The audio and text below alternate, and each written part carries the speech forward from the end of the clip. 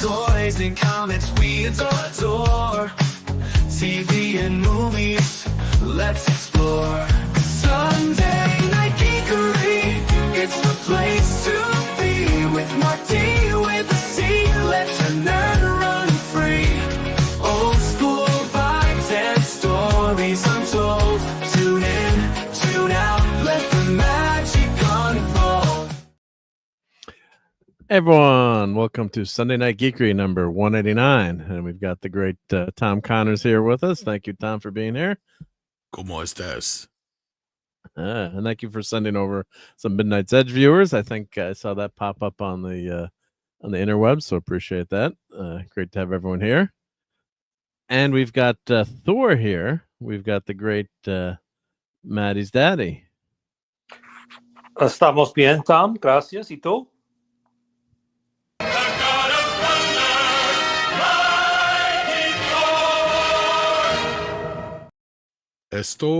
Estoy feliz de estar bien aquí. Oh God, I got to think Spanish now because I've been doing. I don't know what I'm just pulling shit out of my ass here through the translator. I don't really speak Spanish. My brain started to say anch'io, which is Italian for yo también. So, I've been studying Italian lately, and now I can't speak either one of them. I speak Italian. Right? Well, let's say hi to everyone in the chat. So, and we'll speak some Italian later. But we've got Gap After Dark here. Hail to Gap. And Con Lives is here. Well, oh, come on. Con Lives is here. So you know what we got to play. Con. That was pretty good.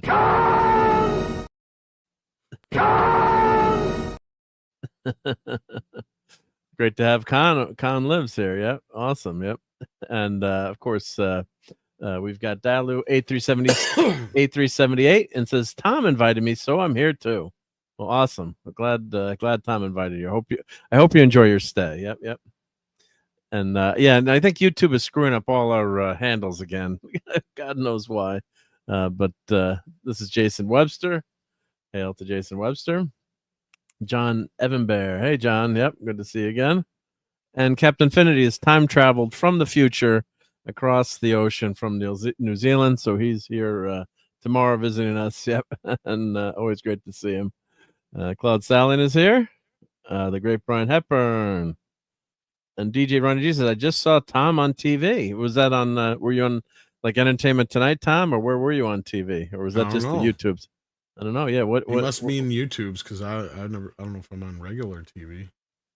That'd be awesome. Have you ever been on like the regular airwaves at any point? I don't think so. Not outside of maybe like localish kind of TV thing, but like, yeah, I don't think I've ever been on TV now. Radio, that's a different story. Yeah.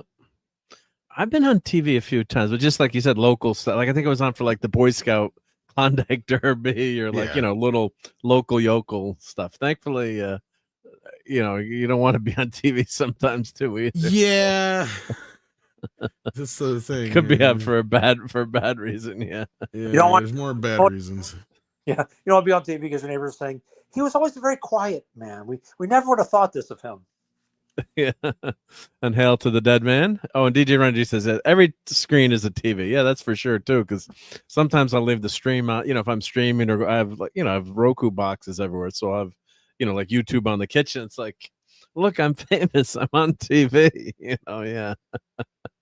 So yeah. Anytime we talk TV, my brain goes to the classic Star Trek Bread and Circuses. Right. Yeah, I was just to tell Clobby, oh, sorry, I always called him Mike. If you bring this network's ratings down, we'll do a special on you. Right. What movie? What's that? That's from Bread and Circus. The ones Bread and Circuses. Yeah. The one where they go back to ancient. I call that one the Christmas episode because it's got Uhura at the end saying God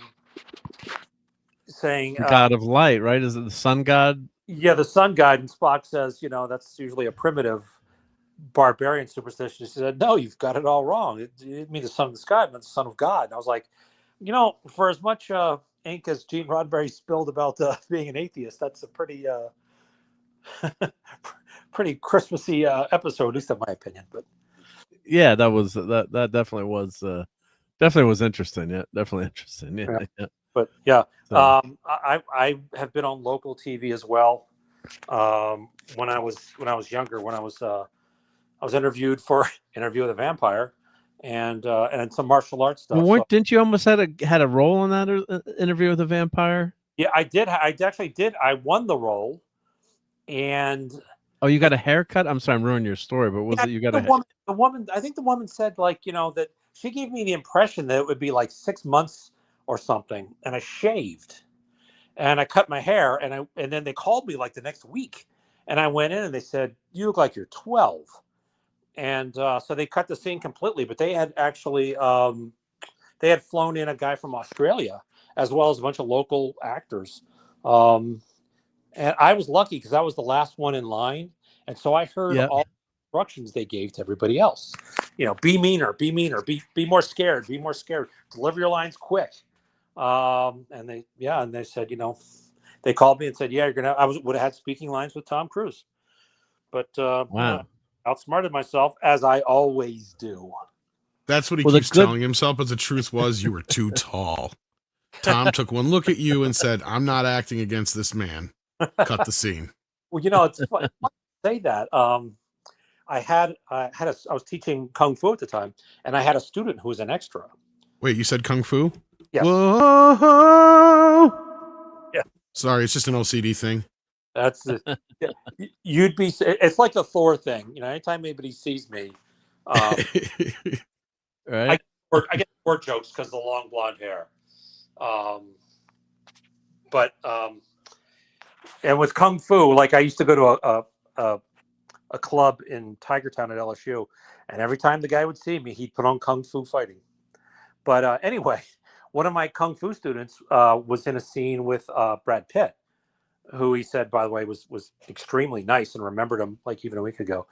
But he told me that they built a ramp, like a couple of 2x8s or something, that when the actors would talk to Tom Cruise and when they'd be walking with him, Tom Cruise would be walking on this raised platform the whole time.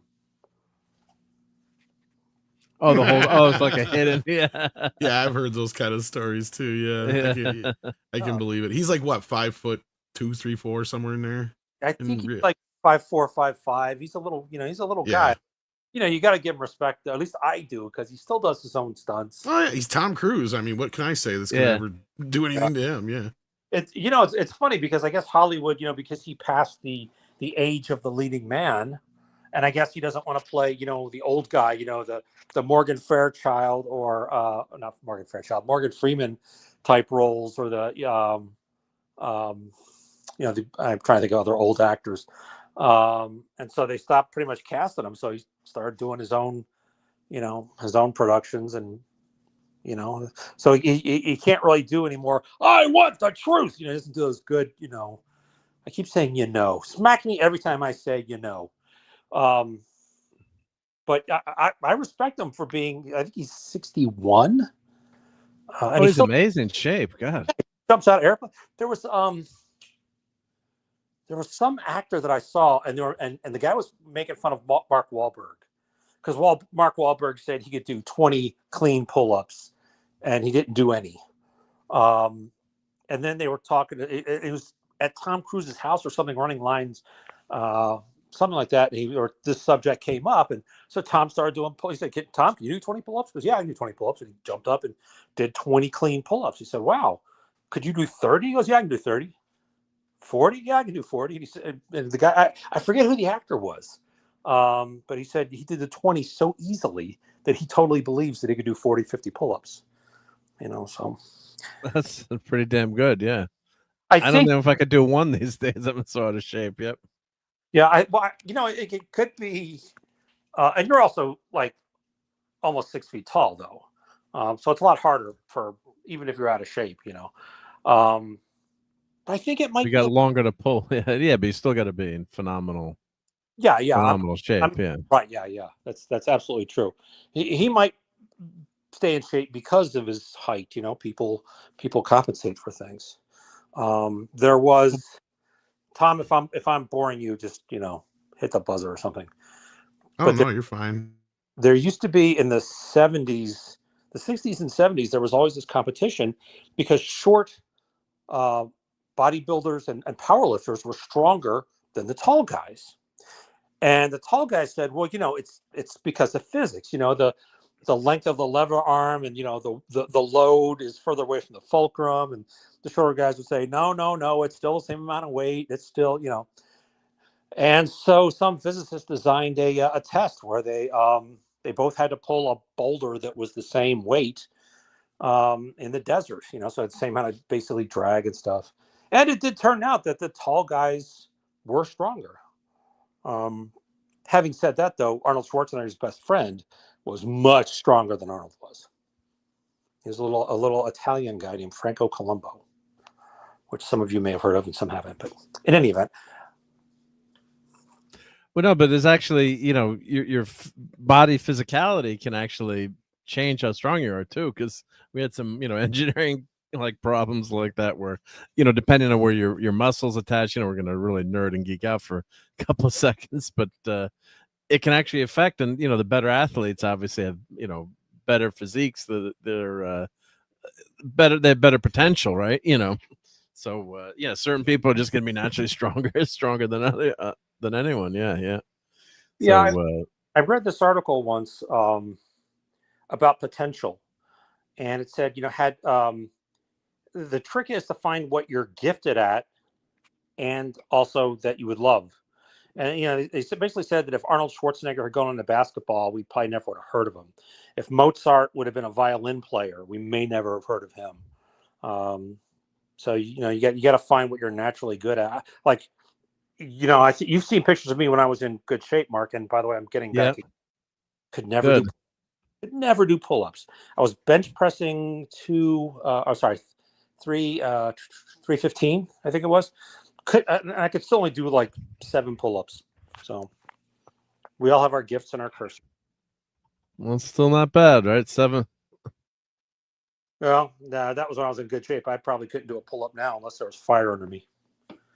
This fire. I'm gonna burn. Yep. Yeah. So, right. Yeah, Tom, how many pull-ups can you do? Can you do the same amount I can? 0? I can pull up my pants. Yeah. Right. That's Ouch. good. Yeah. That was a good one. Yeah. Quick. So I did want to talk. I know we got Tom was a pop culture expert here, so I did want to talk a little bit about the weekend in movies, right? So we're talking Nobody. Nobody was one of the movies I remember clobbering times. Our buddy Mike Nobody saw really Nobody. loved. No, but nobody saw Nobody. So why do you think that is, Tom? I really don't know unless it was just a shitty campaign, because I think I'm not sure if a lot of people even knew the movie was out. I wouldn't say that. I don't know what. I guess I'll have to look and see how the first movie did here. Let me look. Yeah, maybe because I was trying to remember. Was it out like in an off time, or was it out like in November or something, or like a? Let's see here. Yeah, it's a Universal picture. It did come out during COVID initially. First one did. And the first one only made 57 worldwide. Did pretty much a 50-50 split. It only had a 16 million budget. So the first one, yeah. Yeah, so let's see. It's a pretty cheap movie, yeah. And And I think it was more of a streaming hit was one of the reasons why. Okay, yep. I don't have a budget for this one. And hail to RobAltis. He says he can pull up the fork to his mouth. Yep. So what was the budget for the new one? I guess they must have had more of a budget, right? Looks like about 25 million. So they spent about 10 million more. So not a ton more, but no, not really. In the end of the day, I think this will do fine on video and streaming, probably for Peacock. Yeah. And, it'll have a little time on video on demand. And it'll probably be on video on demand in the next 2 weeks, I bet. That quick, you think, with this I bad think of so. a... It's universal. They're 36 Yeah. days regardless or less. And they put Nosferatu out in what, 20... What was it, 20... That was out quick, wasn't it? Yeah. And we were talking about this earlier on George the Giant Slayer's stream, and DA and I were kind of on the same page, but we were hearing like two different things, or he had a concept or an idea, and I'd been hearing things about like, how the studio's been pulling the movies, and the reason they do is because I'm sure you guys know this, like every week that goes by, the studios get less and less of the box office. The theaters get more. And it actually it's a sliding scale. Yes, it always has been that way, and I don't know why people have never brought that up in the box office stuff. Oh yes, and that's where budget cinemas come in and all that kind of stuff back in the day. Remember? And that's why the popcorn is so expensive. Yeah, and now so what I'm noticing here, the trend is when the movie hits to a point, because like let's say the first weekend is usually 60% or more, right? The studios will get. Second weekend is probably around 50%. Third weekend is where it starts to dip into the theaters get the 60%. The studios only get like 40% arena. Wow. So at that point, when they're starting to see less, that's what I'm noticing is when they're starting to pull these. And DA came up with another good point, and it's true, and I agree with him because I've said this too. It adds a premium to the video on demand because you see this movie on there that's still in theaters and it's fresh, right? And they don't even really have to do a bunch of advertising now for the video on demand because it's just out in theaters.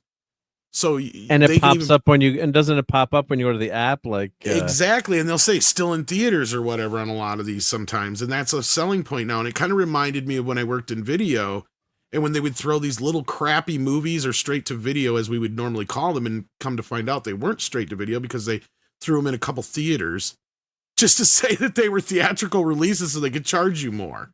See, because that was the difference, was the premium price on a videotape in comparison. Is if it was something that was considered a theater, even if it made only a couple $100,000 in the box office. Didn't matter. It didn't matter. The price of that tape would go up twice as much as if it was just a straight to video, never been in theaters kind of release. So yeah. So I see this as like a revenue stream for the studios is kind of a quick fix, but down the road it's going to kill them. This is like their heroin or something like that at this point. Yeah. Yeah, because Superman came out way too early on video, and then the thing is, it's on the high seas. Yep, and the reason they did it is because Peacemaker got moved up, and they were, and this leads into Peacemaker, and I guess you have to see Superman to kind of understand some of the elements of Peacemaker too. But other than that, the other reason is they're going to end up making more money and becoming profitable probably by the end of next week just from the video on demand sales, because you realize how much they're getting from each one of those sales compared to like the tickets. Don't they get almost 100% of that probably? Like 80-90% in there. Yeah, because if it's on Paramount, say it's a Paramount movie, versus well, I'm talking about like Vudu. You buy it on Vudu, right? It's like $29.99. So Vudu keeps maybe what, $5 at most of that. Yeah. So that's $25 directly in Warner Brothers' pocket. So it's more than they get in the theater. Exactly my point. And that's what DI and I were on the same page with this whole thing. And the other side of this too is it makes me wonder about these thresholds that they keep talking about, because you have certain thresholds where I think where they either miss or hit also determines when they go to the streaming or not. And the same thing goes for like these bonuses they used to pay out for stars. Now I got to imagine either they've been working these deals to where they get a piece of the video on demand and digital sales, or sooner or later we're going to see a bunch of lawsuits, because you're going to have a bunch of actors accused, like kind of like with the Black Widow lawsuit. With Scarlett Johansson. Where you're going to have actors accusing these studios of undercutting their possible bonuses by throwing these movies on demand before they even have a chance to hit any possible threshold, right?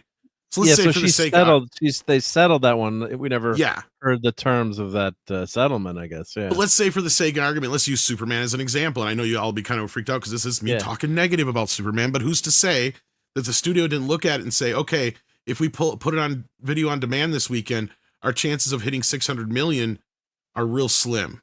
And they didn't hit 600 million this weekend. No.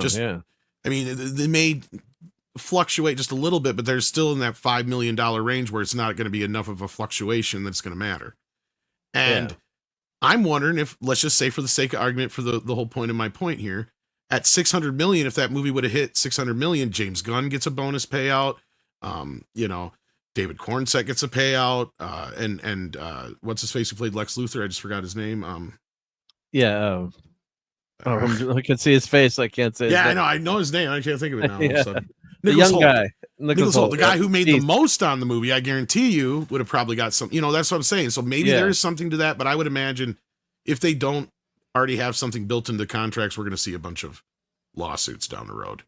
Because and then the theater owners are going to hate this too. So yeah, they're already pissed about this. Crazy, it's crazy. Yeah. So let me say hi to Hembry. Jeremiah Hembry, yeah. Jeremiah Hembry. Everyone's handles are screwed up. Sorry. Too many syllables in that name. Just kidding. But he says, I'm going to let you guys know I'm watching Star Trek Enterprise. I'm still in season 1 and loving it so far. Yeah, well, Enterprise is a great show. And of course, our buddy we always remember and talk about, Clobberin' Times, loved Enterprise. And I had rewatched it and talked about it with him a lot. And it is such a damn good show. You know, there's the time travel stuff I can't stand, but yeah, it's a great show. So glad you're enjoying it. And there's check out Saturday night. There's a Star Trek show. Let's see, let me find the link to Teague's show there. Put that in there. But you maybe enjoyed watching it with JT Kirk is on that and Sean Carter of Mars. Yep.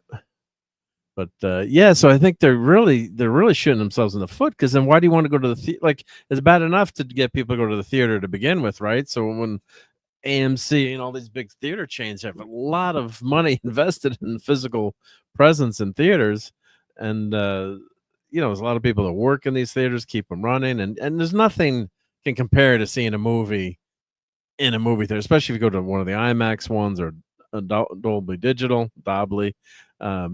It's can't compete, but like nobody, the budget, like you said, Tom, budget 25 million, they made 14 million, so they're going to make their money back, right? Depending on what the advertising is. What was that 80 million down there? Scroll back down. Oh yeah, 89 minutes, I guess. 89 minutes. Okay. Yeah, I thought it said 80 million. I'm like, wait a minute here. Oh, yeah. You spent 80 million on this. What the hell are you spending the money on? Cocaine and hookers? Jesus. Yeah. So I guess he's on vacation. So God, they should have had a cameo with Chevy Chase in this one on vacation. Well, and that's another side of this stuff we don't look at too. Like, okay, so this movie cost 25 million.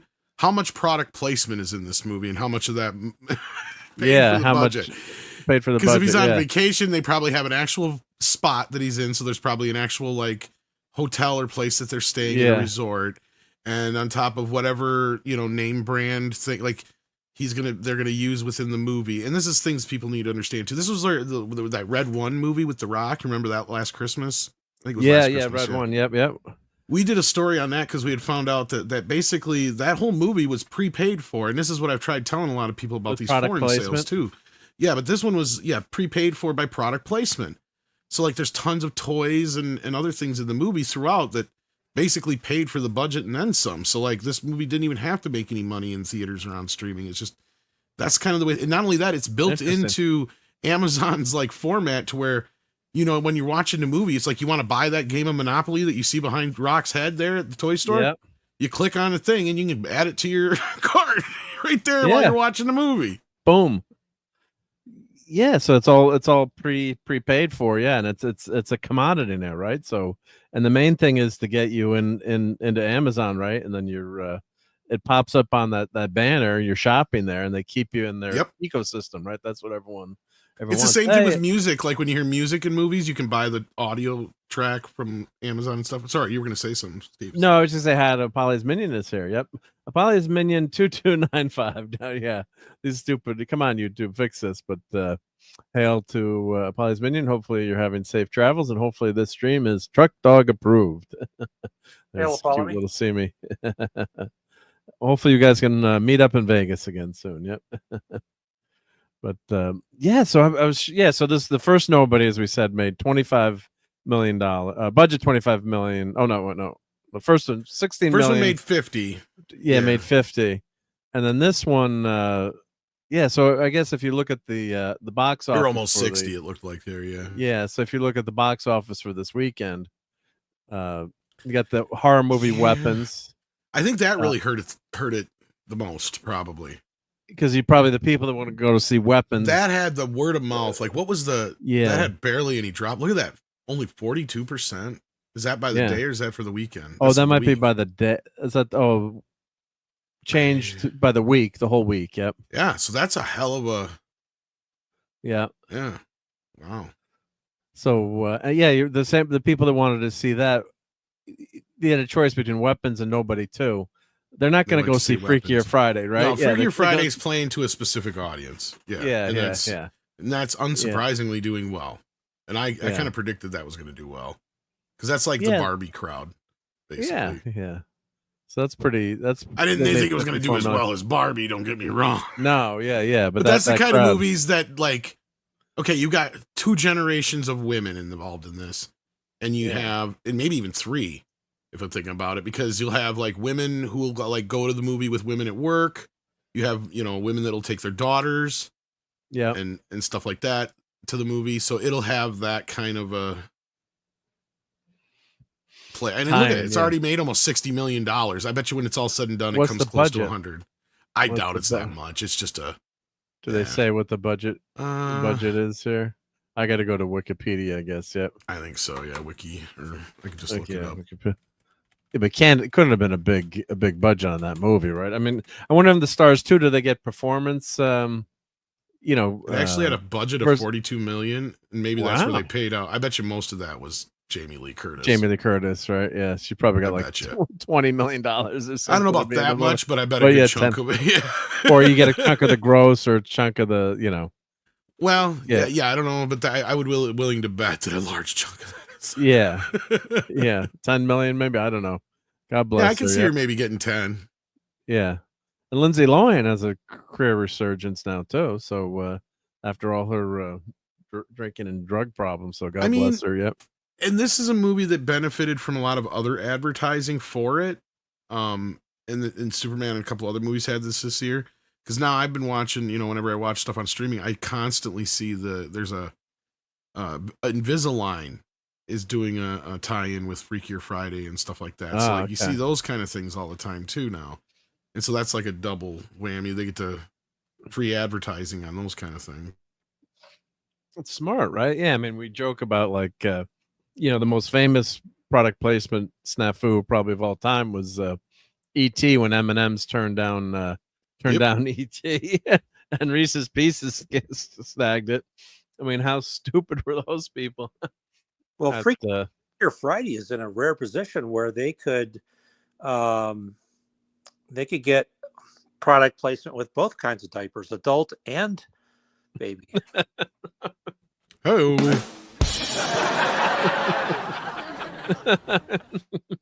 Well, I made Mark laugh. That was a good one. Yep.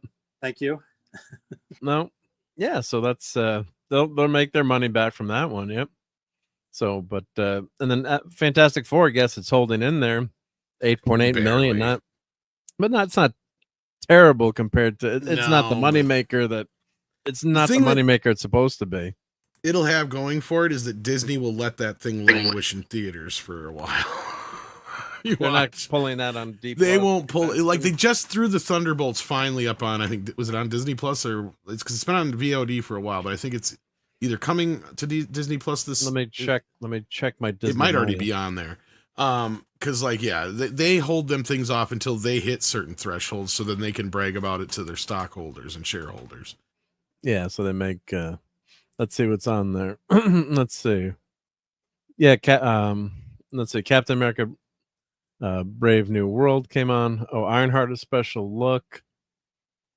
Let's see. I can show this. Yeah, it's okay. I'm not. F4 will not make. I don't think it's going to make $300 million though. When it's all said and done, it's going to barely. Oh, they already got it. What do they got on there for? Well, special look. Oh, a special look. Oh, world premiere. Yeah, okay. Eyes of Wakanda. We haven't even talked about that yet. Yeah. Does anyone care about that? Ironheart. I haven't seen it, so I can't really speak on it. Ironheart or either. Oh, it's just Ironheart is one of the most hilarious things I've ever watched. It was bad. It was more fun than Echo because at least it had some scenes that were so ridiculous you could laugh at it. like when she's getting chased by she's getting chased in the street by this huge truck, and she just keeps running down the street instead of changing direction and going on the sidewalk, and there's cars everywhere. Like, this is the smartest. I saw that. Yeah. I think we're talking about. I'm like, just go down the alley. Like, what are you doing? Yeah. Oh yeah. So I guess it's not on yet. Yep. So it's maybe not, but I think it's going to be soon. Soon, probably, right? Yeah. Yeah. I think it's either this week or next or something like that. It's supposed to be. I remember seeing a thing for it. So yeah, Disney's actually one of the few that actually holds their movies out. I can't knock them for that. The only thing they don't, they do that's wrong is this, just sending them to Disney Plus when they're all said and done. And I can't agree with any studio that makes movies that go that way. I mean, I guess you could for certain ones, but I mean, if I was the studios, I'd try to work out more deals like what F1 is, because that to me makes sense. You got Apple taking the streaming side of things, and they paid their part of it. Warner Brothers paid their part of it. They got the theatrical and home video release of it. I think it's going to be a win for both teams. Yeah, and look at the worldwide box office this year. Neja 2, which is a Chinese movie, 98.9% foreign, but $2 billion almost. But that's how why much of a U.S. penetration has that had at all? Zero. Really? But that's why for years Hollywood was chasing the Chinese market, much to their detriment. And I think they're basically shut out of the Chinese market for the most part these days. That's what I was trying to say with this whole thing with foreign is like the studios, the media, so many people have put so much into the foreign side of things when it's like really at the end of the day, all foreign is for the studios is bragging rights. And then just to show you the other side of it, Neja had little to no impact in America. Hell, I would say that with that movie a couple years back, the musical one that was 3 hours long, the what the hell was the name of it now? Trying to was it a remember. Chinese movie or no, it was like a Bollywood movie or something like that. Can't remember now, but RRR? No. RRR, yeah, that seemed to have more impact than Neja did, Yeah. and that didn't do this well. Yep. But but just they want to chase that market. And then how much of that foreign money did they get too? I wonder how. Not as much. My understanding is it's generally 30% or less in most places. Like in China, it was like cents on the dollar, and that's what they just actually reported, right? Like nobody ever knew for sure if China wasn't, skimming off the top the whole time too. On top of it all, they report this much, and you're only getting this much anyway. Right, because that's what we were hearing is it was basically like bragging rights, and that's why they kind of vacated China altogether. They really don't give that much of a shit anymore. A little bit, but not much. And then the other side of this is some of these foreign markets, it doesn't matter how much it makes in the market because they pre-sold it there. So if they pre-sell it there, then that means they get a set amount up front, and they don't see any more money out of that market. Whatever they make or lose in that market is up to the distributor. Exactly. And that's usually the money they put towards the making of the film that people don't talk about. And this is what I'm saying. Is we've been getting so lost in the mud with this whole like thing with Man of Steel versus Superman and all that kind of shit for the last few weeks. I'm just going, you know what? At the end of the day, why are we even bothering with this foreign box office shit anymore? Why do we worry about it? We never used to. It never was a thing until more recent years. And it only seemed like it became a thing when studios were trying to bolster their movies to make them look bigger than they really were with these billion-dollar hits. Yep. And when they were catering to markets like China. At this point, I'm like, why do we care? Like, outside of Canada and Mexico and the U.S., our movies aren't really made culturally for anyone else. If they hit anywhere else, you know what? Back in the day, if a movie was a hit somewhere else, we didn't know. We didn't know. Like, it's like we didn't even know that, was it China didn't even have Star Wars until like 10 years ago, and it still hasn't really caught on there or something like that. Like, remember when Disney? Yeah. Well, then, so then China had so much censorship that, whole generations missed whole segments of movies. Yeah. So I don't think that's a whole nother subject, right? Yeah. Yeah. So they didn't have Star Wars. And I remember Richard Gere Hollywood would always talk about Tibet, the oppression in Tibet. And then Disney put out a movie on Tibet, and China went crazy. And they had huge meetings, and basically you don't hear about Tibet that much anymore, right? Or you don't see movies about Tibet. That's it, right? Because it's the bottom line is the dollar. Taiwan is the new Tibet. You know, remember when John Cena had referred to Taiwan as Taiwan Yep. instead of calling it China, and then he went back and did an apology. Yep. You know, although I'm the dollars. Yep. Yeah, I'm not a John Cena fan because he does a lot of movies in China where he always plays the evil American. You know, because most countries in the world, reflexively, whatever the problem is, they just blame us because that way the leaders don't have to take any blame. They'll just say, "Oh, it's the United States that's causing our problems." Which is hilarious because a lot of our exports of film, right? What used to be some of the most popular shit was like Rambo, yeah, like Rambo, yeah, and all the canon type stuff. Yeah, where America was always gung ho America shit. Yeah. Well, yeah. But now we've come completely 180 from that. It's insane. You're right. Yeah, I can't believe. Yeah, John Cena. Like, I don't hate him as an actor, but I hated when he did that. Like, that was such a bitch move. It's like, what are you doing? Yeah, well, studio got to him. Yep. Yeah. Well, I mean, he bowed to the dollar, you know, or the, you know, the yen. The renminbi.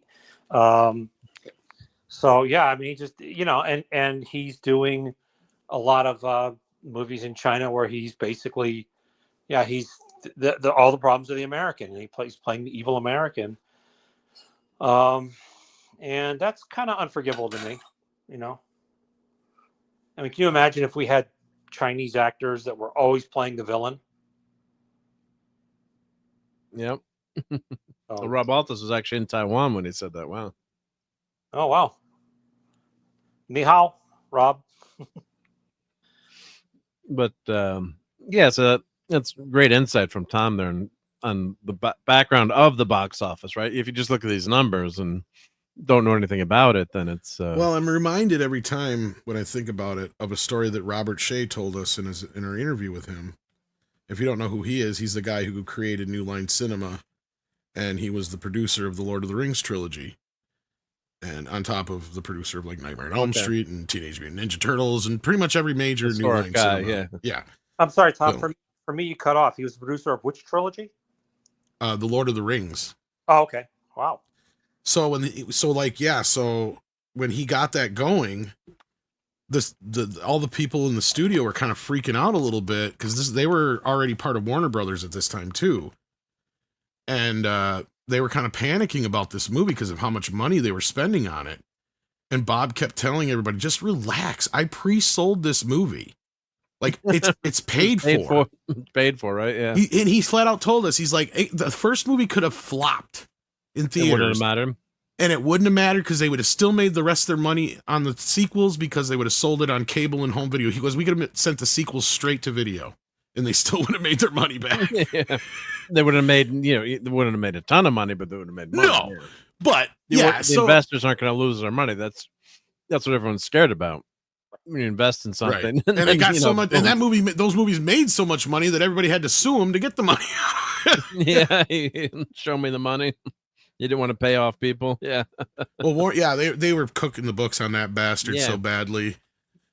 We lost money on the Lord of the Rings, honest. Yeah. Well, that's money. That's movie math for everybody. That's my other favorite thing I love to tell everybody. It only matters who's asking, right? Because if it's somebody the studio could possibly owe money to, then the answer is, oh, I'm sorry, it never made a dime. In fact, it lost us money. And if it's like, a money person, or if it's the media, then it's, it was the most successful film of all time. In fact, it might be the most profitable film we ever made. What was the actor that's? I mean, it's happened multiple times. But there's a really famous one where I'm trying to think. It was like a movie that was super popular. I don't know if was it Big, or I'm trying to remember what the movie, but and then the actor was given instead of getting the percentage of the gross, the percentage of the profits. And they're like, well, the movie lost money, even though it grossed like $600 million, whatever the heck it was. I'm trying to remember what the movie was, but you hear about that stuff too, because the accountants can always work wonders with the books, right? Well, and that's where the producers was such a hilariously clever film, because it's true. And it's the same for Hollywood. Yeah. Like, in some cases, these guys are better off having a flop because then they don't have to worry about paying back the investors, and they've already gotten paid. So springtime for boop, boop, Yeah. in Germany. Yeah. Yeah, when I first saw that movie, wow, that was amazing. Yep. And Captain Finity wants a big fat flat fee. Yeah, get that. Yeah, get your money up front, right? But well, yeah, I was just watching some stuff on Simon and Kirby and the creation of Captain America, and when Simon sued to get the rights back to Captain America. In 2003, they settled. But could you imagine? It was a good YouTube video. And imagine if the courts had sided completely with Simon, and he could have pulled back the copyright to Captain America. Wow, that'd been huge. That's another way that Hollywood, these big companies can screw over the little guy. But yeah, it's just the interesting way it's shaping up. I think so. It looks like $600 million is like your average blockbuster now, and if you get over that, then that's a big win. Hit. Yeah. And again, I think we need to start paying a little bit more attention to the breakdown, because that's something I noticed going through the numbers for Superman, is that domestically Superman has done better than almost all of the other superhero films. Like, you got to go to like Deadpool's and that, yeah. Things like that before you start getting to the ones that have made more domestically. Right. So, and that's the other thing too, is like Disney is one of the biggest for like using the foreign box office to bolster their movies. Like, I'm so surprised going through the list that outside of some of the, up and through, up when you get past Endgame, how many of the Marvel films have not done very well domestically after that point, especially when you see the fall off. Right. And that goes for across the board for a lot of films. And it's certain ones play better than others. Like F1 is one of the examples. It's the flip, right? Like, now it's doing all its money foreign, yeah, it's still doing okay domestically. But the other movie I brought up as an example in this is like, look at Avatar, especially Avatar 2. Like, I have still yet to meet anybody in my actual life that's not on YouTube that has seen Avatar 2. I've never seen it. And I'm like, I don't understand how this movie made this much money, but it's all majority outside of the US. Like, I think it only made like 200 or 300 some million, like 200 some plus million, maybe a little bit more than that in the US, and the rest of it's all outside. And I predicted that part of it. I didn't think it was going to do as well as it did, but I said, you watch, what it does do is going to be very lopsided to the foreign box office, because it had zero impact on us culturally here in America. It had more, the 3D had more of an impact. Yeah, I went to see the first one in 3D just to see it, just to see the effects, and it was phenomenal. It was great. But and John Evan has I've seen Avatar 2, and it sucks. Yeah. Avatar wasn't a great movie for sure. It was just the first one. It was interesting, but it was, do I go back to it? Oh, I got to watch Avatar again, or no? I mean, the characters were. Who was the bad guy in Avatar? What was the actor? Us humans. Oh, you mean Steve? Or what's his name? No, Steve. Stephen. Oh, he was really good. Stephen Wright, or no, not Stephen Wright. Is that it? No. Stephen Wright. The other guy. The Stephen. He was in Tombstone. He played. Yes. He's been a lot. He's actually a really good actor. When the chat catches up with us, they'll get it. Yeah, the chat is much smarter than we are. Stephen Lang. Okay. Stephen Lang Popped up. Great actor. Yep. Yeah, he was great. I refer to that. Yep. Avatar as Dances with Pocahontas, because it's the same script as those two. Yes, yeah. And Fern Gully too. Yeah. I actually never saw Fern Gully, and as an animator, I should probably be ashamed of that. But because I rewatched Dances with Wolves again for the first time, and God, since it first kind of came out, probably. And I mean, it's still a beautiful, great film, but it's like it almost diminishes that movie to compare Avatar to it. Like, oh God, yep. Yeah, that's where it's more like it's not even Dances with Wolves. That at least has more of a story to it than even Avatar does. Avatar reminded me more of Fern Gully and the other one you said, Pocahontas. Yes. Pocahontas, yep. Yep. Yeah, look at the domestic Minecraft movie, right? That's Warner, right? Minecraft is Warner, right? That's pretty huge. 421 million. Lilo and Stitch, 423, 421, and Superman 340. So, I mean, God, $340 million. and Jurassic World, which is the big hit this year. But yeah, again, it Superman just beat it domestically. Yeah. Yeah. So I guess Rebirth is out, and is it on VOD now? Oh yeah, it's been out for like 2 weeks now, or a week 2 and a weeks half now, at right? least, Yeah. So that's. And I knew not that gonna was do coming much. out August 5th because I remember reporting that. Okay. Because my guy told me that. Yeah. Sinners yeah. did very well. And I guess the Superman toys are selling pretty good. In fact, I've talked to a few people now who've gotten their kids Superman toys and stuff like that. So I'm kind of surprised. I wasn't sure how well they were selling, but they must be doing all right. The All-American Hero, yep. And I seen some people posting, a lot of them being sold out, except for those big chonky ones that people don't seem to like. But yeah. I almost saw Superman today, but things prevented me from doing it. But I saw some clips where he was actually kind of being heroic and, self-sacrificing and that kind of thing. So I do think it's time that we had some of that in movies, in my opinion. I don't think everybody has to be Wolverine.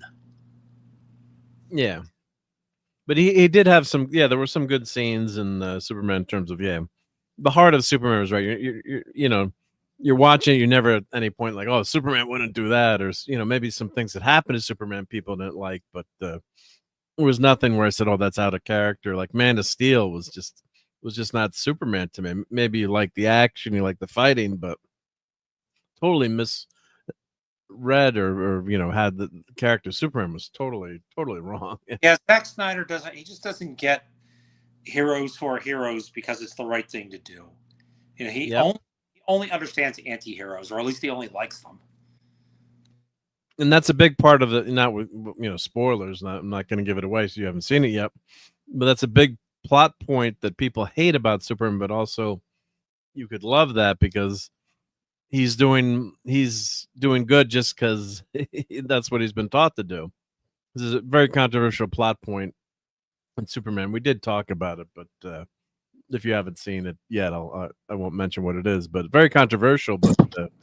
But that shows he's good just because of how he's been raised, and he's doing the right thing. So well, and Gunn might be lying about that too now. Did you see what I tweeted out the other day? No, I missed that. Yeah, because he had all these tweets that he said that was true about Jor-El's message. Yeah. Oh, I think what he said, I got to go back and see him. I'm wondering if he didn't say that the message is real, which doesn't necessarily mean it's true.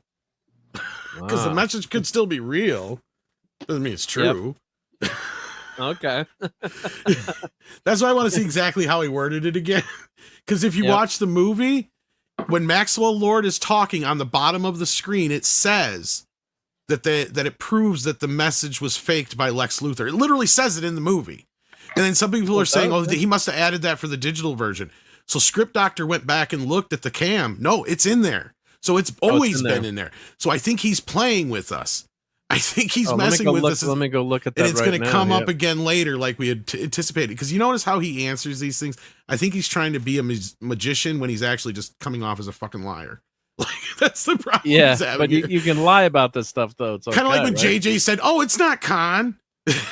Yeah, well, that was the worst fraud in the multiverse. I get why he's trying to lie to us. Yeah, but at that point, it's like, you don't answer like that. You just say, I don't know. It could be, might not be. You say it like that. It's definitely not Khan. It's not Khan. Yeah. Oh God. Yeah. What a. And that was Clobberin Time's one of his favorite Star Trek movies because he said it proved how right he was about the first movie. So when everyone went crazy about the, Star Trek, the sequel there. Yeah, because it was such a disaster, that second movie. I mean, the first movie, if you're not a Star Trek fan, you might have enjoyed it, but God, that second movie just showed totally where they went wrong. Exposed all the flaws in the characters and everything. Yep. Yeah, and I agree with John here. Like, I haven't seen Ferngully since I was a kid, but the reason I bring it up is mainly because it is literally the same movie. Like, I don't know, I'm sure you know what it is, guys, but even though if you haven't seen it, but like, it's got, Christian Slater's character, he gets like shrunk down to the size of these fairy people. So it's almost exactly like that. So he gets brought into their world, just like Jake Sully does in Avatar. Like, you know what I mean? Like it's and Okay. and it's this like environmental story where they're ruining the rainforest. So they band together to. It's almost the same exact movie, just in the rainforest and not another planet. Oh, okay. Yeah, yeah. And fairies switch instead it of up, blue yeah. people. Yeah. Yeah. Just switch it up that way. Yeah, yeah. Well, it's a lot cheaper to keep it on Earth, right? Yeah, yeah. So I'm checking out Superman. How far into Superman was that clip where it's the? Let's see here. Let me find that. Yeah. So it's actually on the screen. It says Lex Luthor. That's it. Let me find this. Oh, here. So Superman's in prison. Okay. Yep. Well, I'll find it later. I'll look for it later. Yep. But that's when they're playing the clip. Yeah, where well, Steve will just tell you. So Superman, Jor-El says, basically rule the earth and be fruitful and multiply. Spread your Kryptonian seed. So that Yeah. everyone.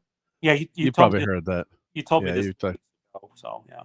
Yeah, but Yeah, it's in yeah. such conflict with the first part of the message. Even the first time I saw the film, I'm like, it's got to be fake. Yeah, yeah. And That's there's even the- that little glitch still there. So it's like, and I would never put it past Lex to fake something like that. Yeah. But even if it wasn't Lex, like I said, it could still be Brainiac, because like when you see the film, if you do, you'll notice that when the engineer plugs into to Superman's computer in the Fortress of Solitude, she just lights up like a pinball machine and her eyes glaze over with this digital thing, and she literally says like, whoa, like she's been opened up to a whole new world. And I think Brainiac is somewhere in this equation, and I think it's gonna be teased at the end of Supergirl or something like that. That's my hunch. That's just my speculation, but so I wonder if he didn't play a role in it. Yeah, and if you watch it, the glitch is still in there. I'm watching it now. Yep. So the video kind of glitches. But yeah, that's all fun geek and nerd stuff for people to talk about and to to get into. Yeah. But now that was one of the things I wanted to talk about too. There was this new article about we mentioned New Trek. There's an article from Simon Pegg. Let me pull this up. But let me pull this over here. So talking about Tarantino's, Star Trek movie. So I want this movie. I hope he releases the script. I do. So I really do. I want to have a voter referendum. I think we need to change the laws so that Tarantino can direct as many effing movies as he wants. So It's his own arbitrary law. Yeah, Tarantino's law. It's like, so he's one of the clips here. So he said, Simon Pegg has confirmed there's a breakdown of Tarantino's Star Trek movie plans and calls it batshit crazy. Might not have been embraced. And for Captain Infinity, it's yet again some more time travel. So just for you, they're doing a time travel movie again. It's something completely new to Star Trek. We've never done time travel before in Star Trek. My understanding is, wasn't he doing kind of a quasi remake of that one gangster episode from TOS? Is my understanding. Yeah. Yeah, Piece of the Action. Yep, which is Steve Mitchum, one of Steve Mitchum's favorite shows, right, Steve? That's probably your favorite. Is that one of your favorite? Definitely one of them. Yeah, it's. They say it's the only comedy, although Trouble with Tribbles, I think, could be a comedy. Mud's Women Skirts. Yeah. But yeah, that was one that was just for fun. Yeah. Well, You cooperate with us, and maybe we'll cut you in for a piece of the action. And that's right up Tarantino's alley, because Paul Chato, I don't know if you know who he is, Steve, but I'm sure Mark does. Yep. One of our co-panelists on the morning show, and a YouTuber in his own right, obviously, and a former member of several things, including the Frantics. He's going down the Tarantino road. He's just discovering Tarantino, and I think he's on like halfway through. Wow. Maybe-ish, or maybe a third of the way through, and he's just finally going, oh my God, I just realized that these are all comedies. And how hilarious and like, yes, he's he's biting satire, and I wish people would see that more. And usually it's the people who don't get that are the ones who are like, oh, he's just ripping shit off. It's like, no. No. He's riffing on it. like you don't understand. That's what Pulp Fiction is. It's literally a riff on all the standards that were in all those gangster stories that he would read in those pulp novels, right? It's amped up, and it's the same thing with all his, he loves these kung fu films mixed with these, Scorsese type stuff mixed with it's like I don't know how to even put it, because it's even more than like what a remix of a song would be, because it's so many. It'd be like if you mix like 3 different songs together, or 4, you know what I mean? Like it's such a unique new sound to it, even though he's taken on a little bit of jazz and a little bit of rock and roll and a little bit of hillbilly, mixed it all together into a new thing. Yeah, he actually brought a kung fu movie to the United States, and I'm not actually a Tarantino fan. I don't really care for his movies; they're just not my cup of tea. But I have to express appreciation, because I think it was called Iron Monkey. Yep, that was one of them he did. Yep. Yeah, and it was the same guy who plays Yip Man, Donnie Yen, was in it. Okay. He played a very famous master of my style named Wong Fei Hung. That's also the character that Jackie Chan blasphemized in Drunken Master, because he didn't do drunken kung fu and he wasn't a drunk. So anyway, first one or second one? No, just kidding. Yeah, I definitely didn't see the second one. The funny thing is, the second one is the one everybody likes, and I've only seen it like once, and I think I like the first one better. But yeah, I mean, Jackie Chan's kind of hit and miss with certain things. Yeah, and the kung fu fact. Yeah, I love now Jackie Chan. If you haven't seen when I was 18 and Jackie was 18, he did a movie called The Snake in the Eagle's Shadow. And it kind of set the tone for the rest of his career. It was a very well done, funny movie about he's a guy that works at a kung fu school, and he mops floors and stuff. And anytime they want to get a new student, they basically have one of their students beat him up and say, look how good our students are. They can beat up this strong guy. But there was a lot of comedy. It's probably, in my opinion, his best work, I think, in my opinion.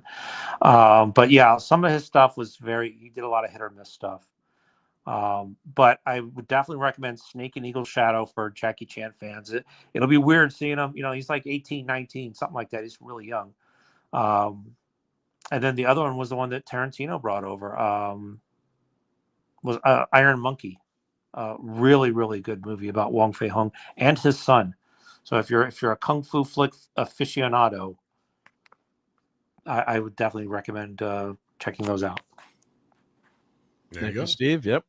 We now our scheduled program. I don't share my data, which is actually Geoff. See, I know what data you're sharing, Jeff.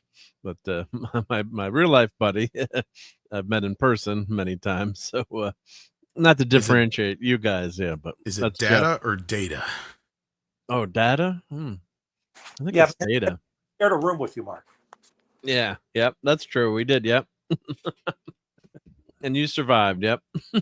Yes, I did. Not an experience I would recommend, but no, we made the best of a tough situation. Yep. Mike, Tom, if you don't know, we went to Mike's memorial service. For me, was just going home and getting to show these Yankees some of the beauty of Louisiana, mostly the food, though, and how to spell Tchoupitoulas, which I could put a gun to Mark's head right now, and he couldn't do it. Yeah, right. Yep. But I think Mike would have been really happy to know that we were meeting each other, even if it was under those circumstances. Yeah. And Anti-Derivative Jill and Dadman and Mrs. Dadman and Max Redstone and then we got to meet all of Mike's friends down there too, which was great. So Claude and the family, Claude and So funny, the guy never knew how much people loved him, and everybody did. But anyway, so before, I know Tom has to go early, and you guys know that I'm not much of a Yeah, I night. probably should have took off already, but that's all right. Should we address the passing of Zod? Oh yeah, Yeah. So the great Terrence Stamp. Let me pull up Yep. his IMDb. But before I pull this article down, well, make sure you don't miss the puppet episode of Strange Nude Worms. But what this movie would have been out was as Tom said, remake of a piece of the action, and but then Tarantino said, if I could wrap my head around the idea that the Star Trek could be my last movie, the last thing I ever do. Is that how I want to end it? I think that was the bump that he could never get across.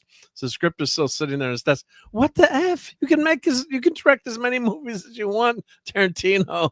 It's like he's arbitrarily decided he can only direct 10 movies. What the? Daniel Day-Lewis just came back for a movie now. Granted, his son was in it, but he said he had given up acting too. It's like, okay, change it to 11 or 12. Just do what you want. There's no Well, law. to be fair here, I know Tarantino is going to keep writing, and I know he wants to work on some TV and do some books. So it's not like he's going to quit working, but he has this thing in him that he feels like too many directors go past their prime, and he's been doing it now for 30 years. Yep. And he doesn't want to go past that prime, so he wants to do one more banger to go out on. And he didn't want it to be Star Trek, so he didn't want it to be somebody else's movie. He doesn't want it to be a sequel to one of his movies. He doesn't want it to be similar to one of his movies, and that's why he didn't do The Critic, because it was too much like Once Upon a Time in Hollywood. Similar, yeah. Well, but again, he's had other people direct his films before in the past that he's written, and he's got that sequel to Once Upon a Time that David Fincher's directing, so I think that's going to be the future of his career. Yeah, but it is kind of it is kind of nuts. I do appreciate that. Like, at a certain time you gotta, put the bat down, right? It's you're not gonna, you can't play baseball anymore, right? But I mean, he's not like he's 90 years old either. Look at Clint Eastwood still working. So look, so I think that's it's just a little ridiculous. I can see where maybe Star Trek fans wouldn't have enjoyed that, but Eastwood's an example of, look at all his movies since basically Billion Dollar Baby, or not Billion Dollar Baby. He did have Gran Torino. Ever since then, he hasn't really had a movie that's resonated or been a hit. His best. They've got good reviews, right? But some of them have, but I'd say the best of those movies since then had to be Juror Number 2, his last film, and that's really just a remake of 12 Angry Men with a twist. Really, at the end of the day, that's what it is. It's good. It's great. It's good. Yep. 12 Angry Men is one of my favorite movies. I mean, it's not a technical remake of it, but it's like not to give too much away. It's basically just that's kind of a story, but one of the people on the jury may or may not be involved in the actual case. So it's kind of I don't want to give too much away or spoil it. Because it'll mess up your enjoyment. Yeah, it's a really good fucking movie. Well, he I know he did get a lot of praise for Jersey Boys, and wish I could tell you this, and the Richard Jewell movie. Richard Jewell one, right? Yep. Yeah, he did, but he got a lot of flack for that too. So it was kind of a double whammy on that. But yeah, but my point is I see where Tarantino's coming from, right? Because you look at Clint's last 20 years of output, and there we go. What we mentioned, maybe 5 or 6 films out of that last 20 years that were decent. And were they even really close Flags of Our to Fathers was good, yeah. Yeah, but were they even really close? That would probably be some of the last stuff that was really close to his height. The Mule was good, but it wasn't nearly as good as his best stuff. It's not like Unforgiven level. Awesome. No. Juror Number 2 is the only one that kind of comes close. Okay. And that's just barely, I'd say. Even the Cry Macho was real bad. It wasn't that good. Like, it was all right. Yeah. Unforgiven is a pretty high bar. I mean, no, that's your peak right there. I mean, how do you get better than that? Yeah, maybe that's what Tarantino was all about. Is he doesn't want to, That's what I think he is. Yeah, Steve. I think that's exactly where he's coming from. But let's get on to Terrence, because this is a sad day because we lost a great actor. We lost Zod and Jarrell. Because don't forget, this is true. He played Jarrell in Smallville. That's right. Yeah. So, I don't know if you guys have ever heard this story from him. Hopefully you don't get any claims or anything, Mark, but you can always delete it out if you have to. Delete it. Yep. But this is from the making of Superman. This is about Terrence, or this is a story he told in the making of it about a day on the set. It must be unanimous, Jor-El. It has therefore now become your decision. You alone will condemn us if you wish, and you alone will be held responsible by me. Terry had this ambiance of an actor, man. Like, you know, there's nothing that this guy couldn't do. His portrayal of Zod was brilliant. I mean, he just breathed life into Zod and made him believable. We lived the relationship between Non and Zod, you know, and that was how we got this kind of very tight unit. I used to get Sarah to walk in my steps, you know what I mean?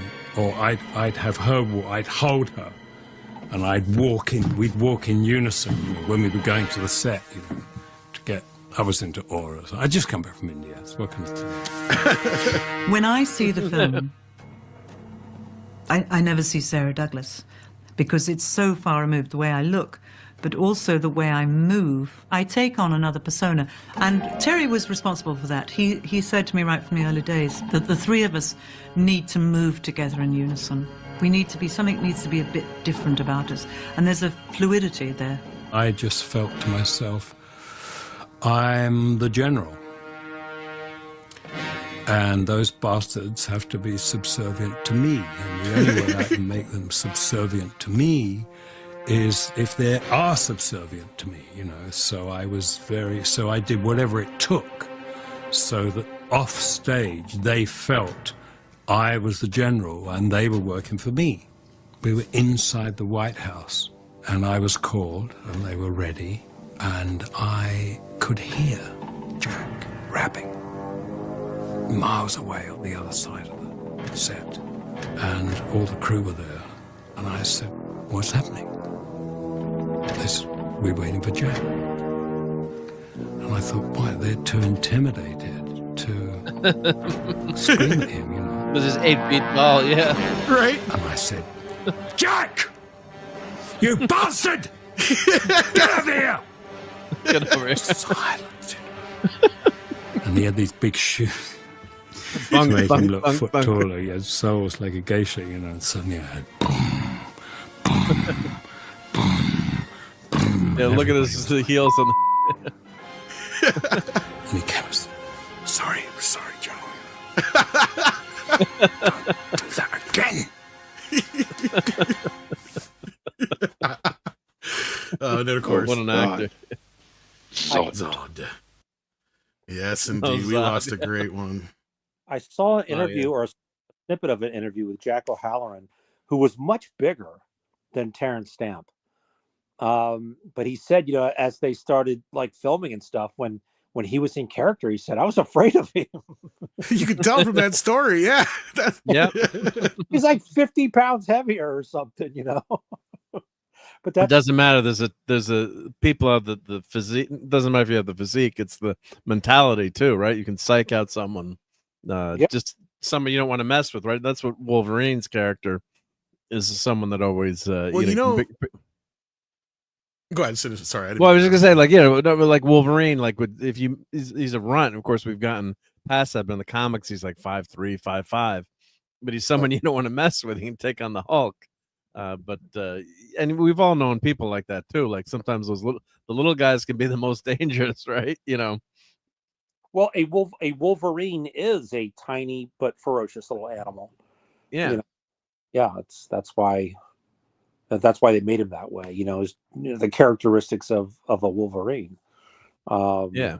But you know, I think it's also because when Terrence Stamp said, you know, I told them to walk in my footsteps, that's directing, and Richard Donner let him do that. So, you know, whereas a lot of directors would have, you know, thrown down their clipboard or whatever, and, you know, I'm the effing director. But yeah, somebody as great as Terrence Stamp, you know, and he has a great idea, which also speaks well to who did I just say? Not Richard Lester, Richard Donner. Donner, yeah. That, you know, that he saw when somebody else had a great idea, he let them do it. It wasn't all, you know, I'm the director, or, you know, if it's not on the page, it's not on the stage, that kind of talk. So yeah. just everybody in this movie, or these two movies, I just have so much respect. Everybody from Gene Hackman to who played Otis? Ned Beatty. Ned Beatty. What a great actor Ned Beatty was. He could do it all too. From Deliverance to Rodney Dangerfield movies. But yeah, Why am I not reading my paper? Terrence Stamp was he was a great actor, and it's a shame that we lost him. I mean, he lived a good long life, but 87. Because I haven't given it to you yet. Yeah. Well, he started, his first role was Billy Budd, 1962, classic naval adventure, Herman Melville. Yep. And let's see, term of trial, collector. Let's see, what was his first movie you'd say? Well, what I was going to say before was what he reminded me in his portrayal of Zod is very reminiscent of oh God, I just forgot his damn name too. The guy who played Hans Gruber in Die Hard, Alan Rickman. That character, and how because he's not a big guy, he's not even intimidating per se. It's his swagger and personality and his charisma, right? And that's also what Terrence had in spades, to where and you love to hate him as a character. Oh, he's just so good in the role. And the shit that he does with him and Gene Hackman is fucking gold. It just the whole bit between what is it you want? Oh, I have an affinity for beachfront property. I was thinking Australia. Really good, Tom? What was that? Sorry. That was a really good impression. Oh, thank you. You never hear people doing Gene Hackman impressions, but that was top notch. Why do you say these things when you know I will kill you for it? I love that. That's my favorite line. I see you have adapted, or what is it? I see you are used to worshiping things that fly. Oh God! His lines are just so amazing in that movie. It's that's what made Superman 2 so good. And was him. Yeah, he stood toe to toe with Gene Hackman. Yes, those two together were just great. They were, and Gene Hackman at that time, there was Marlon Brando, and then there was Gene Hackman, and they were it, and Gene Hackman was in everything, he was in The French Connection, and and Nicholson. Let's throw Nicholson out there too. Yeah, in another superhero movie. Yeah, but to stand there with Gene Hackman had great lines, and he delivered them so beautifully. In the first movie, I was a kid, and I remember when he said. And I can't do it in the voice that Tom can, but it's like it just was when it came time to cash in your chips. It just stands to reason this old diseased maniac. And he took that pause and he looked up like he's trying to remember the exact words that Superman had used on him. That was the first time I was aware of. I looked at it and said, "Hey, that actor made a choice." He could have played that. He just could have read it straight, but he took a second. And he let us all know that he was looking for that exact word to use against him again. And he was just so great in that movie, as all the actors were. Look at Marlon Brando in that opening scene in The Godfather, with his daughter's wedding and everyone coming in to talk to him, and within a few seconds. Me on the day of my daughter's wedding, and he asked me to commit murder. If you'd come to me before. Would have been having these problems, for the mortician. But he's instantly that character is just so terrifying to you, and he's an old man behind the desk, right? But, another great example of that. Thank you, Mark. Yes. Sorry. Because you're just gonna say, you're not gonna mess with the guy. You instantly know, and there's so many great movie scenes that tie to it, just like John Wick, modern times, right? When John Leguizamo tells the boss what his son did, he's like, he stole John Wick's car and killed his dog, and the guy's like, oh, we're and he's like before that he's like the confident mafia boss or organized crime boss, and with a fucking pencil. Yeah, and then he describes to his son, like, what John Wick has done, and but that's when you get that great, character build up where it's like, don't mess with this person, and yeah, just you just love that underdog, in a way, like nobody. That's what nobody's supposed to be. It's another take of take off on that John Wick, Kind of thing, superhero kind of, where the guy can turns out to be he's basically like a superhero, right? He's just a guy riding the bus, right? But maybe you don't want to mess with that guy riding the bus. So that's actually one of my favorite scenes in the Dark Knight Returns. Panels in the comic when Superman goes to Crime Alley as Bruce Wayne. Obviously, he's not dressed up as Batman to lay flowers on his parents, where his parents got killed, and they're looking at him, and this is an older Batman, but like, I don't know, man, this guy looks kind of crazy, and he's awfully big. I don't think we should jump him. I'm paraphrasing the dialogue, but I can just close my eyes and see how that would pan out. Where like, the thugs and criminals are like not going to mess with Bruce Wayne as a civilian because he's crazy and massive. So we love that undercover, super, and he's, it's like John Wick is a superhero in some ways, or the character in Nobody, and the Equalizer, right? Same kind of thing, yeah. Same kind of thing. Or the Beekeeper, or the Working Man, or any Jason Statham movie for that matter that doesn't have a shark in it. Right. There was a scene in one of the Justice League episodes, the one where Deadshot tried to kill Aquaman, who's there like to negotiate a peace deal, and Superman's like, trying to get it out of him, and Deadshot's not afraid. Batman walks up, grabs Deadshot, keeps walking, and says, "I'll handle this." And all of a sudden, you hear Deadshot like they're 30 feet away, and he goes, "Okay, I'll talk." And Wonder Woman turns to Superman and says, "What did he say?" And Superman says, "You don't want to know." You don't want to know. Right. When you said the about the John Wick's dog thing, it reminded me of that kind of thing. But anyway, so I am going to call it a night. Thank you for letting me join in. And it's always great to have you. And I just want to say that we keep always remember Mike here, but he really did not like Superman 2, although it would always kind of not argue with him, but tell him why I loved it so much. But you like Superman 2, right, Steve? Or I'm kind of with Mike on that. Kind of with Mike, yep. I prefer the Donner cut myself. As do I, totally, 100%. Especially because people keep saying that Superman killed Zod, and in the Donner cut, you clearly see them at the end. He's talking to Lois, and they're putting Zod in a police car. Because Superman, every time everybody brings up the Superman doesn't kill, there's always somebody like what's the guy that did Mallrats? Kevin Smith. Kevin Smith always, well, Superman killed Zod in Superman 2. It's like, no, he didn't. He'd throw him into a nice soft snowbank, and during in the Donner cut, you see him getting into not even an ambulance. He's putting him in a police car. Sadly, that's actually the TV cut. When they redid the Donner cut on DVD and Blu-ray, the official Donner cut, they put the ending of the original film on it like it was supposed to end. And I wish they hadn't. I wish they'd used the TV Donner version. Where you see that. Yeah.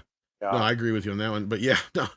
But yeah, other than that, because then the Donner cut does cut out all the silly Lesterisms. So yeah. Yeah. And even little things like Lester messed up the lighting. In the Fortress of Solitude, he shot Richard Donner shot it with a blue light to make it look even colder. And Richard Lester, Superman's never cold, right? It doesn't matter, right? No, but there are humans. No, but you want to portray that to show that to the audience. But like Superman doesn't need heat, right? He doesn't need heaters in the Fortress of Solitude, right? Right. And then you want to make it look as cold as possible. Yeah. Yes, but when he got there, he was human, and Lois was human, and Gene Hackman, Lex Luthor was human.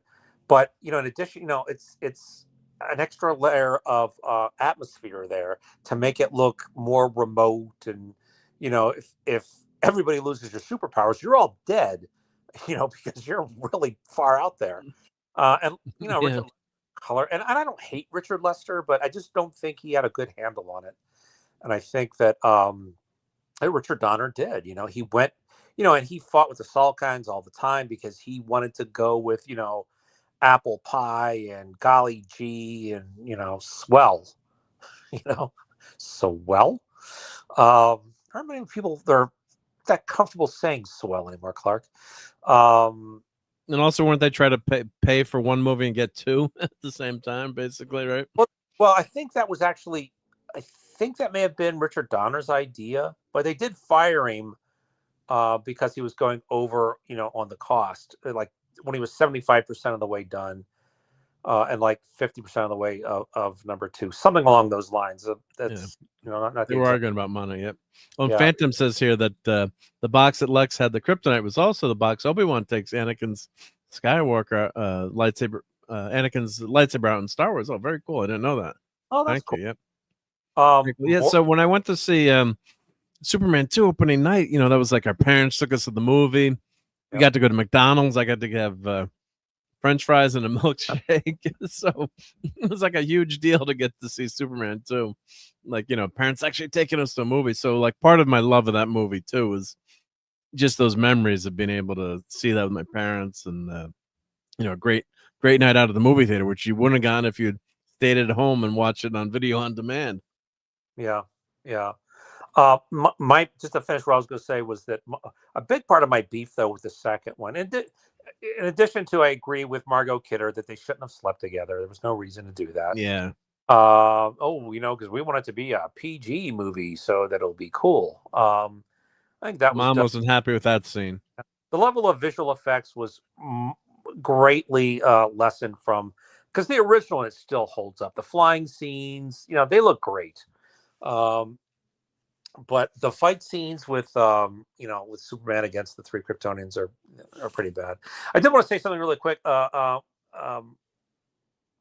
Captain Infinity. Who was it that said about the box that Luthor kept? The Phantom Outsider. Yep. Outsider. I saw something today. Mork from Mork and Mindy. His costume was Colonel Green's costume from the original series episode. I don't remember the names like Clobby did, but it was the one with Abraham Lincoln.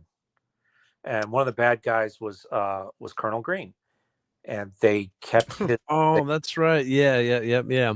That was the third season. That was what was the what was the name of that episode? It's Slider is probably typing into the chat as well. Yeah, Savage Curtain. Thank you, Savage Curtain. Yeah, with the rock creature. That was one of my favorite episodes as a kid. And Gene wanted love Abraham Lincoln, so he finally got Abraham Lincoln on Star Trek. Yeah, Abraham Lincoln was my favorite president too. So that was one of my favorite ones, and I still have a soft spot for it, even though help me Spock. Yeah. But yeah, I just saw today the side by side where it was the same uniform. They just put a big silver triangle on it, and just Phantom Outsider's comment about the box being reused just made me think of that. So yeah. So anyway, but with that, thank you again for having me. It's past the witching hour. Great to have you here, Steve. Much appreciated. Yep. Say hi to Maddie. I will do. Always a pleasure and an honor. Tom, have a great week. Tom, thank you for putting up with my inane side journeys into nowhere. Nah. What am I going to do with you people? The hell am I in? I delivered the blue boy. What did I get for my triple set?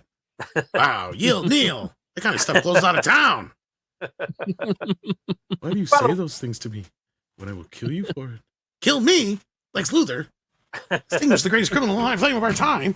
Eradicate the only man on Earth with Superman's address. To this day, Claude Parrish. Tom, you may not know him, but Mark does. To this day, Claude Parrish is still saying, "Huh, Superman didn't even do nothing."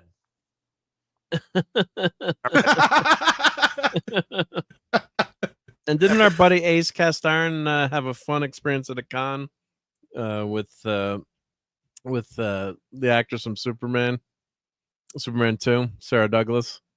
I do not know. Yeah. There's I don't want to say what he. Weren't you there for that conversation that night, or maybe not? But basically, she was asking him to go back to the room, and I'll leave it leave it at that. That's for Ace to tell. Oh, I think I did hear that story. Yeah. Yeah. And actually, I won't name any names, but a big star who you all know, you've seen his movies, hit on one of Mike's friends, even though he was married at the time. And this guy's a big star, and I mean a big star. But Mike has some friends, some female friends who are just, they are knockouts. Yep. Yeah. But yeah. Anyway, so have a great night, y'all. And Thank you, Steve. Yep. if I'm here this week, it means I'll have Maddie next week. So I'll see y'all in 2 weeks. See you in 2 weeks. Yep. Take care. Have a great time. Yep. All right. Bye. Yeah, I won't be too far behind him. That's okay. All good. All good. But let's play this for Steve as he exits.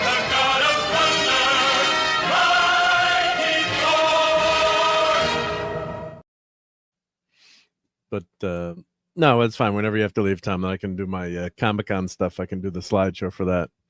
So, oh, Captain Finney said, these days I only have 2 topics, Colby's Law and Deckard is a replicant. Oh, I get into that one. Yeah. And Phantom says, yeah, Nan and Tessmacher are still with us. Yeah, because she's on Twitter. I do follow Miss Tessmacher's feed on Twitter. I'm forgetting the actresses. Tessmacher! Miss Tessmacher. Yeah, who was the... who played Miss Tessmacher? That was Valerie Eve, Perrine. Or Valerie Perrine, yes. Eve was very pretty lady. Yep. And Jack O'Halloran played Nan. He's 82 years old. God bless him. Yep. Mm-hmm. Yeah, you don't want to mess with. He was a boxer, so you don't want to mess with him. Yep. big dude. Yep. But yeah, what would have Terrence Stamp's been first big? I guess. Well, I think remember seeing from an interview earlier today. He was talking about how he hadn't really hit it big, and he was getting upset that he hadn't really been getting the offers for bigger films. Okay. And then Superman came along, and at first he wasn't so sure, but then because it was second or third lead or whatever. Yep. And that kind of set him off because I kind of looked there. That's that's kind of where his career started. His career takes off, right? Yeah. Yeah. The hit, yeah. But that shows you how big of a difference a movie like that can make in your career, obviously. And he was so good in that role. Yeah. Okay. Yeah. Then he was in Young Guns, right? Legal Eagles and Alien Nation. I forgot that. Alien Nation was another bigger one. Let's see. Love Walked In, The Limey. The the desert one was a big one too, and he's in Phantom Menace. Phantom Menace, yeah, and Bowfinger, yeah.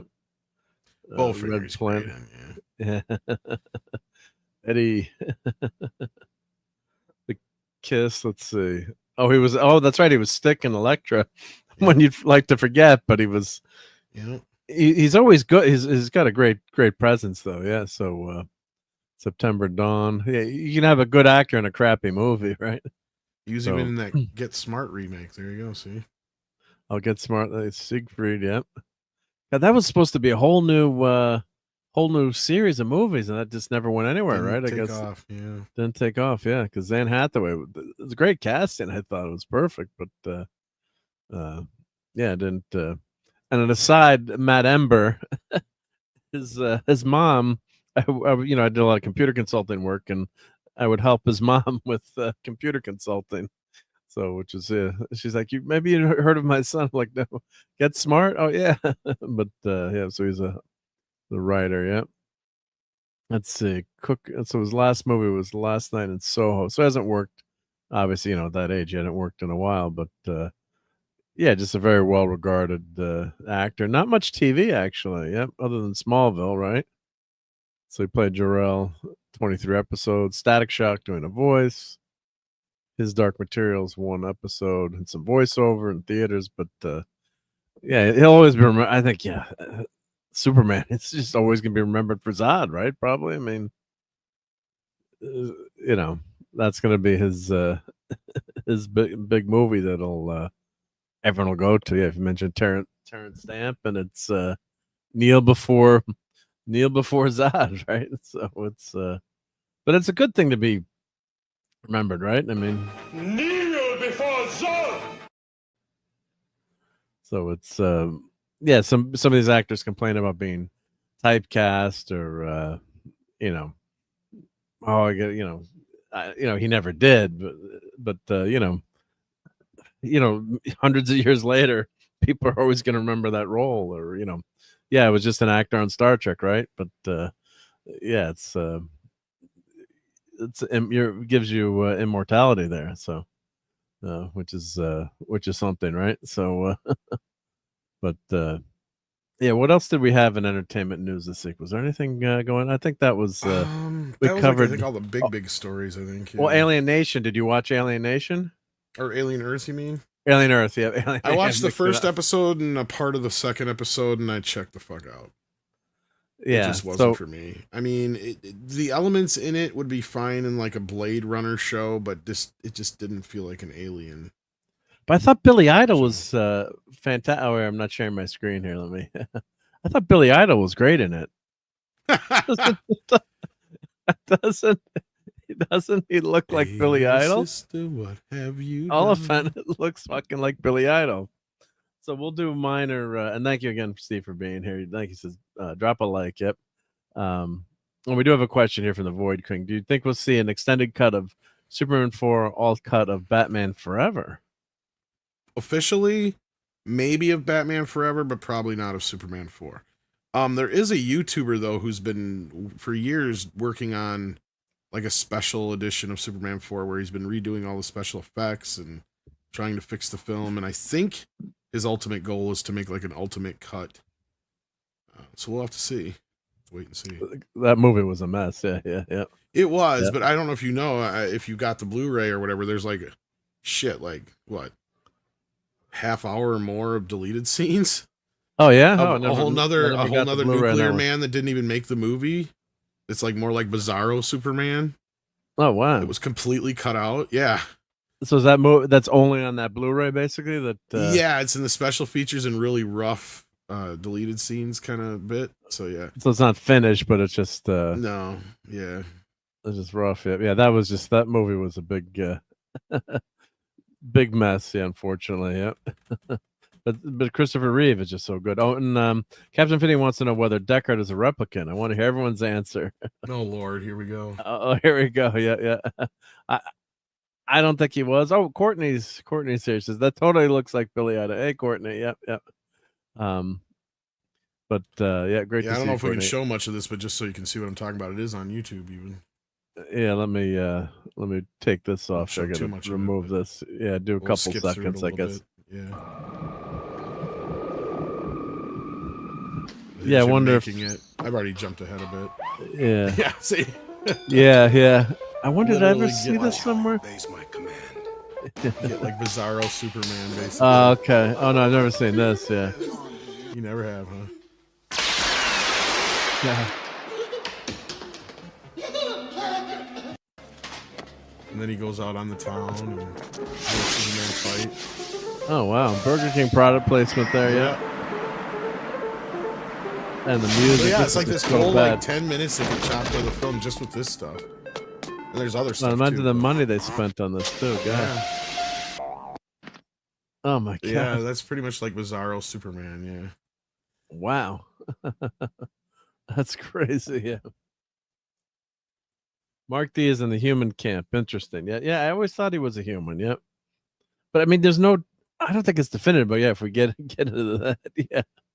But speaking of Alien, in Earth, there's basically they have replicants in there, right? So, what drove me crazy about this show? You didn't get far into the second episode, Tom, where you turned it off? No, yeah, I just because there's some of the biggest plot armor in the freaking world. I'm gonna do minor spoilers, but basically there's and if you really were into this, you'd have watched it by now. But I'll put up the spoiler just so we're spoiler compliant here. I'll do minor spoiler. We'll give minor spoilers there, but John Cryer was brutal in that. Yeah. So this is Sydney Chandler, who's everyone's calling people nepo babies, right? look, it's like there's a reason Ken Griffey Jr. was such a great player too, right? I mean, I guess it gets you maybe open some doors that normally you wouldn't have, but there's a reason there's great acting families, right? So But then again, we are at a time in history where I feel like there's the most nepotism ever on screen in Hollywood. So I do understand that to a point. But again, I like Carl Chandler. I didn't have an issue with her per se in the show. It was just the that's ideas. bad, Friday Night Tights. Yeah. So the basic premise is you've got this uber genius, and it's kind of like an Elon Musk type character, I guess. Kind of like Elon mixed with Facebook kid. What's his name? Mark Zuckerberg. Yeah, basically like a combo of the two. Yeah, but think, super genius who's got tons of money and maybe not so great, communication wise. But so they're experimenting with. So the show opens. They said we've got. What did they say? They've got synths who are, like basically robots. They've got cyborgs who are, enhanced humans of like modified body parts, and they've got the third, which is a human mind in a synth body, basically a replicant, I guess, right? Or well, replicants technically obviously didn't have a human. Yeah, and they try to explain all this convoluted shit. Yeah. So what they do is like they're experimenting, and basically, this is the dystopian future where 5 corporations rule the planet, and they taking these kids who are terminally ill, and I could see where you would experiment, and a family would say, "Oh, well, put, can you save my kid?" They're signing away all the rights, and these kids are, but they're telling everyone that these kids are dead, so they're experimenting on them, putting them into synth bodies, but they're so one of the plot points is this character, she's a 12-year-old girl dying of cancer or some disease, they don't ever say what, but I guess she was the first one that was transferred into the synth body, and she goes from 12 to 25 or 30, whatever you want to say. And that whole thing has all sorts of plot holes built into it too. Yeah. The only thing she says is there's these things on my chest that keep bouncing around and moving. Oh yeah, like some girl, like seriously, like yes, there's just so many little things that are so stupid about this. There's even the convolution, but even before you get to the transference, right? You have this whole deal where it's like they basically kill these kids to the world, right? Like so they her brother is like her only family member left, and he thinks she's dead already. Yeah. And all these kids are either like dying of cancer or some other affliction that is probably life-threatening or whatever. So it's an experimental thing, and it's all off the books, and they tell her all this stuff, and it's like, don't you think that she already knows all this stuff?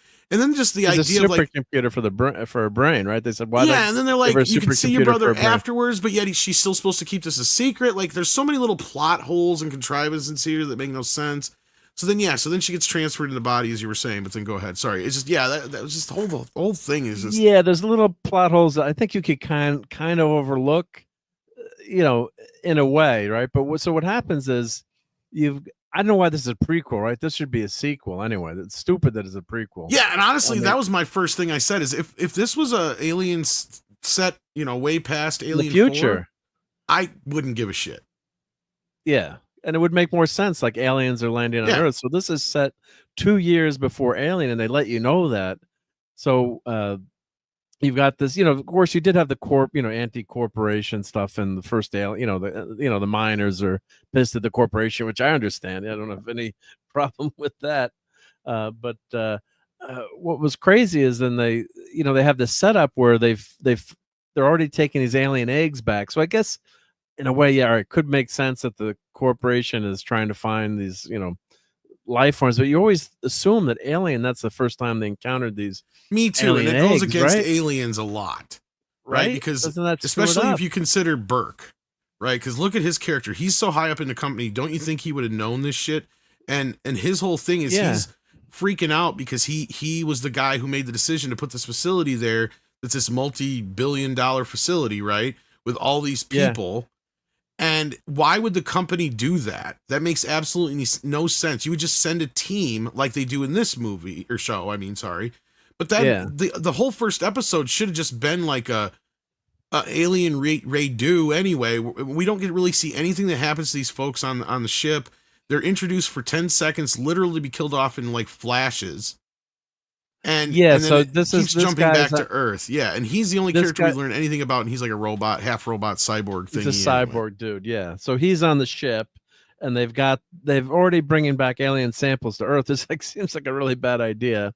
And of course, the other thing that's bullshit. It's like, so the containment doesn't work. It's like that screws up Alien too, because they go to the planet, they have no idea what these things are, and in this one they've actually gone out and captured these samples and have them in containment units.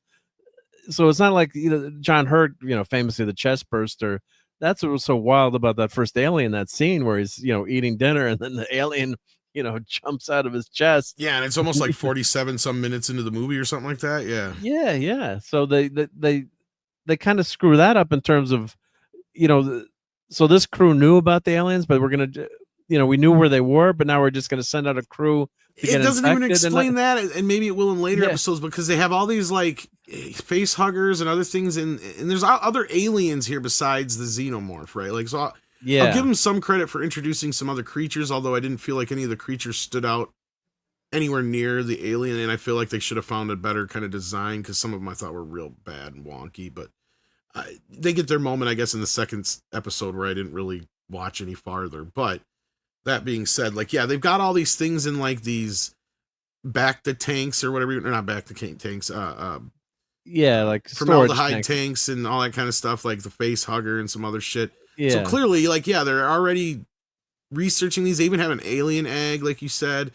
And to me, this is going way against some shit. It's like, okay, because all this stuff would be on record, and it just goes against all the other films from before in a lot of ways, and it feels like they are trying so hard to shoehorn this in this area where it doesn't belong. And like you said before, the one thing that would have cleared all this shit up is if it was just a sequel. Yeah, hell, it could even could have been after Alien. It could have been after Alien. Like, hey, we've sent out this research vessel. Well, I would say after Aliens. Aliens, yeah, after Aliens, yeah, that would have been. I was gonna say you could even go before Alien 4. You don't even have to go that far, because by that point they're already doing weird experiments and shit on them and all that kind of stuff. But like, yeah, the sequel doesn't make sense. But that's another movie that goes against it, because that's way far in the future, right? And the way Brad Dourif is experimenting on the aliens, it's like they don't even know that much about them yet. You would think that if they've known about them all this time, that they would have been able, like, yeah. See, this is where the series starts to fall apart, and a lot of it would have been helped had they gone beyond the original films or somewhere, because this is where I keep running into roadblocks mentally, right? Because like you said, certain things in these sci-fi movies you could overlook, and a lot of these nitpicks I probably could overlook. But we're getting to this point where you've got so many problems here fundamentally with story. And I know some people who defend it and like it, some people who are just like me in this point where they just have outright hated it. So I get this will be divisive. And so was Romulus a little bit, right? Yeah. Not really as much as like some movies are, but there was a little bit of disconnect with some people. Like some people loved it, some people hated it. And people like Andre who didn't like it, his whole thing is it connected too much still to the old Prometheus Covenant shit, and that's why I didn't even watch it, because that to me is where the Alien franchise really went off the rails. And I don't know yeah, I did see those, but it was too much of a redo. And of course, when they had they added the line like "Get away from him, you bitch" or whatever. It's like trying to be like Star Wars. Like I got a bad feeling about. And they made her look like Ripley and all that shit. Yeah. And this dude has got some patches on his jacket. I mean, I hope he didn't pay extra for that. But I mean, the cast looks like somebody spilled something on his jacket. Spilled something. Jacket costs more than I make in a year, probably. But it's and Eclay's pointed out something. Why did the alien try to attack the cyborg guy on the ship, but not in the hallway in the end? Yeah, that's when the alien is trying to get into. All right, so of course the alien escapes on the ship that's got all these alien creatures on it. And of course, they don't even explain how it gets out or gets out of the containment. But of course, it's out loose on the ship. And the cyborg dude is the last guy left. And he tells Mother, give me I need the, what was it? The chamber, where you can survive or something, like a bomb shelter, basically. But the alien's still trying to go after him. But later in the show, there's a scene where the alien doesn't go after him in the hallway, and he says, well, they can detect fear, they can smell your fear, and the alien wipes out everyone except the cyborg dude. Just make no, there's such huge, well, I'll get into it, but there's such huge plot armor. I mean, it looks good. I keep saying movie, but the show, it looks good. It's filmed well, and part of it is interesting. Fine. Yeah, and part of it is interesting, and but yeah, it shouldn't have been a prequel, because it's just, there's just so much in love with these prequels. It's just crazy. So yeah, so what happens is they've got these kids, and the girl, the young Chandler, the actress, she's got this, they say they've got this supercomputer, and there's this long conversation with one of the shrinks or doctors in the show, the Elon Musk character, the head of the corporation. He's basically, well, I created these people so I could have an interesting conversation with someone. Like, doctor, you're smart, but not that smart. And I'm like, this guy has not impressed me one way, shape, or form. Sometimes when you talk to someone, you could say, wow, this person's really got it. Or you've been to a presentation where someone really does a fantastic job, and you're like, wow, this person is got it right. The guy doesn't even sound like that. He's not impressive. He's just like this Facebook kid. It looks like like a Zuckerberg, and of course Zuck, I'm sure, is a super genius, but just doesn't come across as it's like a social media idiot versus someone that's really impressive. And just the character hasn't done anything to make you seem like, oh wow, yeah, this person is a formidable leader, or because he's the first trillionaire on the planet, I guess.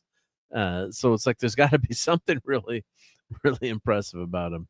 But the worst part was, the dude needs a burger. Yeah. The worst part is, so Tom, and I guess you didn't see it, but so the girl knows that her brother's out there, and she's talking. I saw that part. I led up to I got up to just past because the Ice Age stuff was so stupid for me. It's even worse than sabotage being in fucking Star Trek. Right? Like I can, at least because we debate a little bit about how classical music sticks through it, but like no kid is sitting around listening to Good Ship Lollipop or fucking You Are My Sunshine, right? Like that'd be the equivalent of somebody then listening to something like that. Now, like, yes, I'm sure plenty of music's going to transcend, but yeah, they had this whole Peter Pan thing, and then you got the fucking Ice Age thing. There's just so much of that crap. It's like, you already done it once, don't do it again. And the weird thing is I wouldn't use Peter Pan as I think the better one would have been Pinocchio, but they already used that in AI. So I'm sure that's why they didn't. They can't use Pinocchio, yeah, yep. Because then they'd be like, and that's the problem with this show. And Andre said this best. This show is basically even better than I can even try to tell it. But this show is basically when the really stupid people think they're being clever, and they're trying to write this existential, what does it mean to be human, and the whole soul thing. And it's like the type of shit that Asimov and all those guys were tackling 100 years ago, and original philosophers were tackling, almost thousands of years. Like stuff that is such old hat 101 sci-fi crap, right? There's so many stories that are already about this. And I'm not saying you can't borrow from the past and reuse some things, but we've already seen this. And my problem with the Alien franchise is the Alien franchise has never been about us, right? Or our humanity, or us questioning ourselves. And that's also why I always liked how Watani was always treated as kind of like the man, right? There always this thing you never see, these people you never see, the unknown, they're just out there, and it's always about these blue collar workers, and they're facing this alien threat. And I love how the original Alien was designed, because Geiger understood, and this is one thing Ridley and other people did understand, especially Dan O'Bannon, who was more the architect of Alien. And that is that, there's nothing about the alien that makes it like, there's nothing about it at any point do you feel like anybody could feel sympathy for it, right? There's nothing totally good about it. It looks like a bug. So like even the most staunch, like animal protective person usually will still kill a bug, right? Especially a nasty roach or something like that. Yeah, it's not a furry Yeah, it's not Nothing Stitch, about it right? is redeeming, right? And even if you do Or try to the kill it, opposite of Stitch. Opposite of Stitch. exactly, it's everything, the antithesis. Who was created as a weapon, right? Stitch is supposed to be Exact, the and it's the incredible same kind of weapon. thing as that, right? And you know exactly where I'm coming from. So at no point was the Alien franchise ever set up where we're supposed to question our humanity, or whether or not us killing the alien is a questionable thing. And I'm not saying Aliens that's a have been part of the show. exploited. Aliens are being exploited for their None labor. of that shit. None of that shit should be a part of Alien. What Alien should be basically is either Alien 1, right? Isolation in a ship. You can't get out, basically Halloween, right? The alien is treated like Jaws, the shark, right? It doesn't have a soul. It doesn't have a meaning. It doesn't have a rhyme. It's just going to do what it does because, like you said, it's the perfect machine. It's the perfect killing machine. That's the way I always saw it, was this perfect. It was an allegory for biological weaponry, right? These creators that made this thing, it got out of control and it killed them. Is the way I always saw it. A doomsday machine. Exactly. Yeah, or nuclear, or however you want to, whatever allegory you want to throw in there. And that's really the kind of the warning of it, right? And that's, to me, that's the two sides to it. Is there's no part of this that leads into this. So this show could have worked better had it been about, in the future, the ship crash lands after they picked up an alien somewhere. And you know what this should have been is like mercenaries getting transferred into like cyborg bodies, so they actually stand a chance against an army of xenomorphs. And it basically, should have been like Aliens times 10. And Aliens it should have been equals Earth Avatar. War. Yes. Earth War, aliens versus humans, and they are eradicate. They are going to eradicate us, because that's one thing that has always been a staunch part about all of these fucking films throughout. Is if these things get to Earth, it's game over. Game over, man. Game over. Exactly. And how many times now have they been on Earth before we even get to that shit? That's bullshit. So that kind of diminuitizes that, or whatever that word is that I'm trying to find. Diminishes. Makes it smaller. Diminishes. Yeah. So because it's and Star Trek did that with the Borg in a Voyager episode where they had the Borg, but crashed, from going back in time, more time travel, but had crashed in the Arctic, and then the Voyager, was it Voyager Enterprise?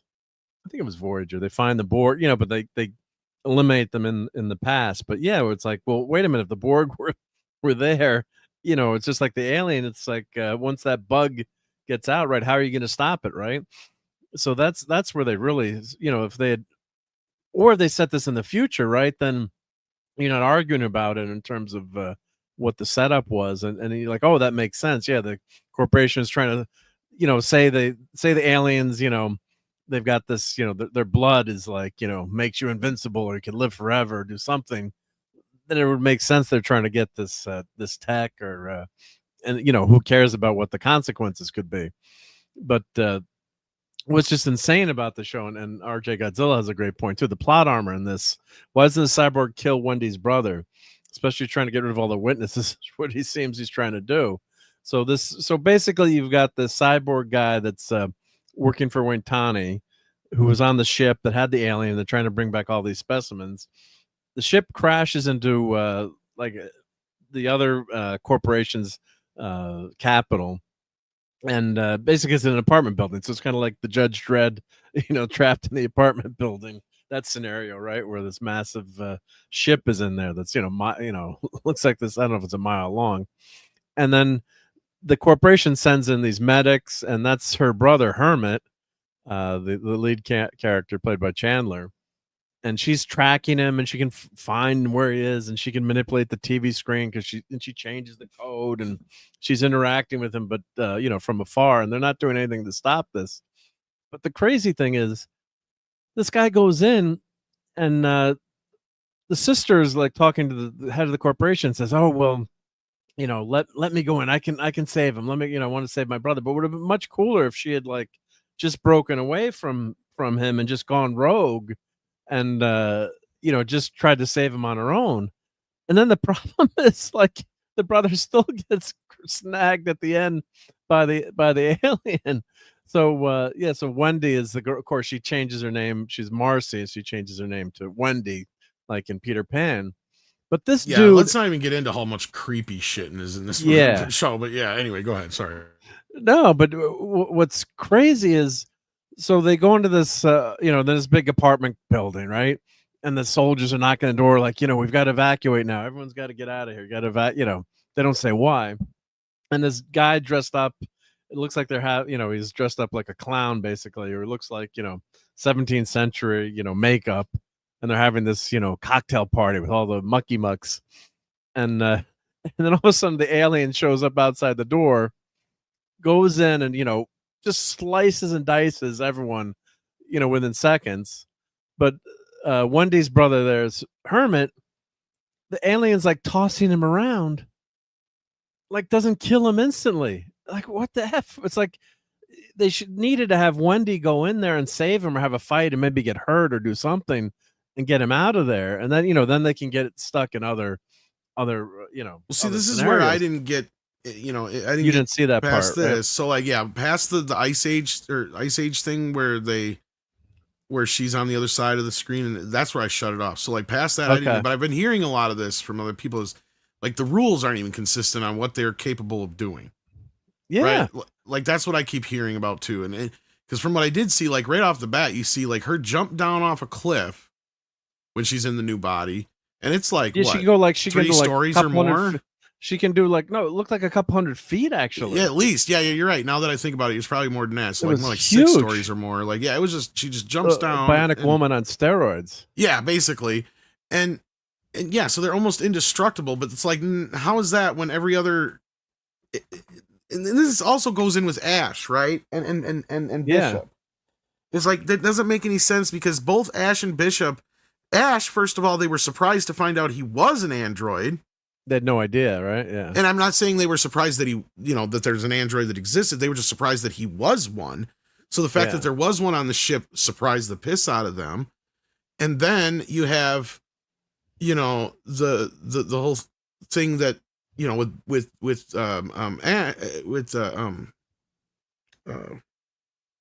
what's his face in the second brother. film? Oh no, Bishop. Lance Hendrickson's, yeah, Bishop. Yeah, Bishop. With Bishop, I mean, they kind of all treat him almost like he's another piece of equipment in most scenes. Yeah, and that's why he gets. And he kind of treats himself almost like he's another piece of equipment. Yeah. Right. And a lot of times. So, I mean, in that case, like, they know he's one and they treat him like one. And in that world, the way they treat him compared to how they present them in the show, it doesn't make any sense. And they're already more advanced in this show than Bishop is. Right. Like that. It just does. And Bishop gets ripped in half by that queen alien. Yeah. Like paper. Sliced. Yeah. Sliced and diced. Yeah. Yeah. Yeah. So that's when you're not consistent. It's like she's like basically like a superhuman. Did they know? I'm trying to remember now. Did they know Ash was an android or not? No, they didn't know Ash was an android, and I didn't think so. I couldn't remember. That's what, and then you find out his programming is to bring back the alien in Alien. Because then they adopted this whole idea that androids like run the ship while everybody's sleeping, which makes sense. Yeah, but other than that, like I don't see why all of a sudden androids are the focal point of this whole fucking thing, other than Ridley Scott. Because before this, they weren't, right? Like, yes, you had characters, and then the Winona Ryder was another one where, surprise, at the end, near the end, you find out or in the middle way through, you find out she's an android or whatever it was. Yeah, but that's why. But that's where they treat her as special, because she has emotions and shit. Yeah, that's why Ripley hates synthetics so much. Yeah, yeah. Well, that's because of Ash. But then turn around and I wonder if that's what this is going to feed into, is that they've had this secret society of fucking synth cyborgs and shit like that all this time leading up to Winona Ryder's character, or what? Is this like the prototype for that? Turning into Blade Runner, basically, right? They're combining. Well, that's what I said. This is all shit that's in Blade Runner. Like, if this was a Blade Runner show, I couldn't care less. Like, it actually fits there. Yeah, but the Alien has never been about that. I mean, you had the synths, and you had those robots, but it never examined that in a moral way, or it never became a focal point. So now this is a total focal point of the series. Yeah. So here's they crash in that apartment building. Yeah, this guy's treated very important. I have no idea what he's going to play into it later, but he's a cyborg too or whatever. So yeah, so they crash, and of course there's a convenient way they can get onto the ship here. They can, see, and that's the other thing is his character, how he acted was almost like when the aliens started taking over the ship. It's almost like he expected it and he knew exactly what to do, which is another thing that kind of like is like, wait a minute here, how does he know about all this? Like again, you're left with all these questions. Explain it. And it doesn't even matter what the answer is because it still goes so against everything else at the end of the day. Like, that's my problem with this. And hi to Lisa, who was Lisa WU5XA. Hey, Lisa. Yep, yep. Yeah, they're messing up our names here. Yeah. And yeah, they are basically the man. But that's the whole other thing is why would they keep trying to capture something if they already had them? At that point, if they had one at some point, you already got the DNA on file, right? You could just create one. Like, at that point in the future, like they're so advanced. Yeah. So these are the cryogenic chambers, or where the aliens are in these chambers. I think here. Yep. Yeah, you're right. Yeah. So the aliens, and look how the aliens are able to smash there. It's like, how wouldn't they have incredible transparent aluminum in these these chambers? I guess maybe the power's out. How do we know he didn't invent the damn thing? Yeah, so they're breaking through. It's like their containment devices aren't that good. Yeah, and like you said, maybe they did always want this to get out, but yeah. So some of it is fun and interesting to see, but you've got this adding the kids to it makes it like adds like a creepier, weird light. Because and the other thing is too, they send out these kids like with no training, no gear, no guns, right? And they're expected to do what? It's like, that's why it's they're cleanup crew. Like, what the fuck is going on here? And it's like, we can do this. That scene is really another one that just turned me on. I'm like, oh my God, are you serious right now? Like, yeah, what is this? What if they had done it where it's if Wendy had gone on her own, or maybe they just took Wendy, like use your skills in terms of and then she can show them what they're actually capable of. Yeah, that would have made sense. But these are 12-year-old kids, like, and that's where I have an issue. You're putting them against aliens. It's like, it's horrific. And then the first thing she does is comment on having tits. It's like, first of all, she's well aware that she was going to grow tits at some point if she had lived longer. I mean, it's like the girl's like 10, 11, 12 years old. 12 or anyway, yeah. In that region, like, I can't remember the exact age, but she's like old enough to where, yes, these things have probably creeped into her mind already to this point.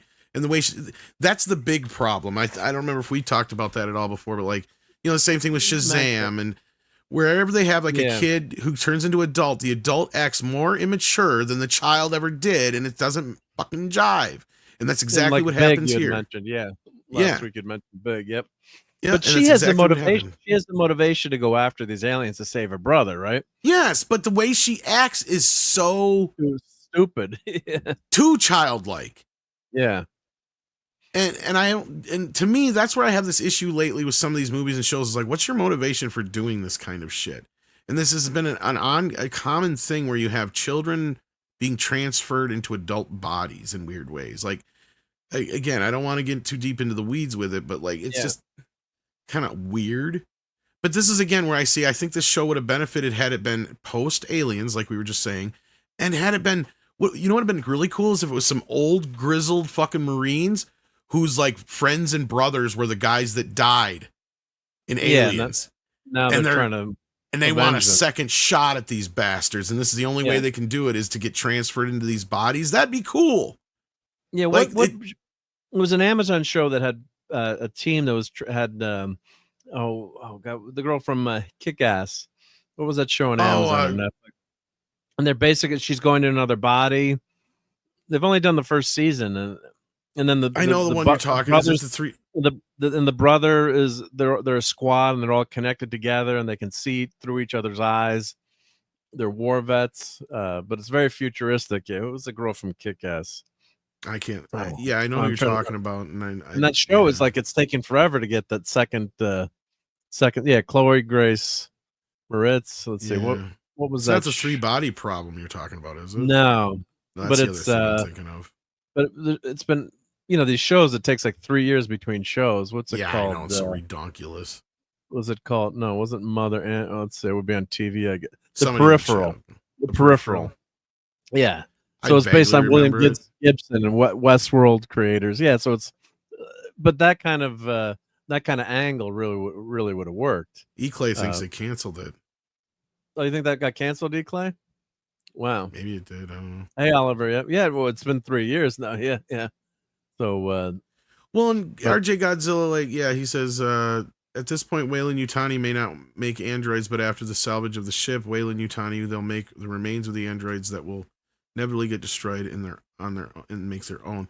maybe, but they've introduced two or three other new companies in this thing now, and where did all this shit come from? Like, Yeah, it was just basically before it was just these companies were very powerful. Now they're saying the companies rule the world. Yep. again and again, if this was post Aliens, like, Yeah. And then thank you for point. Yeah, it was Enterprise that had the Star Trek kind of mashes together, but it was Enterprise that had the Borg. The Borg are taking outposts on the Federation side and the Romulan side before Q introduces the Enterprise D to the Borg. Yeah. you know, and I love continuity things where they try to make things work with, but this is the problem with prequels stacked on top of, you know, the other shit, right? Yeah. Is that you're already boxed in. I need to actually take some show notes. One of my notes was, why still use CRTs? Advanced tech would use flat panels. Of course, this movie was 1979 when there was no such thing. Well, they did have flat panel. You know, the concept was there, but you know, they're doing. This is where Prometheus never worked and jived with this shit either.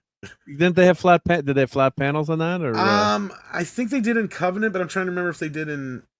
Or I mean, yeah, they had they had a mix of tech and. See, somebody explained. Had to come up with a good explanation as to why they use all this old tech. It was. I can't remember it. Survive in space better or something. I think that was something along those lines. That between. They came up with a line, even though variables. It's total. I mean, the weight on a spacecraft is so important. So no, it actually had. I think I can't remember. I think it's in like a book or a comic or something somewhere. Where an idea or came up with a reason for it, that because of the amount of time that these ships, I think, are out in space. Somebody correct me if I'm wrong in the chat. Like that the technology that this stuff lasts longer or something like that. And then they came up with somebody, but you would never have a CRT. Let's face it. I mean, the ship would be old because it's out there hundreds of years, but I don't know. Just it takes me out of it. I know they're using the old effects and the sounds and stuff, but I mean, come on, you're not gonna have a CRT. It's just not gonna. I mean, that didn't bother me as much. But then again, you know, I'm watching this and going, maybe part of me is going, maybe this Noah Hawley guy should have made Star Trek, because maybe he would have found a way to mix the old, you know, retro futurism look of Star Trek in with, you know, newer stories and some newer stuff to kind of make it still jive. In that respect, as the aesthetic goes, Noah Hawley is good at that, but the storytelling part, it makes me go, I don't know if he could do a Star Trek story though, because this as a sci-fi story is such low level, like something a 12-year-old would have wrote. Yeah, they got the anthology, but the Scorpion, right? So the Scorpion is, and this is where I think they're trying, and this is what kind of pissed me off with this one. This is where I think they're trying to make the alien out to be an allegory for the alien. Exactly. Like, for us to kill the alien, is it really? Yeah. Anyway, go ahead. I think you have a note. No, you were exactly. I was messing up my verbiage there, but that's exactly 100% right. Yeah. So they're trying to say, well, it looks ugly. It's Devil in the Dark, right? But the Devil in the Dark turned out to be a mom. You know, Scorpion is gonna sting you, right? Fucking kill you. Yes. So will an alien without thinking twice. So that's the problem. Like a shark or a bear, it's like that's what they do, right? But they're trying to make you feel bad for it, right? Aliens are worse because they don't kill you necessarily up front. They impregnate you. As we've learned, they'll go and they'll cocoon your ass so that you can be impregnated. Yes. Yeah. So it's worse than death. Because if you've seen the deleted scene from Alien 1, you got Tom Skerritt going, kill me! Kill me, kill me, right? Kill me, yeah. Or like in The Fly, right? Kill me, help me, yeah, you know. So, so they're trying to make it seem like, you know, and then in the end, she's like, well, don't kill it, right? Just because, but the aliens, there's no redeeming qualities. Yeah, so that's the girl, Marcy, before she becomes Wendy. And then she's seeing her, that's her new body on the table. And it's pretty obvious that that's her. Hope I went too far. It's pretty obvious that that's her new body on the table, right? So maybe the acting is good. And that's the, you know, one of the scientists there, but they're all sound like goofballs. Yeah. They're doing their best with clunky dialogue and clunky exposition shit. Like, you even got one scene where, look, as somebody who has actually script doctored and wrote stuff before, one of the toughest things to do is to get exposition and or information into your movie or show or whatever without slowing things down or making it feel too obvious. Yeah. This movie or show, sorry, I keep doing that. It almost is like the first episode. It is feature length. I mean, it looks like, yeah, it's just like over an hour. No, I mean, the first episode is over an hour, so it technically is feature length. Yeah. So, in that respect, like, anyway, point being, like, what was I getting at here? The whole. Oh, like, no, I lost my train of thought with your train of thought. That happens to us sometimes on YouTube. Yep. Go ahead. We need to. I was going to say. What note are you on? That might help. Yeah, that was one. But I want to say hi to Donnie, and he says we're all well, despite the passing of Terrence Stamp and vocalist NOB. And Donnie, hey, are you playing Fortnite? You got to join us for Friday Night Fortnite. They got the Power Rangers on Fortnite, so let me know if you're playing Fortnite at all. But hey, we got to have you join the show. And of course, we can't play this clip too much tonight. Kneel before Zod! But yeah, great. I was talking about exposition dialogue. Like, okay, so the scene, so the scene you have is where this kid is like learning his social studies because he never did his social studies, and it's this big, huge exposition dump about how the world and now works. It's like that was one thing we didn't have in Alien. Is where we just are thrusted into this world. We're not told jack squat about them. All we learn about them is through their interdialogue, right? They keep talking about the company, their paychecks, so they're guys like Blue. So we kind of get the idea of what they are through their dialogue. We don't need this big shitty exposition dump. It's like sometimes you need to be able to do that kind of thing, and you can find ways to do that. And sometimes it's through a character kind of like that. But that is one of the laziest, stupidest ways to do it right there. That was just dumb. Like, I mean, it would have been smarter. It would have almost been better had they had like a character like with Ripley, when she was lost in space forever, 50 some years or whatever between Alien and Aliens. Like, if maybe that happens more often than we think. Yeah. And you have some character who's been out in space in cryo freeze for years and they're brought back to Earth now, and somebody has to explain to them. That's a little bit different. And that character's like maybe a major part of the show, perhaps, or something.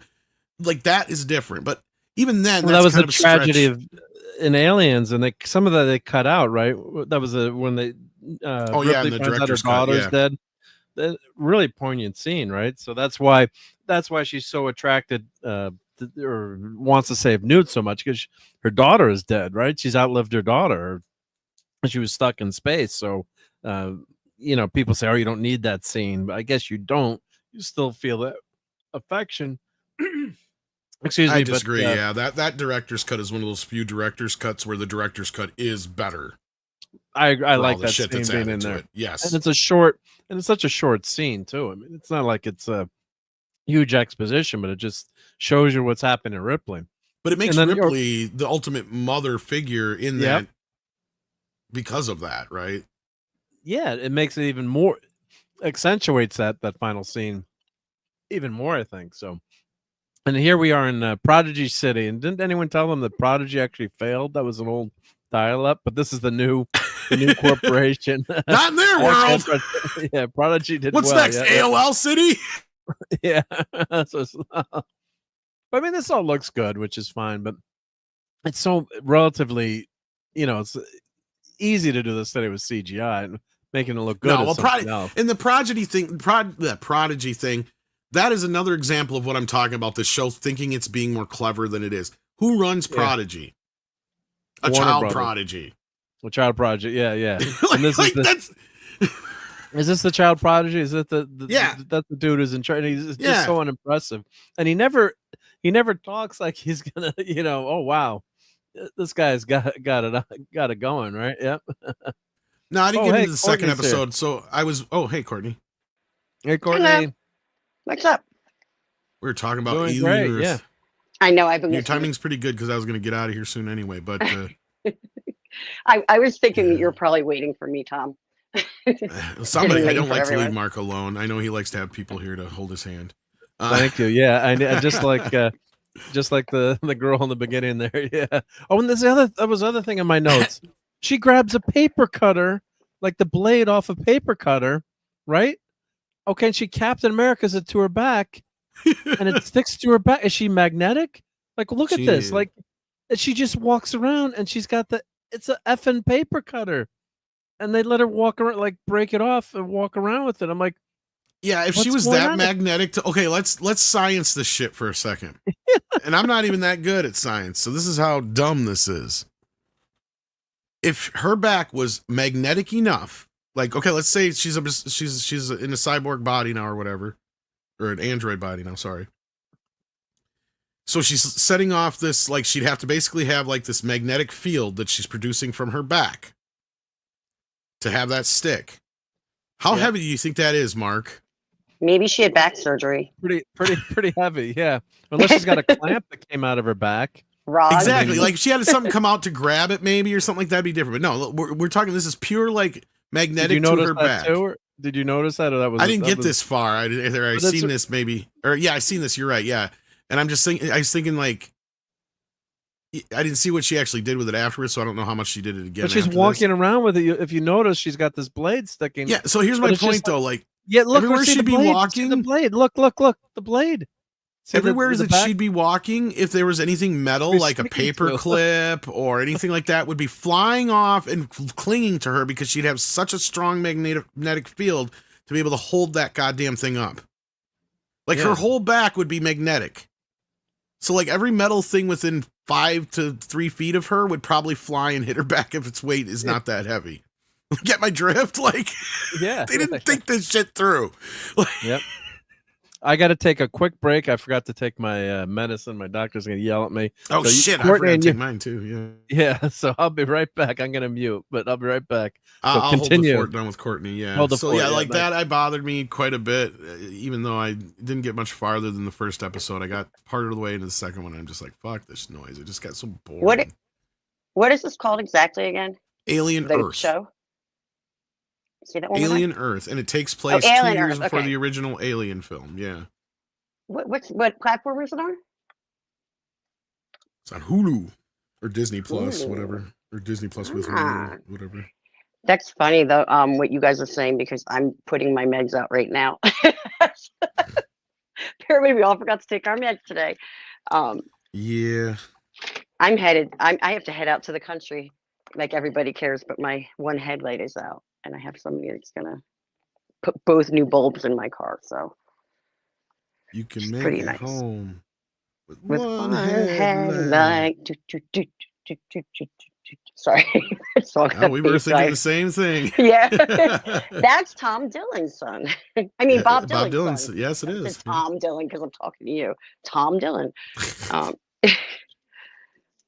So, and who are the main characters for anyone that's just tuning in on this show? Like, are they There's like a couple of cyborgs and a. like are there like actors and actresses that we? Oh, know?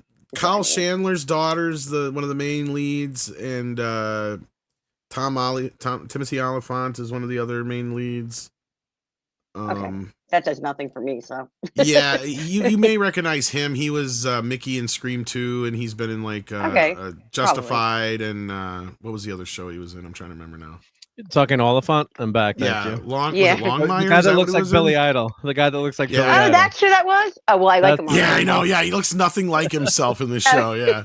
Yeah. I like him because he looks like Billy Idol. So that's all he had to say. But I think it's always funny because he was the Tarantino killer in fucking Scream 2. Yeah. Is Scream 2 the one where Carmen Electra gets popped, or one of them gets popped? Is that the Is that second her one? in the beginning? Yeah. It might be her in the beginning. No, I'm like trying to remember. her a part of her body gets popped. Oh no, you're thinking of the scary movie things. I A think is what you're scary thinking. movie. Yeah, You're yeah. right. Now it took me a second. Yes, gotcha. When you said That's popped, what I I thought you figured. meant killed. Like, No, I know, Yeah. I know what it sounded like, but I was. and I know the Okay. second movie starts with like this Scream, like the stab movie, like the movie Okay. made about the first movie. Yes. So I was trying to think who was it that played her in the beginning of the who played the Drew Barrymore role. I'm trying to remember. Was that her? I'm So like, many. oh, now I years. remember now. Yeah, it is technically, and that's why yes, we both got it crisscrossed. When did those movies even come out? I feel like I saw them so. I feel like The that's Scream so 1 long. was 96 and Jeez. Scream 2 was 97. Scary Movie I think was 98, 99, somewhere in there, maybe 2000 at the latest. Okay. I was an adult. That's sad to think it's that long ago. Yeah, I remember seeing all the Scream films in theaters, and I didn't see the Scary Movie ones. I saw those on video, of course, DVD, but yeah. Yep. Oh, here's the blade again too. So E-Clay is saying, yeah, you could have small neodymium magnets. The strongest magnets in the world can be very small. But the only thing that was funny about, I don't know if you've Maybe, seen it, I guess. But the crazy thing was, like, she just rips like the blade off a paper cutter. No one says anything. Like, well, what's the we'll practical use of that, though? Besides that, like, I mean, like, you know, she's gonna use it, but it's like no one says anything. Like, maybe you shouldn't do this, or here's a real weapon, or here's a gun. You know, because if she's or got wait, now, so now you've opened this up to a situation where they should be able to literally climb like metal walls, like Spider-Man. They're so strong, yeah. Well, no, I And mean, they- if they now can the create that magnetic- kind of a oh, magnetic field. Yeah, they're attached to it. Yeah, well, actually, Peter Parker's daughter, Mayday Parker, in one of the, one of the alternative futures in the comics, she could actually manipulate magnetic fields and enable her to crawl up walls, and she could actually repulse items, like, so she had even cooler even powers Magneto, than that. yeah. That's Yeah. cool. I wanna And be the able to other do that. crazy thing about this character too, the cyborg, this is in that apartment building. Everyone gets mutilated. He's able to, he sprays like this web, actually looks like web fluid on the alien. Well, first he zaps it. You know, this is in the apartment building where, like, the alien, the apartment scene where the alien like rips everyone to shreds. The cyborg dude comes in, he's got like this, looks like the taser on steroids, is able to knock the alien out and then sprays like web fluid over him. It turns into a sack and he's dragging him around, and the guy's like, "Oh, I've got my laundry in here," or whatever. I don't But he's even want to able to know still do what the- words I could put together to make really dirty out of that, but that sounded like an adult or something. Yeah. And all of a sudden, yeah, that's very random though. You This would think, part I though, don't that- remember. that she'd be I able don't to remember climb up this part. walls and stuff like you were saying though. Or like Yeah. stick like there's there's House of Bounce things where they like have the Velcro where you stick to the wall. You'd think she'd be able to do something like that with her magnetic back. But the problem is when you're not grounded in reality, even though this is science fiction, right? So even though this is fantasy, science fiction, you want to follow the rules. And then when something is so unbelievable, it just doesn't make sense. So when the alien doesn't take out the brother, and I guess you're seeing these are all the other alien creatures that they've found, and trying to get off the ship and use it for corporate gain, I guess. It's just the basis of the series is okay, like the idea of it, the premise. Then they screw it all up in terms of the execution and setting in the wrong time period, and that's just what really screwed us up. Yeah. And Price says, yeah, we're robbed of Mayday Parker in one more day. Yeah, I was hoping to see Spider-Girl. I've read every Spider-Girl comic, collected them all, loved that whole series, and I was so much hoping for Mayday Parker, and we didn't get her. Damn it. Yeah. So, they made Timothy Olyphant look like Rutger Hauer in Blade Runner. Yeah, that's true. They're going so Blade Runner here. But I know, I can and see that. yeah. Go ahead, Courtney. I'm just saying I can see that. Go on. right. No, that's just one of my main issues with it. And that's been my issue with Ridley Scott coming back to this franchise from the start. It's like, dude, you clearly just want to make like fucking Blade Runner shit. Just go do that. Right? Right. Like, I mean, how much more gayer can we get than friggin', the whole cyborg thing or android thing with David and that other one where he's like, Yeah. if you do the blowing, I'll do the fingering or whatever on that fucking flute. It's like, he just wants to make a movie about gay robots, okay? Like, clearly, and that has now been embedded so deep into this DNA of the show that it's poisoned this. Because this should and could be something fun and exciting. And I'm glad for people who are enjoying it. That's great. And I know some people are really into like some of the really nerdy lore of Alien and such. But to me, it just didn't fly. didn't fly. So sorry, guys, if you Yeah. liked it. Yeah, and then Price says, yeah, why would they bring the ship back to Earth? Why did they not detect the ship crashing? Why is it screwing with the alien timeline? Yeah. All the questions.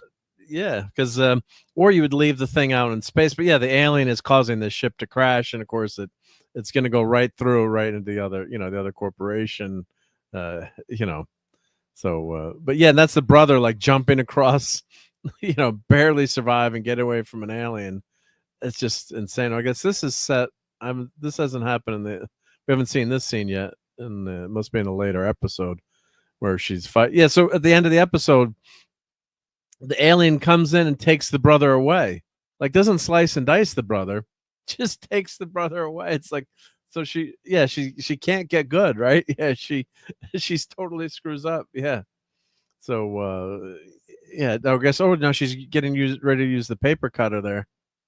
Oh yeah, she pulls the paper cutter out. Let's see. Did she get cut by it, or? Well, that's like her main weapon in the. You got this high tech society, right? Set in the future. She's bringing out a paper cutter blade, right? Yep. So, yeah, that was the alien taking. Maybe she always wanted to be a teacher.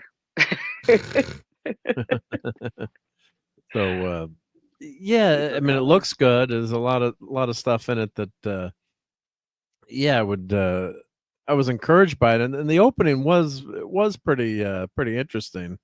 I thought that the setup was good. Had kept my interest, but just too many stupid plot holes. And then there was the controversy about this cover. Did you guys hear about this one? So the actress Sydney Chandler, I guess they do a I don't read Variety. I guess they do a game like how well do you know your co-stars, and she refused to do it. So I guess there was some miscommunication with Variety, or that they said, well, if you're not gonna, she wasn't gonna show up because they were gonna make her do this video game, and then they, this game about how well you know your co-hosts, and then she was going back and forth, and then allegedly she didn't show up for the shoot, so the star of the show is not there for the Variety cover. It's like, just Hollywood bullshit with the agents. So I was reading about it. It's like, she's a very private person, which is fine, but it's like your career is just taking off. It's like, just do the fucking game. Just make stuff up. Right. So, but yeah, and of course she's getting, the whole Nepo baby controversy, which doesn't bug me as much as if you turn out to be a good actor or actress. But yeah, so that's her brother there, and yeah, he should have been dead like 100 times over. So unless they're gonna explain like he's got something, he's a cyborg too. This guy's a cyborg too. Yep. No, I meant her brother, but yeah. Yeah, but this guy is a cyborg too. Everybody's a cyborg. Holy shit! Yeah, we're all gonna live forever. Yeah. So my dad probably liked this show. I remember when Terminator 2 came out, he wanted to be like that dude so badly. Yeah. The memories I have of my father. He thought that guy was so cool. And Oliver is asking. Yeah, Tom, you get out of here, Tom. Go yeah, now. I'm gonna take off here, guys. Thanks for having me. Get out. See I'm you guys kicking later. you out. All right. Nice Watch to see Tom you as tomorrow always. on Midnight's Take Edge. care. Thank you, Tom. Yep. Go. Later. Yep. Thank you, Tom. It's so awesome to hang out with us, and thank you, Tom. Yep. But so Oliver's got a question. What would be your favorite pick? Blade Runner, The Thing, E.T., Tron, Star Trek II, Wrath of Khan. Well, if you look around my room, which you can't right now, but it's covered with Wrath of Khan, so I'd have to. And of course, I got to go see opening night, meet Leonard Nimoy. So I'd have to pick Wrath of Khan, number one. E.T. I remember as a kid, was super excited about seeing E.T. E.T.'s my number one. It's a good movie. The Thing, but that's my era. The Thing and Blade Runner, yeah, that's your And The Thing and Blade Runner are both. See, those are all phenomenal. Not a Star Trek person, so yeah, not yet. We'll convert you. I will get there. Yeah, but that was a ton of fun seeing that opening night, meeting Leonard Nimoy. So it's almost like not a fair question for me. But any of those movies, if I had to put them in order, Trek 2, probably The Thing or Blade Runner. Probably The Thing, and then Blade Runner, and then Tron and E.T. Probably E.T. last. But as a little kid, E.T. is a great movie, you know. But they're all so good. But The E.T. Thing, was I think, such a is even great more movie, chilling. but it also Yeah. like terrified me. Yeah. And So, I of don't know if course, anyone else had like a weird like but you know something that happened a couple of years ago where the whole world went a certain way.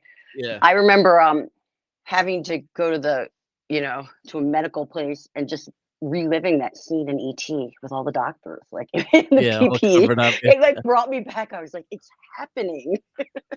Yeah. But we got to play Craziness. some con clips then. Bridge is smashed. The computer's inoperative. I think I have like 100 con clips here. Yep. Would not presume to debate you. Let them eat static. Logic clearly dictates. Lock faces and tie it.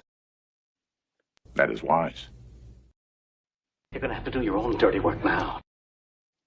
Except, of course, happy birthday. Surely the best of times.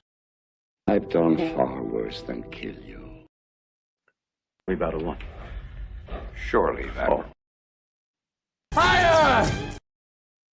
All right. Well, I could do that all night, but I love it when you're like, I have a quip and it's one word and then it's over. I'm like getting ready to like take my meds. I'm like, oh, I have like 30 seconds. It's like 30 seconds. on. Yeah. Well, Retro Nerd Girl has a great like 5-minute clip she can put on when she needs to. Yeah. Yep.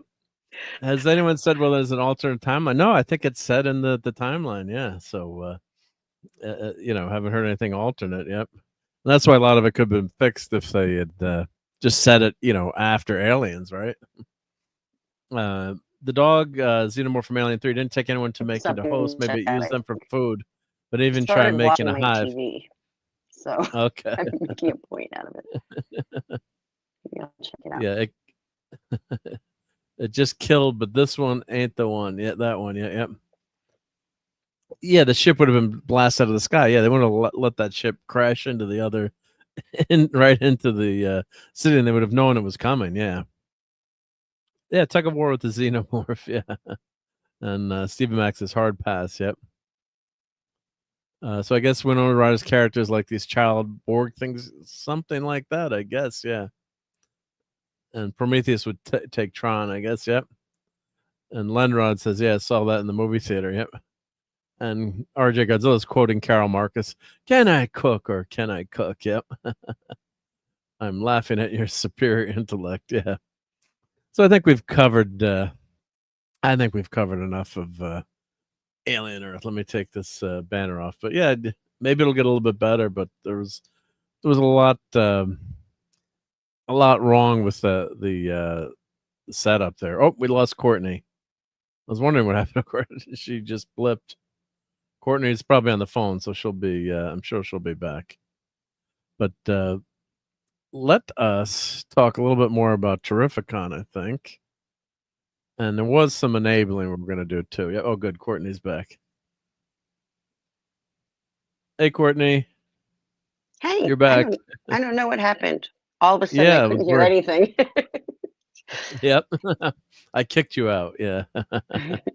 It's okay. But I did want to do a little bit of covering Terrificon, which I promised. So let's talk about that and show stuff, and you can comment on some of the stuff. It's going to make me really jealous, actually. And I know it's way different, but the Colorado Springs Comic-Con was this weekend. And nice, I really wanted to go, and I had every intention of going. And the sole reason I wanted to go was to see Sid Croft, because he was there, and he's like 96. Croft, yep. Yeah, Oh, and well, him, Marty's yep. been dead for a while, but he's 96. Yep. And I watch him on Instagram and stuff. But I never made it today, which is a shame. So yeah, I love watching this stuff. I'm gonna mute for a few minutes just while I get the dog up to the car, but I'm here. Okay. I'll blur it out. Courtney's there. Okay, yep. So here's some more action figures while Courtney is taking care of Walter. But and I liked it too. They had some good prices here. Now I do have Man Bat, but I like these $15 prices. Yeah, so there's Batman the Animated Series, Legends of Batman. So some pretty cool cool figures there for good prices. So I'm surprised that Man Bat's only $20. That's a cool figure. Yep.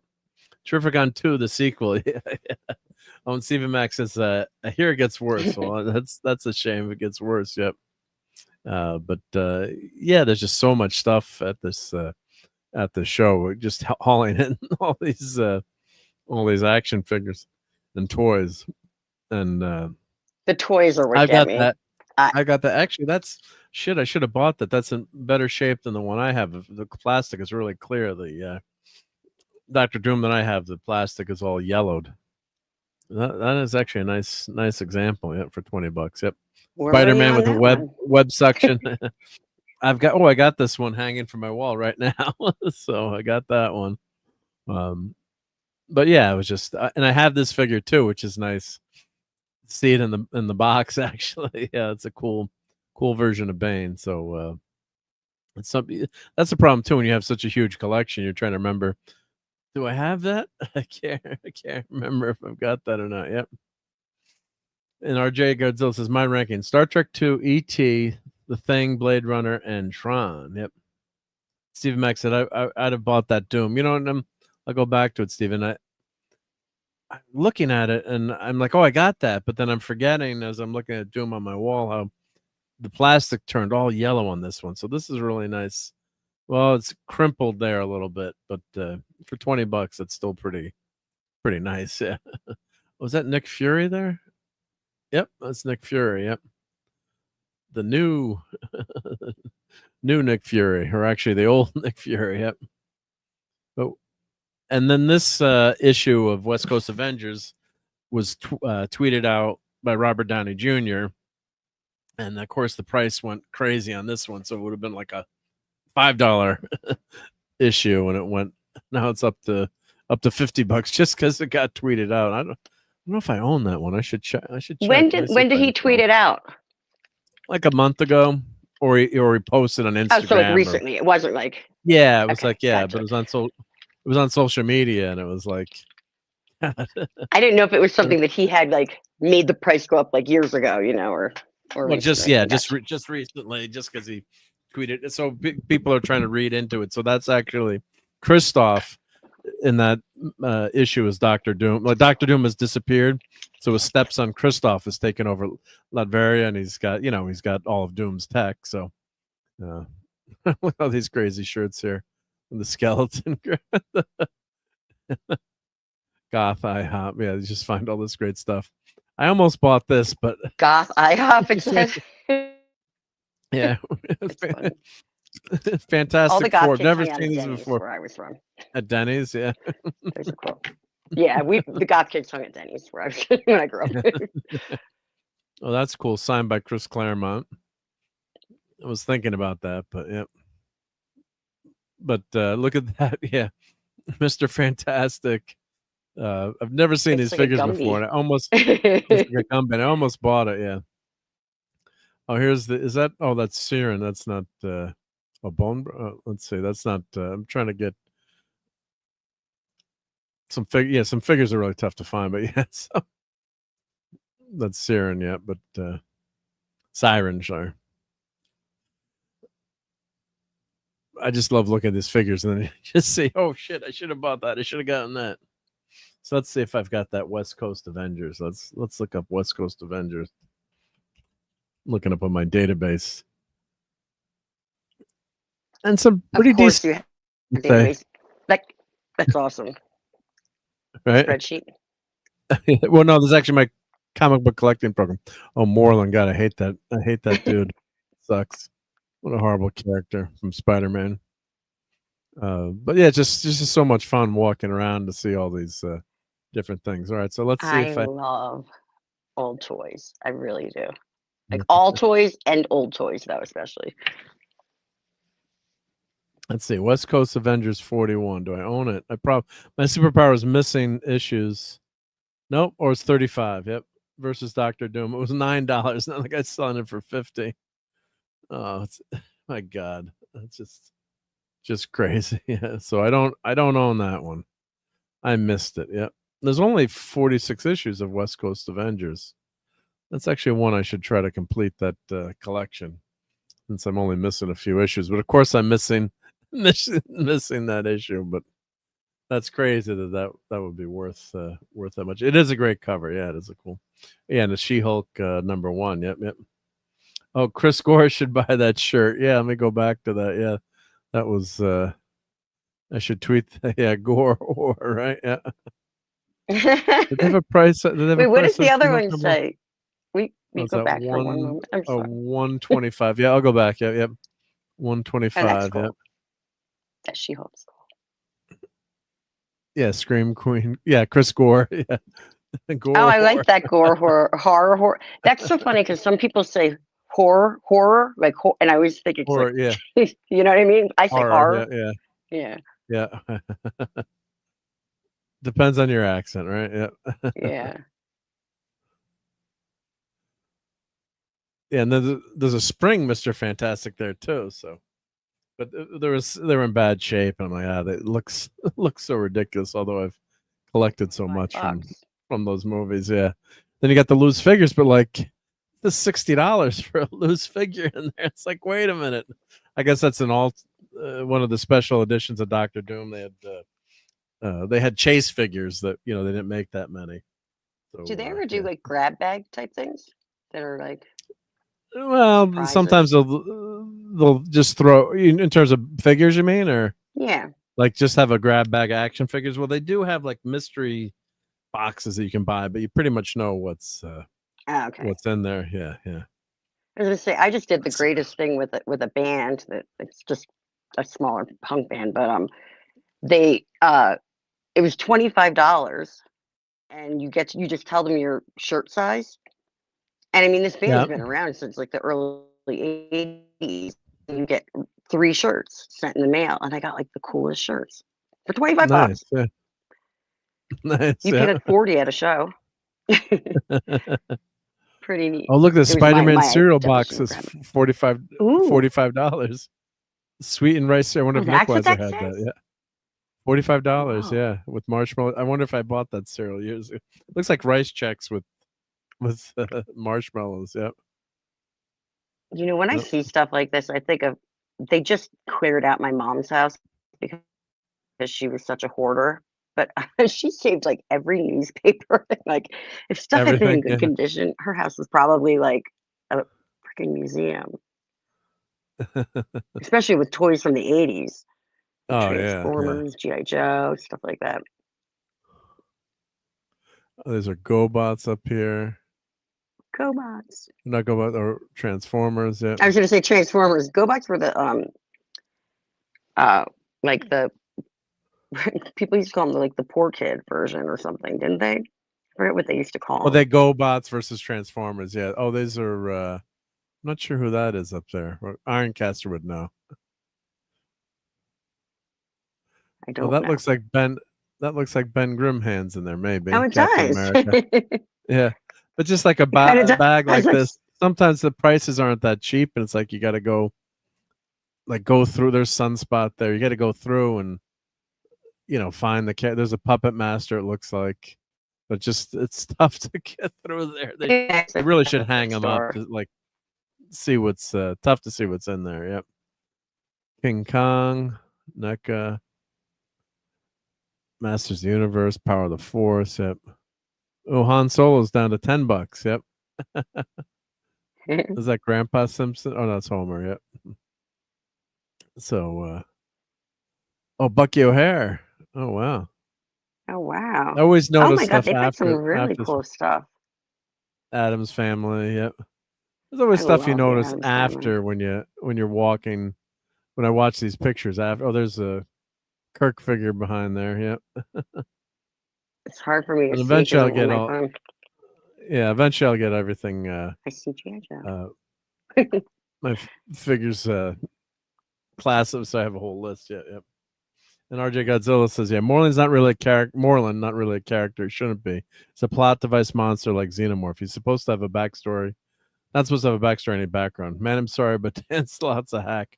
Oh, I hated that Morland character. Yes, I was like they were trying to make Spider-Man like a force of nature, like the powers weren't an accident. It was, destined. He was destined to be there were all these spider creatures and totems, and it's just a ridiculous addition to the Spider-Man mythos, which you didn't need. Yep. That just got me excited. Sorry. Dukes of Like Hazzard. the Dukes of I Hazzard, right? reacted. Yeah. Sorry. Sign too, right? Yeah. Daisy Duke. Daisy. Yep. Yeah. How cool. I was looking at that. I was like, I guess they have what's JSA mean? Like a certificate of authentic. Oh yeah, so authentication there. So yeah, but these are actually not. That's not bad. That's not a bad price too. And she had passed away, right? Is that Rocky? Wait, or is that Yeah, it's the Ivan Rocky figure, Drago? yeah. Is that Rocky 4? Yvonne Drago. Yeah, yeah. Yeah. It's signed. Yeah, it's signed. Yeah, yeah. Hopefully, I got a picture of that. Yeah. I must break you. Yep. I'm so ADD. I'm like, Dukes of Hazzard, Rocky. This is me at a convention too, probably. But I was thinking about buying Daisy Duke. Yep. Of all of them, but her shorts weren't short enough. Yeah. Yeah, that ruins it. Oh, and RJ got said that Swoop of the Dinobots. Thank you. The Dinobots are part of the Transformers line. Yep. I know we've talked about this, I'm sure, but there was a kid at my high school who had the General Lee car, like 100% exact. Did he have it painted like the General Lee? Painted, even with the horn, even the door sealed. His parents, they had like an auto shop or something, but you could never like drive up to a high school with that nowadays. Right. People just thought it was cool, And this is for Donnie. There's Kimberly, Mighty Morphin Pink Ranger, and the Green Ranger, Tommy. I don't know if some Donnie's Power still Ranger here. at the con this weekend. Plastic on those stores because the opening phases of turning back into petroleum. Yeah. That's the problem. Yeah. Yeah. Those are old toys. And I wonder how many of those they made too, or how popular it was. Yep. Okay, I'm going to mute for a second, but I'm here.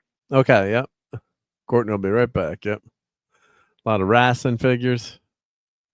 Hulk Hogan up there. Hulkster. $15 for the Hulk. Yep. Really some cool, really good wrestling figures. Yep. Gold Dust. Macho Man. Randy Savage. Oh, I should have bought that for Nick. Is that the NWO? What? That's cool. Sorry. Ricky the Dragon Steamboat. Oh, shit. I'm just seeing this now.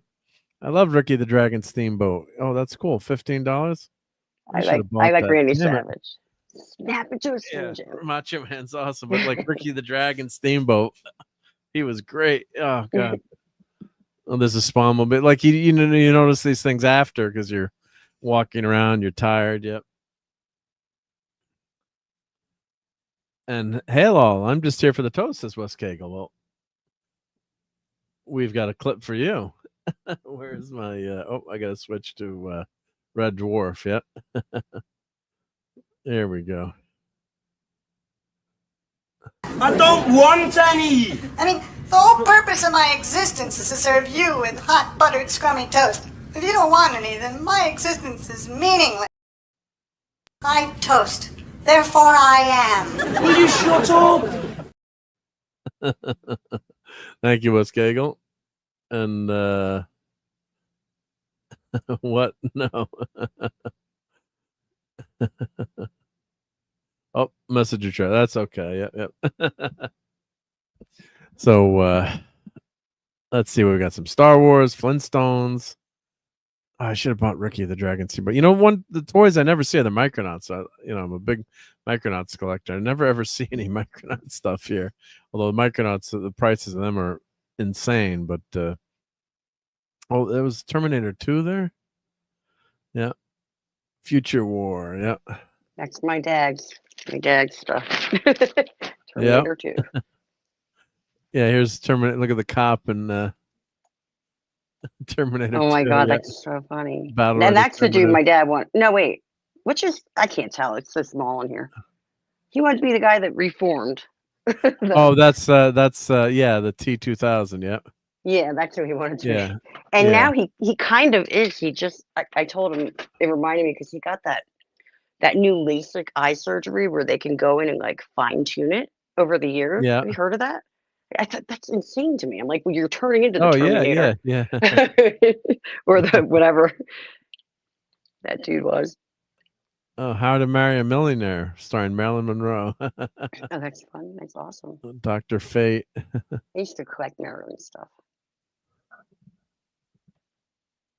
What? No, Roddy. Oh, I love Roddy Piper too. But Yeah. yeah, Roddy Piper show. Yeah, some great stuff. Yeah. But let's see if I rotate this. And this dude was dressed up as the dude from The Simpsons. Yeah, so. Oh it was my God, pretty that was awesome. yeah. Okay, I Oh. have to mute. I can't shut up. I'm because I get so excited about these. No, don't mute yourself. Well, no, I'm trying to get the dog into the car while he's Oh, he's so yeah, sleeping. So it's like yeah, moving a wake 'em up. baby. Yeah, okay. So hold on, right? So he's dressed up as this character, yeah. And they were quoting the movie. Yeah, that's fun. Yeah.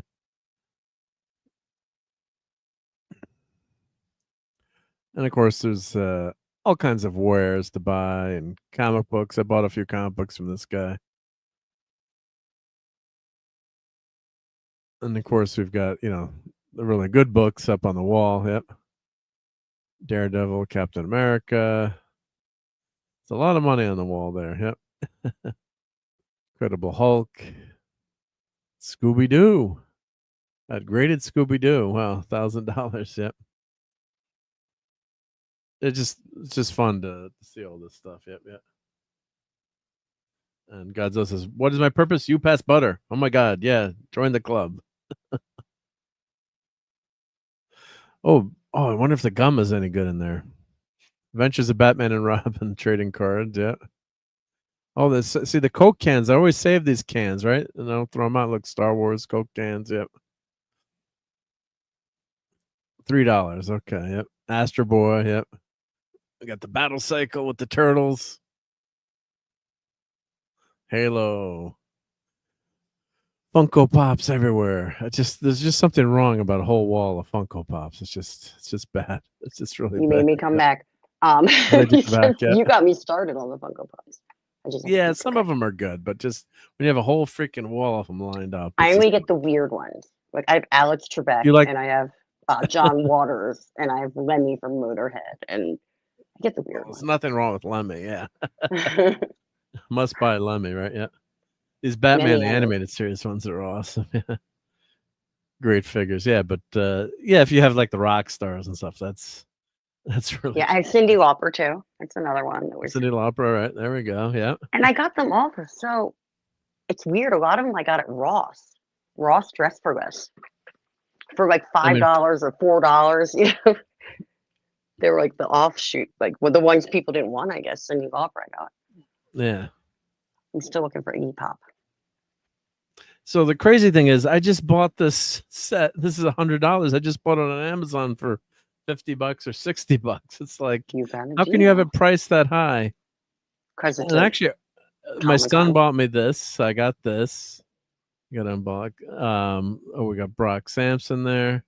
Venture Brothers. Now this is a pretty cool set.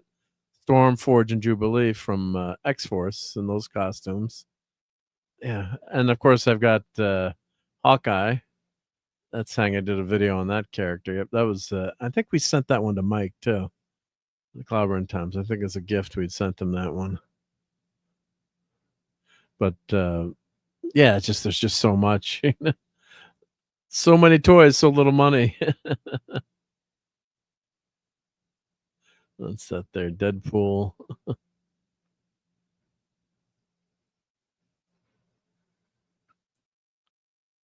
Who the heck is that? Return of Supergirl? That's Supergirl there?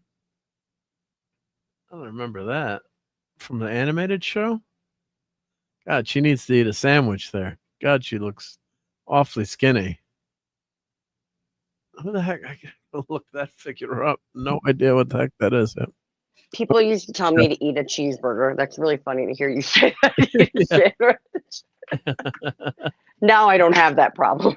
But yeah. Now I wish I had that problem now, but I don't. Right, yeah. And of course, tons of Lego minifigs everywhere. There's big money in Lego minifigs. Collectors go nuts over them. Yep.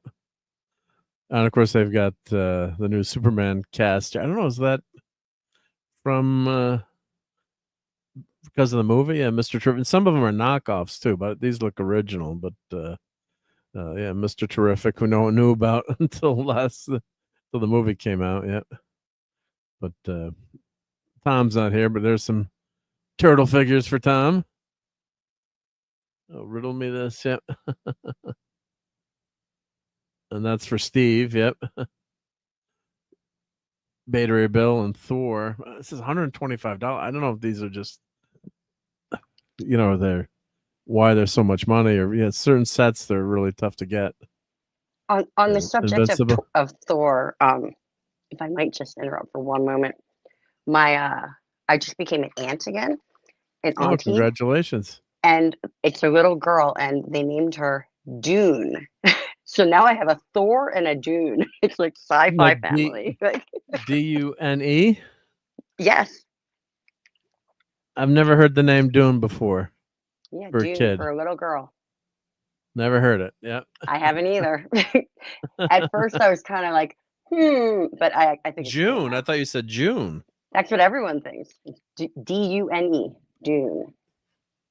Why did they snow? I mean, why did people? Sorry, Courtney. I know. Keep my mouth shut. I'm gonna get in trouble with you. It's like No, you what won't, did- because at first what- I thought the same thing. yeah, yeah. But now I can tell people I have a niece named Dune and a cousin named Thor. And Well, there's Throg. They could have named her Throg. But Thor turned into a frog. There's Titania there. There's Loki. that would be a good name, and- Titania. Yeah, 3 decades old gum. Yeah, don't eat the gum. Yeah. And West says, well, this is a very common story. Friend at a TMNT number 1. His mom threw it out when cleaning the garage. About 8,000 in the trash right now. Oh, ouchie, ouchie, ouchies. Oh God. And the girl in Fallout didn't look like that. I don't know if Lisa's still here, but I took these pictures for Lisa. Yep, there's Wonder Woman. Oh, not Supergirl. Yeah, where's Supergirl here? I thought there was a Supergirl there. Lunch boxes. Really, the vendors are really cool here. Some great stuff. Yep. Really good. Yep. Babylon 5. You don't see those figures as much. Mark, I'm really sorry. I have to go because I have to No. get this person to change No. my bulb. So I am not more No, than that's one all night. good. Yeah. I will be in the chat in a few minutes if you're still going. But I'm sorry Yeah, to no, cut short. appreciate you being a Bye, everybody. you need your light bulbs. Yep. Yeah, I All do, right. and this is my only chance Yeah. of getting it done for free. So Yeah. right. Well, I'll talk- before you go, someone says she's named after the novel Dune, I guess, right? yeah, And yeah. yeah. All right. Well, what's her middle name? Something normal? She can go by her I middle don't name. know. I didn't ask, but I have another niece whose middle name is Nobu, and everyone thinks she's named after the sushi restaurant. Yeah. Poor Yeah. girl. Oh, but as soon as Jill is here. Awesome. So perfect. Hi, Jill. Yay! Perfect time. Hey, Jill. Tag. It's a tag, like wrestling. Tag team. Yeah. so Tag you're- team or you're in, I'm like out. track. Yeah, right. Okay. Bye, Thank you, sweetheart. Jill. And bye, Mark. and Take bye, care, chat. Courtney. Everyone Yep. have a great night. Good night, Later. Courtney. Great to have you here, Jill. Yeah, it's good to be How's it here. going? I don't know. Yep. It looks like we're at a convention. It's going great. We I'm are. having Yeah. a good time. Would you have bought the John Sheridan figure for $15? I have only seen the first season of Babylon 5, so probably not. But it looks Probably really not. cool. Okay. It looks good. Yeah, Did you that's- buy it? I didn't buy it. No, and I've only seen the first few episodes. Right, Clobbering Times is making me watch as we joke. He loved Babylon 5, so I'd started watching it and then didn't stick to it. I guess I got to get back to it. Yep. I do But, too. I do too. I saw season 1 and I enjoyed it, and so there's no reason why I shouldn't continue. Yeah. Whatever happened to Babylon 4? Yeah. So, but yeah, it's a really well regarded sci-fi show. So I guess I got to be a little bit more well rounded and watch that show. Yep. Oh, these are these are the the new superpowers. Yep. So they've got Metamorpho and Guy Gardner. And yeah, we're just showing all the stuff. So I was at Terrificon a couple weeks ago, and just showing all the Yeah, toys and yeah. pictures and things. You Yep. must have had a ton of pictures. You still got stuff to Oh, look through. ton of stuff. Yeah. And then like, can I buy that? Can I buy that? There's like so much stuff to buy. Yep. Well, and we're showing some Okay. Lego minifigs before, and yeah, chromed minifigs of Iron Man are incredibly expensive. Yeah, so what my son has been selling Legos. He gotten into like buying and flipping Legos, and what he said is the minifigs. Like, I guess I've read that they can't come out with the figures separately, or there's some restriction because of the licensing. So the figures have to be in sets. So I guess what people do, they'll buy the sets and take the minifigs out, and certain minifigs are just really rare. So minifigs are just can be crazy. Well, that's why they make third-party minifigs also that look exactly like the real ones. And Wes Cagle says my name is actually West. It's not just the YouTube handle, named after Jerry West. Oh, interesting. Yep, great to know. That actually, I've been friends with Wes Cagle for years, and I didn't know that. Yeah, we learn something all the time. Yep. And Lisa is here. Okay, good. I do have some Supergirl stuff coming up, Lisa. Yep. And digging that Rolling Stone cover. Yeah, that's back a little bit. Yep. Trying to catch up in the chat. It's always tough when you're doing a slideshow and then catch the you always never want to miss anything in the chat. So it's the chat usually has some really cool stuff to say. Yeah, but it's tough to do two things. I almost bought the Xena, but I don't know. They're more like dolls instead of action figures. So Yeah, they're more like Barbies. So I didn't buy Xena. So I hope she's not mad at me. Xena, don't come after me. But I do have a couple of Xena action figures, but not the dolls. So they were priced pretty well there. So, and then I guess this is the full size figures versus the smaller ones. Yep. Yeah, that's right. No dollies, says Lenrod. Yeah. And these are cool. I collected all the Marvel Legends years ago, but I think these are alternative chase figures. So like the Hulk here. Like I think I have Elektra. Do I have Elektra? And like that's what happens, Joe, when you're at the air. Like, do I have this figure? I can't remember. I really want to buy it, but maybe like it's $55, right? Yeah, that's pretty pricey. But what happened to your spreadsheets? Yeah, I gotta use a place called Figure Realm. There's a website. You can actually put your figures in. They have a checklist, so I've been doing that. But I do have a spreadsheet of my figures, but I started doing it. I never like I've got so many boxes of action figures that I gotta go through. Yeah. Oh, and Lisa says, yeah, I saw the anorexic Supergirl with the bra. That was really creepy, wasn't that, Lisa? That was a creepy Supergirl figure. But yeah, like these figures, like of course I have the thing, but there was like a version of the Hulk that had hands that were flat and bendable hands. So that's what the crazy, like little minor differences in the figures can change the value. Or they had chase figures. I remember when these figures came out, they were $10. Yeah, that is a really good version of the thing there. So that, but of course I do have that. Yeah. And Wes says, what do you have against Barbies? Well, iterative Jill, you would appreciate this, I guess, because as Barbie talks about math. Do you know the story behind that one? That figure? Oh, I don't remember it precisely, but yeah, that. Well, there's a big controversy. Yeah, so I'll play it again. So it was saying that was I think math is tough. English was a lot easier for me. It was my native tongue. But so Barbie got in a lot of trouble. They had to recall those figures because it was telling girls that they couldn't do math. But I think math is pretty damn tough, right? Oh, but, yeah, it is just a fact. The only reason I got any good at it is because I got up to the chalkboard. You just have to get it. You have to dive into it, or else you'll never get good at it if you don't practice. Right? It requires work. It is tough. It's very tough, right? Yeah. So, so of course Barbie got in big trouble for that one. Yep. I need a proper AI assistant that remembers everything for you. Now, the one good thing about these Build-A-Figures, right? I have the Apocalypse Build-A-Figure. I'm looking at it right now on my shelf.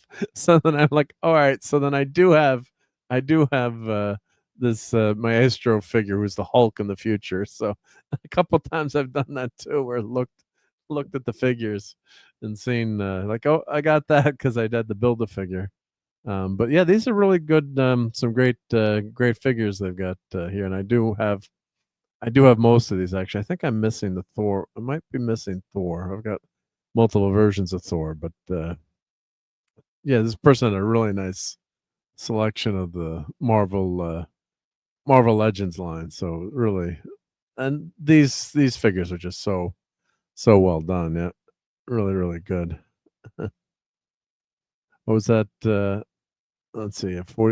Signed by Ed McGuinness. I was wondering why that was so expensive. Oh, and this Human Torch one is that's a great Human Torch figure.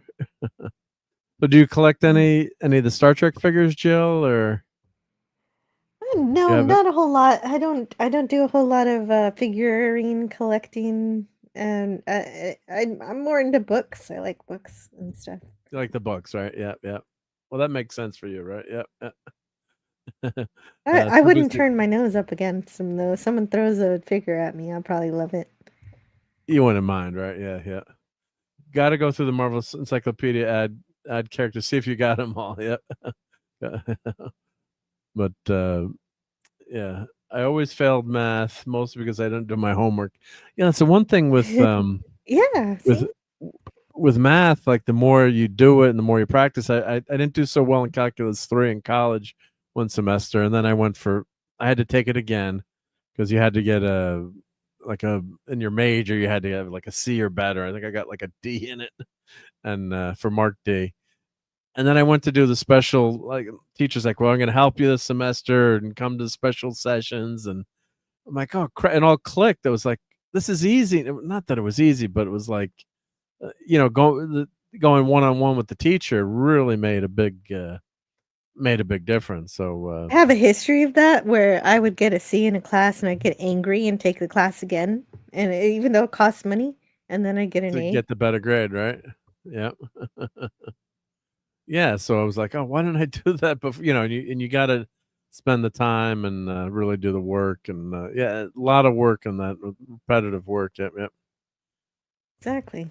Yeah, you got to put the work into it, and that's how I learned that. I had to learn it the hard way. You can't just coast with the maths and sciences. Right. You gotta put in the practice. Yep. I did it in such a way, I figured the best way to get good at this is to become a tutor, and that's what I did. Oh, yeah, that helped you. Yep. And of course, I do have this Galactus Build-A-Figure. I'm looking at this on my shelf right now too. So I do have. Oh, Professor I think X I somewhere. remember. No, okay. I think I saw you opening a different Galactus. Yeah, I've got a lot of Galactuses. Yeah, that was the Marvel Legends one. But before then, this was one of the cooler. You made the Galactus figure is pretty massive actually, relative to the other figures. But yeah, and this is a guy that does statues and all custom sculpted and cast. So he's got a cool version of the thing there. So let's see, I think it's called Terror Cast. Yeah. Really great Frankenstein statue there. Oh yeah, definitely. Oh, Math Doll was Lazy Louise. Yep. She just didn't do her homework, just like Lenrod. Right. Lovecraft. Yep. So this guy is really talented sculptor, and the prices are pretty reasonable considering what you're getting. Yep. Oh, I didn't see what the thing. Should have checked what the thing was there because I should have bought that actually because that's what's really cool when you get these custom, you get this custom stuff and then you don't have to pay for shipping, right? I should have checked what that thing figure was going for. Is it listed there? No, I don't see it. Oh. No, these are really more high end, kind of like you'd like to show these off. And yeah, interesting. Terrorcast, Nosferatu, vampire. Yep, but really well done. Yeah, but the prices weren't too, relative to how cool they are. They weren't They weren't too bad. I'm sure if you go to his website, I think I have a picture of his card. Let me find. Hopefully, I have it. Yep. I like the bronze. Yeah, there's an alien there. Yep. Chewbacca. The mummy. Yep. Let me see if I can get his hair cast. Let's see if I can get.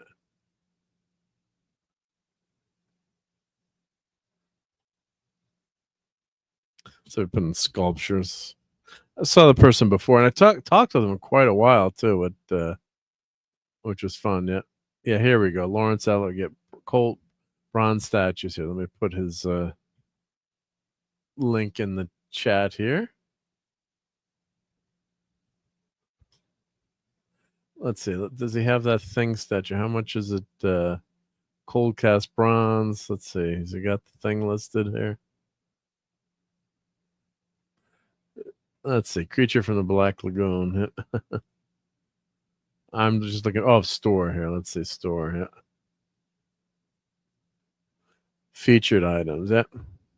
Mighty Joe Young. So $85. I mean, sometimes you spend $40-$50 on an action figure. So not that bad. Yep. So if there's anything you want, so there's his contact info. So check it out. Yeah.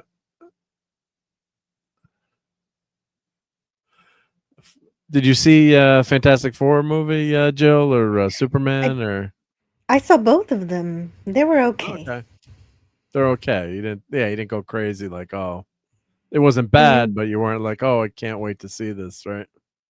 Yeah. Again, I wasn't super. I don't know what I didn't know. I don't know what your opinion on them were, but I did like them both, but like okay. I wasn't blown. I wasn't blown away. Like, oh, I can't wait to see this again. Tomorrow night or something. Like, Yeah.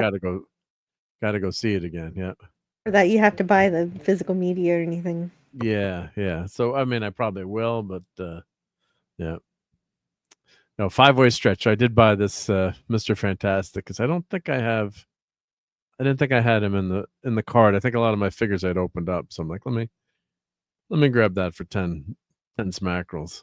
And of course, there's all the Legos. Now, this guy said these were custom. Someone in the chat before had asked if they were customs or not. So yeah, there's a whole market if you go on AliExpress. It's just I just bought a huge amount of Fantastic Four knockoff Lego figures because I was gonna. And there's a Galactus. I'll have to do some enabling on that another night. But there's like Bricklink. You can go. People put up plans, and then you can buy the plans, and then go take the spreadsheet of all the bricks you need and buy the bricks. They'll send them to you, and you can build the figure or whatever custom thing you're building, which is really cool. Oh, we got the Flash there. John Wesley Shipp was there. I met him. I should have given him that. Yep. Pretty cool. Yep. But these are a lot of fun. Your kids into Legos at all, Jill? Or? Yeah, my daughter loves it. My son used to love Legos. He doesn't do them as much anymore. But yeah, we'll build them every once in a while. Yeah. Oh, there's a Jar Jar. Cool. I should have bought that for Dad Man. Or Darth Maul. Actually, Dad Man would have liked Darth Maul the best. Yep. And Hail you to a Jar Joe Jar Dog. fan? I didn't know that. No, I'm teasing. Yeah, just the opposite. Yeah. I think Oh, and there's Supergirl for Lisa. There we go. There's a Supergirl one. Yep. I mean, he's just too a little bit less Jar Jar would have been okay if the character hadn't been so comedic. But like my kids love Jar Jar. They thought he was hysterical. So I think they were going for that for like the 5 to 10-year-olds, like Jar Jar. But he just accidentally wins. Yeah. Oh, there's a Jets fan there. Look, guy's a Jets fan. Poor guy. Yeah. Jets haven't won since 1968. Yep. I see a lot of Nintendo stuff too. But Nintendo, yeah, a lot of Nintendo, yeah. There's the thing there. See, this figure sucks. This is the new thing with these big, huge hands. It's just like, come on, that just looks stupid. Yep. Yeah, Nintendo is super popular. And of course, the Switch 2 just came out. Yeah, three I for haven't picked that $10. up yet because they didn't come out with a Zelda or Mario game, so I wasn't interested. Oh, you're still waiting. Yet. It's just I'm still Kart. waiting for Right? the good Mario stuff. Kart Yeah. is out, right? Yeah, yeah, Yeah, Mario Kart, and then there's a Donkey Kong game. yeah. But not a lot. Yeah, a lot on not a lot. My daughter's boyfriend brought the Switch over, 2 over last week, and we're playing Kart. I'm just so bad at Mario Kart. I suck at it. Oh, the South Park dudes. Yeah, see, like these are fun. Like, you know. Yeah, with Well, Mario Kart, you got to know how to drift. There's always the special button, the thing that you got to press the to go drift. I could faster. never get the drift. Could never get it. Oh. Let's see. Yeah. So. Oh, I saw a Tigger. Tigger. Yeah. Yeah. That looked cool. Yeah, the Batmobile, the vinyl. And Joe Dog got the original Marvel Legends from Toy Biz. Oh, I think I've got that figure. And I did almost pick up the new. There was a nice Black Widow figure they have newer Marvel Legends with the gray costume. Yep. You will. I still haven't watched Wicked yet. Superpower. Sorry, I have not either. You haven't either? Okay. I should have bought that Superman for $15. Why didn't I buy that? Come on, Mark. One looks Get with the great. program. Yeah, I should have bought that. Well, the Superpower is one on the left. These aren't bad. These are pretty cool too. Yeah. I don't know what lines those are, but yeah, at least this guy's got all his figures up in bags. Yep. And this is like $2 each. Oh, random. I have that figure. That's on my. I'm looking at that right now on top of my wall there. Yep, random from from X-Force. Yep. Yeah, check out all the cable. Oh, I found a Garrick one time. Was just in a box like this. Oh, poor So Geordie I LaForge. That's Geordie. Yeah, I knew I would find Star Trek here. Yeah, Geordie, save me, save me. Yeah. So I guess I Random, get what a figures cool figure. sometimes, but Who the heck is that? A Star Wars figure there? There's some more Star Wars stuff. Yeah, you can just randomly find. But you got to take the time getting to a Mace Windu without the purple lightsaber. right. Well, he's got to have his arm chopped off. Then, right? Yeah.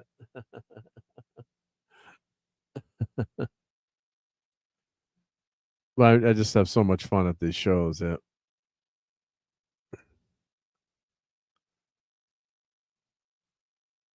G.I. Joe. Oh, I did buy that. I did buy that figure, that Marvel Legends figure, the torch. Yep. I don't think I bought it from this person, but or maybe I did. Yep. Only at Wally Mart. Yep. So I did buy that because I don't have that torch figure. Yep. And they came out with the Secret War line. This was an old line of figures that they had years ago. They're much smaller figures, and they came out with them again and made them full scale figures. So I got to grab a few of those, but yeah, they were a lot of fun back in the day. Yep. There must be misogynists because I've always been good at math. LL says Caleb. Yep. And Lenron says all those bronze deals are dope. Earthworm Jim. Yep. 5-way stretch sounds dirty. Yeah. Oh, this was the Black Widow figure, that Legend series that I thought was pretty cool. This the gray costume. Yep, from Black Widow. Yep, with the short hair. Yep. Is that how she looked when she was with Daredevil? I can't remember, but I am hungry. I am complete. I am $600. So I took this to show to my wife. Maybe I shouldn't because I have Galactus behind me. I think what did he sell for initially, Galactus?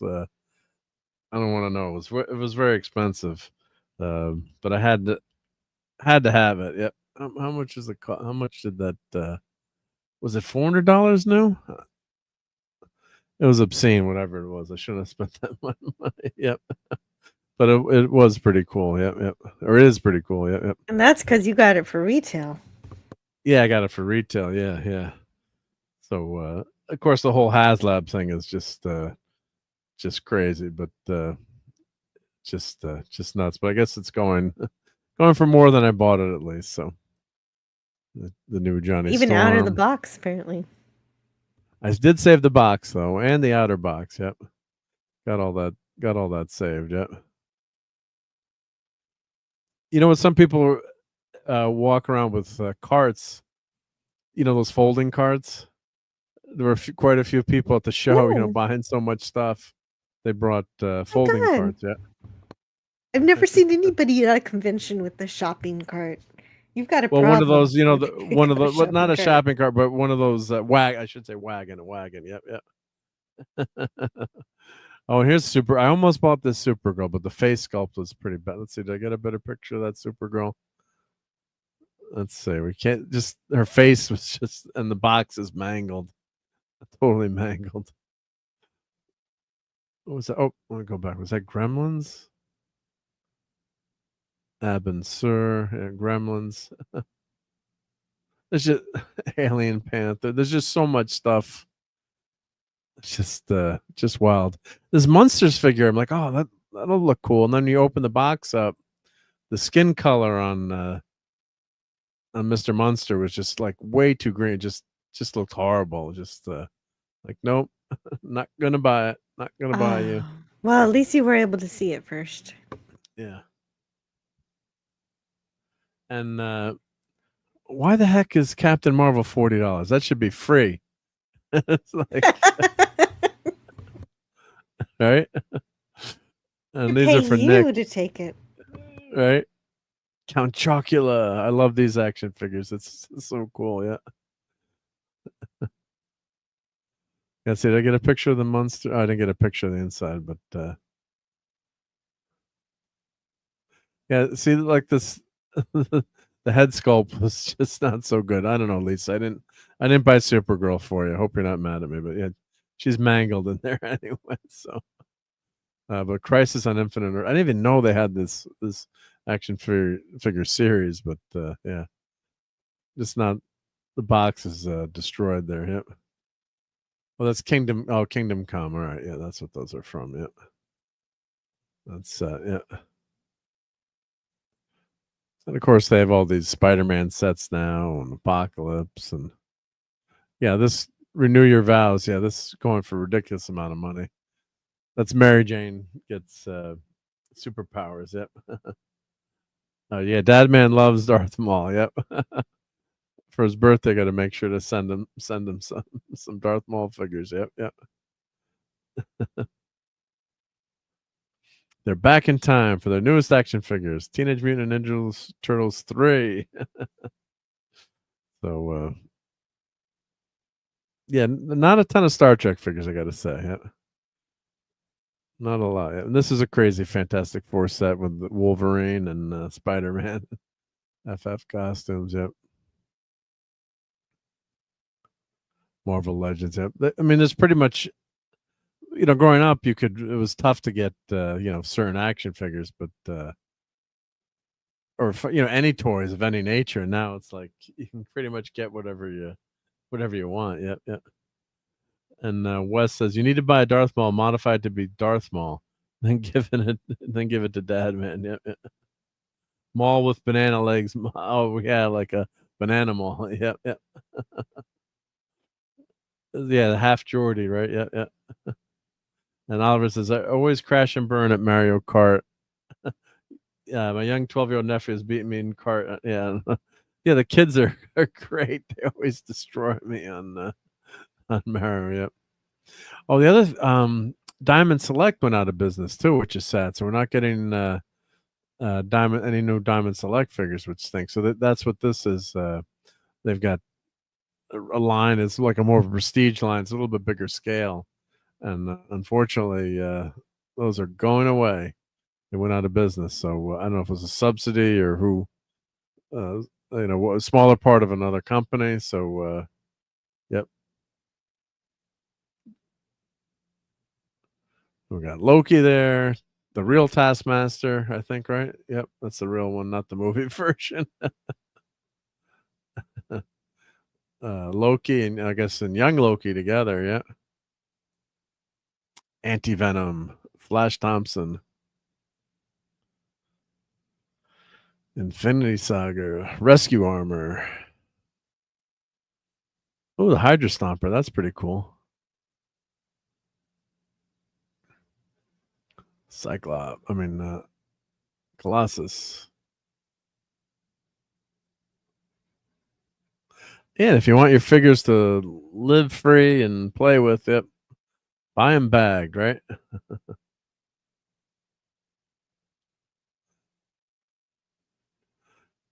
Oh, the fake Han Solo. Ouch. He should be frozen in carbonite forever. Yeah, yeah. And headband, yeah, it passed to. Yeah, the 80s weren't kind for fashion, right, Lisa? Yeah. Oh, there's a Dazzler in there.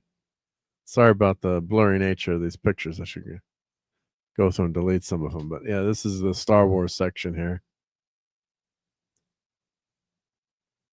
Some really good stuff in there, yeah. $35 for a Luke. $50 for that R2 unit. Turtles. More turtles. Well, you can go home with some really good stuff after these shows. Great stuff, yep. I didn't take as much video this time around, but yeah. Yeah, sometimes you'll take videos of people in cosplay. Yeah, I got a few. I will get the Galactus video. A huge Galactus.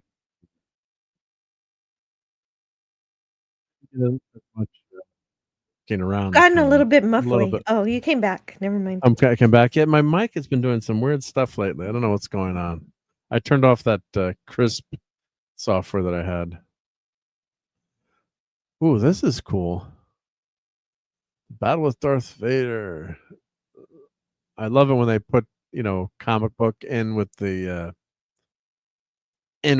action figures. That's just such a cool thing to do. Yeah. And the figures are kind of fun there too. Yep. And that's not a bad deal, $20, right? Yep. Includes a For comic sure, book. Right? for a little R2D2 in a book. Yeah, that is pretty Yeah. great. Shadows of the Empire #4. Yeah, what they've done to Star Wars now, but yeah, it's Frankly, that's the kind of thing I'd like to buy for my kids is something with a book. Gotta read. right. And here's a toy too. And here's the toy. Yep, it's a trap. Return of the Jedi. It focused on the person there instead of I have to go into my phone. Oh, there we go. I got a picture. Yep, that's pretty good. Admiral Akbar. Oh, and a free Boba Fett with purchase of. Oh, was this the Boba Fett that? Oh, no, that must have been a different Boba Fett because that would have been Empire, right? That wasn't the infamous Boba Fett that with the rocket launcher they didn't sell. I don't know. That's pretty cool. Yeah. Batmobile. I've got that. I bought that when the movie came out. Yeah. Oh, I skipped the picture. The Smart Hulk there. Yeah. That's the Build-A-Figure Apocalypse. That's pretty cool to be able to buy that separately. Yeah. And the prices, I had to say, in a lot of the places here were pretty good. Yep, yep. I think there was a Splinter in the bag there, Wes. Yeah, I did see a Splinter in there. Yep, yep. Well, that's cool looking Batman there. Gray Hulk, Dark Side. I really like this TIE fighter there. Is that supposed to be Darth Vader's TIE fighter? That was pretty cool. And then this B-Wing fighter. It's cool stuff here. Yep. Yes. Yeah. Yeah, right on. Yep. Yeah, so you can really. So what I typically do with my friend, we kind of like separate because we all walk at our own pace. Or if you see something you like, it's a lot easier to do it that way. Yeah, you cover more ground, and if he's taking pictures too, then you can compare notes later. Yeah, and then like I'm interested in something or he's interested in something, so then it's you want to hold the other person up too, or especially it's like if I want to spending a lot of time looking at something, and then it's like, well, maybe maybe your friend doesn't want to do that. Oh, I didn't get Saru. Doug Jones was actually there. He's a great guy, Doug Jones, but Star Trek Discovery is just so bad. That's Amigo. I didn't buy that. Oh my god. That doesn't horrible. I don't like Discovery, but even I can tell that is not a good cut of Saru. No, it doesn't look like right. It's not a good job there. Yep. Ouch. Yeah. Let's see. So we got to since that's up, we got to play a Discovery clip. Yeah. Sorry, I ordered mac and cheese on purpose. I'm trying new things because my comfort zone has become uncomfortable. I mean, the makeup on the character is amazing. Doug Jones does a great job in the physical portrayal. Yep. It's purely his talent that makes any of that make any sense. Yeah. The character is just ridiculous, though. But yeah. Oh, Vasquez. I didn't even see him. Right. He's all about being scared. Yeah, and then the tendrils come out, and they're basically food. The Kelpians are food. Oh man, that's cool. Space Marine Vasquez. Yeah, Vasquez. Yep. I always notice this stuff after, as I'm going through. The part of it is I'm walking through to try to get pictures, and then I don't have an unlimited budget, obviously, either. I don't know if this is a new figure or older figure. But that's cool. We're talking aliens tonight. Heck, yeah, she's great. And Wes says, I had every Star Wars figure that was out in 78. The only one I have left is Princess Leia. Oh, no, not sure if she's worth anything given her vinyl cape and gun are missing. Oh, so what happened to the figures? Wes, did they, mom gave them away, they got thrown out, or... Yeah, a lot of times, like, moms would just give the toys that were like, oh, Joey's like Star Wars, and you're 10 years younger. You're in high school. It's like someone comes over to visit for the weekend. It's like, I gave Joey all your Star Wars figures. I think he'd like them. You don't play with them anymore, right? So you could have stuff like that could happen. Yeah, right? that's awful. But dads can do it too. I have a stepdad who just throws everything away. Everything. I don't have anything for my childhood. Nothing left. No, pretty much. Like some books. I think books is what I protected, and so I got some of those. So same story. Yeah. Well, it's like my friend. Here's the most worthless villain of all time, Snoke. What a built up on Snoke. They killed him off in the second movie. Oh, they killed him off pretty quick. It was really anticlimactic. Yeah, like he's dead. Like this big build up, and Snoke is dead. Like, what are you doing? Wasn't even at the end of the movie either. It was just like, here it is. It's right in the middle. Yeah, just kill him. Boom, gone. And you didn't hear anything about, nothing about him. Yep. Vasquez would have been a great find. Damn it, Mark. Yeah. Yeah, why didn't you get Vasquez? Yeah, well, I probably wouldn't have because of the price, but not saying it's overpriced, but now I'm looking like that's pretty cool. Yeah. Oh, look at that Duke. Hall of Fame. $15. G.I. Joe. Pretty cool. The old scale G.I. Joes, yeah. But I'm not sure that to my friend Harold. He'll be like, why didn't you buy that for me? Like, I remember when Star Wars came out, Phantom Menace, people were lined up at midnight at Toys R Us to, get all these toys. It's like, who would have thought now there's just bins of them. You can still buy them carded, right? They probably made so many millions of these, episode 1, 2, and 3 figures. So there's your Mace Windu with the purple lightsaber slashing attack. That's pretty cool. Yeah. Nice. That's pretty good. Yeah. I do have a bunch of these figures. I don't think I have Mace though. Yeah, that's the only way it should be. Well, I have this line where I had the ones with the Comtech chips where they would talk. They're pretty cool figures, actually. Yeah. I think at this point, if I'm getting toys, I'm gonna get Christmas ornaments, which is a few months away before you start talking about that.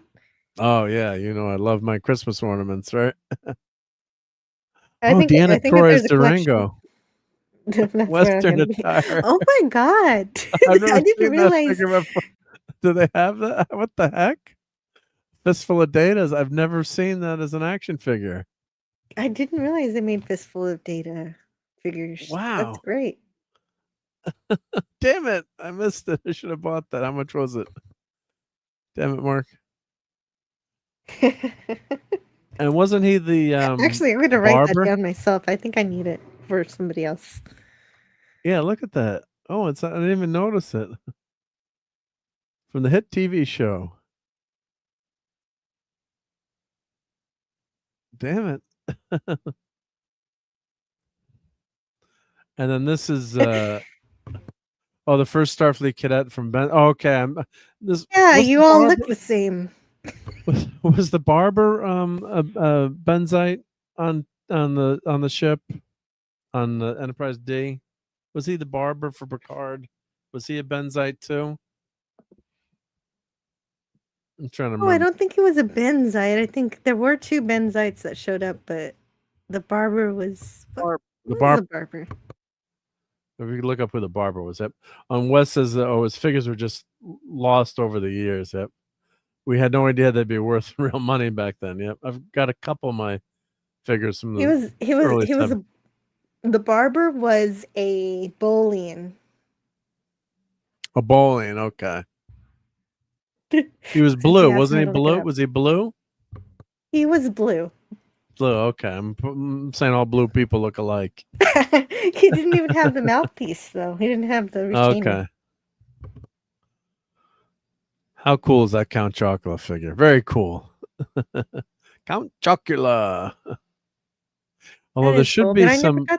I never got to eat Count Chocula. I'm too No. young. Well, so healthy. So healthy No, for what you. I had was Cookie Crisps. Cookie Crisp. Okay, yeah. There should be a line between his teeth. What does that look like? One tooth? You got to paint. Come on, guys. That's a bad paint job there. It's not one tooth. It's 2 teeth there. I'd go in and paint that, custom paint that, I guess. But yeah. Jurassic Park stands. Yep. These guys had some good stuff. There's my buddy. I don't share my data. There's Geoff and me. Thing parking only. Violators will be clobbered. So I printed a bunch of those signs. I was giving them out to anyone I deemed worthy. Nice. Those are great signs. They're embossed and everything. Good work. Yeah, I printed them on my 3D printer. Yeah. Yeah, they're raised up. Yeah, don't want to get too close to me. And Jeff, if you get too close to, you might explode your monitor. Just kidding, Jeff. Yep. Frankenberry and Booberry action figures. We've got some Superman. I guess that's a Nintendo cosplay, I think. And then we got Captain Carter. Captain Carter was in the house. We actually had her there. A lot of Captain Carter cosplay. Yep. Moon Knight.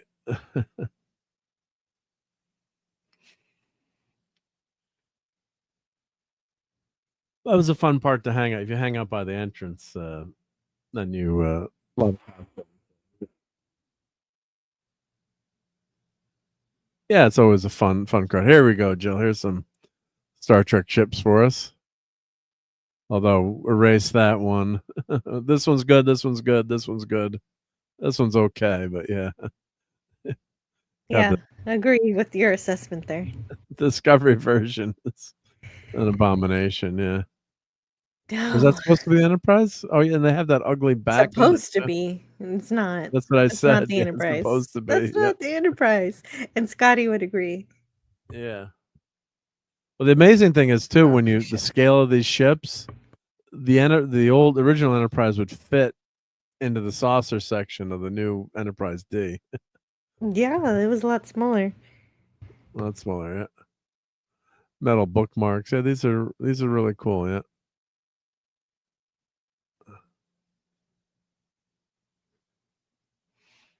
Metal bookmarks, metal prints. I love bookmarks. Yeah, that's good stuff. Yeah. And good prices too. Yeah. I like that NX-01. Of course, the Enterprise too. But yeah, Yeah, Doug Drexler is a legend. it's amazing. Yep. And the Enterprise D, there's some angles it just doesn't look good. I mean, It's okay. It's It okay. grows on Yeah. you. It does. It does. It's like the Enterprise theme song. I love it anyway. Oh, they got signed there. Yep. Isaiah Brown. Oh, because Rod Lumley was there. Yep. Captain Carter. Yep. He got it signed. Yep. I should have waited online, but there, that was a better picture. Yep. So, yeah, there are really a lot of stars there, which is great. So, a lot of signatures, autographs you can get. Yeah. Ton of comic book walls here. And the obligatory sets of Funko Pops. Imagine all the work it took to set up all those freaking pops. Is it obligatory? Could you just ignore them? You could, but like I don't mind like the Mickey Mouse ones. Like, well, that's a crazy one, Hot Topic. But like certain characters look okay, especially if they're animated characters as a Funko Pop. But there's just some of them, and just there's just too many of them. It's just like. Got to mix up your collection. Yep. I was trying to get these guys. That's the problem. Like sometimes you can't. You see people walking. You're trying to get pictures. Like they were having fun. Yeah. What is that? A banana sombrero? What is going on? I don't know what that was. They were. I guess. Yeah. Let's see if it catches up yet. That's fine. You can skip that. I didn't Yeah, mean sometimes Google does to slow that. you Yeah, down. no. So sometimes Google does that. Yeah, it just played. Yep. Secret Wars. But just so much artwork, cool stuff you can buy. Yeah. Oh, it's No, peanut chocolate butter looks jelly fake. time. That's what it is. Thank you, Linrod. Ah, thank you, Leonard. Yeah. I'm a Family Guy where Brian's you trying go, to yeah. cheer up Peter. Yeah, I get it now. And CV Mac doesn't really like cosplay. Yep. Well, some of the people are well. When you see Galactus, let me know. I think I showed Galactus last week. You sound like my husband, Steven. Yeah. I wanted He's him not to a dress fan up of as. cosplay. No, when we went to the Star Trek convention, I wanted him to do costumes, and he was like, "No, I don't want to do any costumes." So I bought him Star Trek shirts. Yeah, so you could just wear a Star Trek T-shirt, right? Yeah.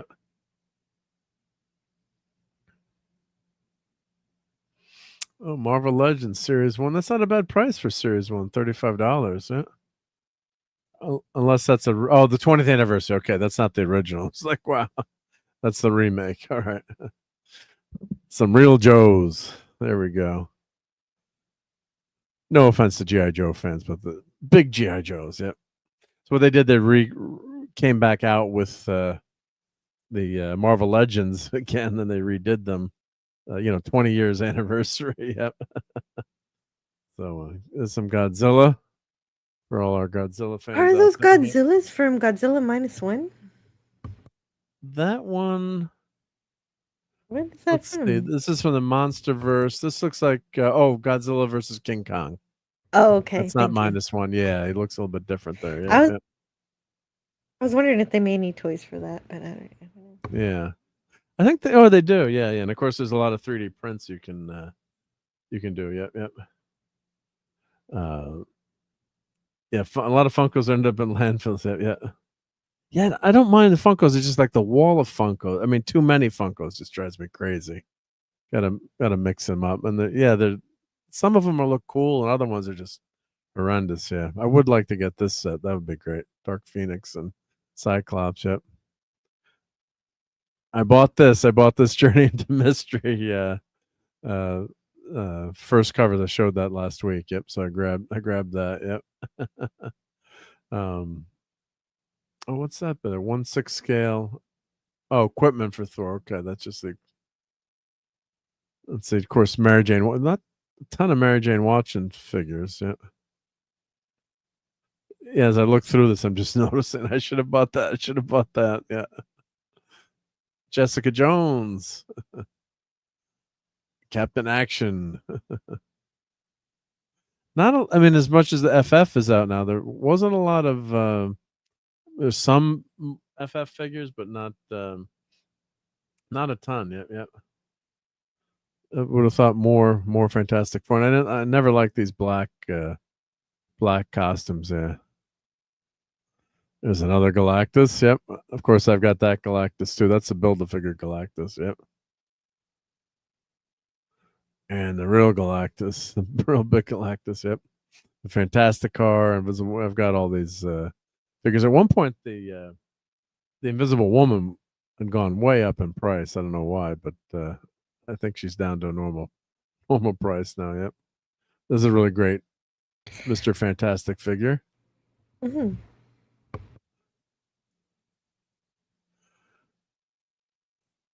Yeah, it's just so much cool stuff. We're just so spoiled now, just in terms of all the figures you can get. Because I was waiting for that to see a She-Hulk. I got a friend who loves her. A lot of She-Hulk stuff. Yeah, look at how cool these comics are. God. First appearance of Robin, Detective 38. Someone wrote on it, but it's still pretty good. Yeah. People would write on the comics all the time, right? That one's not graded either. Yeah. Spider-Man #1. God, it's just so cool. It's like, first appearance of Doctor Doom, FF #1. Clobbering Times had at one point full FF set, and he did have F #1. He's not a great, great copy quality wise, but God, just to own it, like you say, you've got it. Yeah. Right, he loved it a little too much. Yeah. Isn't it, These are Bobby? really fun. His pens, old school pens. Yep. Superman #3. How cool is that guy? Winter issue. Originally it wasn't. Superman #1 was just supposed to be a one-off, and then it sold so well. Then they turned into an ongoing series. Yep. This look exciting. There's a contest going on. Yeah. And probably cut out the sticker so the book is worthless, right? Yeah. What year was that? Yeah, 1940. God, it looks like cover's in beautiful shape for 1940. Wow. That's really nice. Yeah, 4.5. Yep. I don't know why Batman the Dark Knight is that the first version, first hardcover version. But yeah, I know that's probably more my speed. I like DC. Yeah. I like Batman. Batman, yep. I think that's Detective Comics #1. Brand new action-packed stories in color, yep. So that's Detective Comics #1, I believe, yep. Or someone could check for me, I think that is, yep. Not qualified for that one. Someone else has to help you with that one. Yeah. Who cuts Picard's hair? That's for me. Let's see. I think that's yeah, that is #1. Yep, 1937. Yep. Every comic book collector should know that. Yeah, yeah. I like that Dr. Doom pin. Yeah. They have a price on that? I guess if you got to ask what the price is, you can't afford it. Yeah. James Bond cards. Yep. Oh, so gum is probably not good though. Yeah. There are some people on YouTube who eat really old stuff just for the clicks. Yeah. Oh, I'm gonna get in trouble for that one. I love New York. Yep. Well, she still has the shirt on at least. She had the shirt, but yeah, I don't know who. I think it was my friend who was with me took that picture, not me. Yep. Oh, of course, that one is. It's $125. That one's they upped the price on that one. Men, jeez, come on. Like I say, I'm gonna get in trouble for this. Zooms in. Zooms in, yeah. Zooms in, yeah. And Wes says Godzilla vs. Ghidorah is the greatest Godzilla movie ever, in my humble opinion. Yep. Yeah, I guess these are all. I think they do alternative covers to these series. So they, these companies do crazy.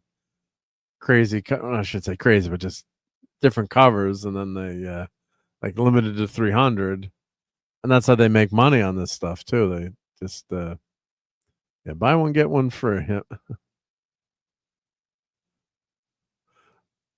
And I didn't spend enough time going through comic boxes too. Oh, that looks cool. Race to the Moon. Oh, $200. Okay, I wouldn't have bought that. Wow, But that does seem cool though. let's see. Race for, let me Google that. Race for the Moon #3.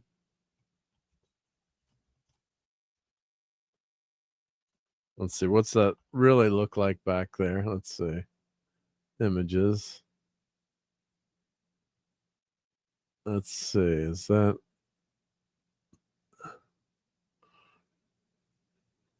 photocopy here? At least it'll give you the. Nope. I don't want a coupon. I just want. So that's what that cover is. Oh, that's a really cool cover. Yeah. Very cool. Yeah. I love those science fiction, Yeah, I think I found one when we were in Louisiana that I was like, "This is cool," but I didn't buy it, and you took it. I don't remember Was it the what it Was it some of the Star Trek, or was it? It wasn't Star Trek. It was something else, but it was just something that looked cool. It might have been 2001: The Space Odyssey, or Yeah, that's I'm it. trying to It was remember. not Space Was Odyssey. I think it was. Space Odyssey. Okay, yeah. That's a Jack Kirby series. Yep. And Wes Cagle says, "Hey, men are always going to be men. Just let them be." Yeah. So Yeah, and I this can one hear for that in Lisa. his voice. Right? Got to be who we got to be, right? Yep. But yeah, here's this one's for Lisa. This is a pretty famous cover. Jeff Loeb, yep, Churchill, Supergirl number, was that 0? Yep.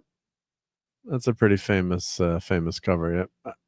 That's including, that's all of them. Okay, so 0 to 67 plus annual. So this is really cool what they do.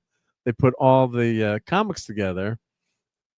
So you can, instead of buying trades, you just, like, if you wanted to collect X-Force, $150, you get the whole series. Yep. Okay, Which I think is a that's great pretty way to cool. do it.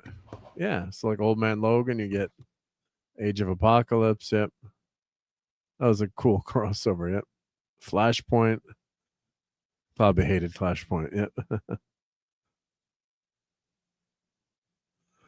Plastic Man number 1 to 4. So I do really like that when they have everything set up together like that. You don't have to go search through and buy, I need this issue, I need that issue. You can just, I want Green Lantern Corps 1 to 63, boom, $80 sold. Yep.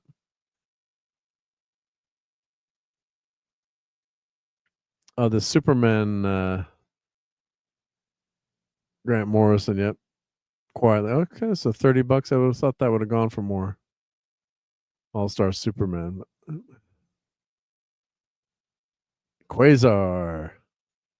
The Cosmic Avenger, now in his own book. That's only going to last 60 issues. Well, not too bad, but yeah. So that's $1 an issue, right? Quite a bargain, yep.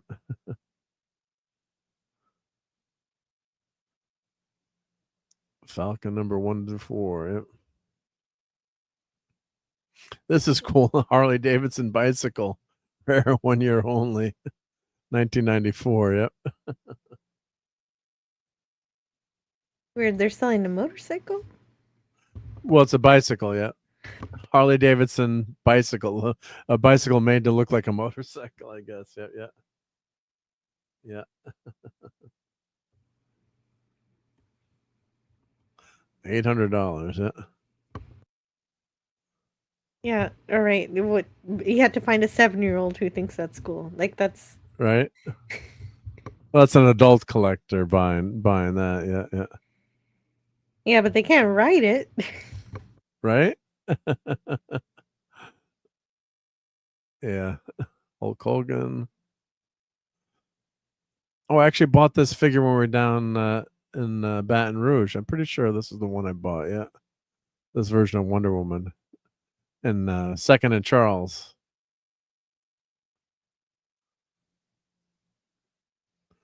Spawn, yep.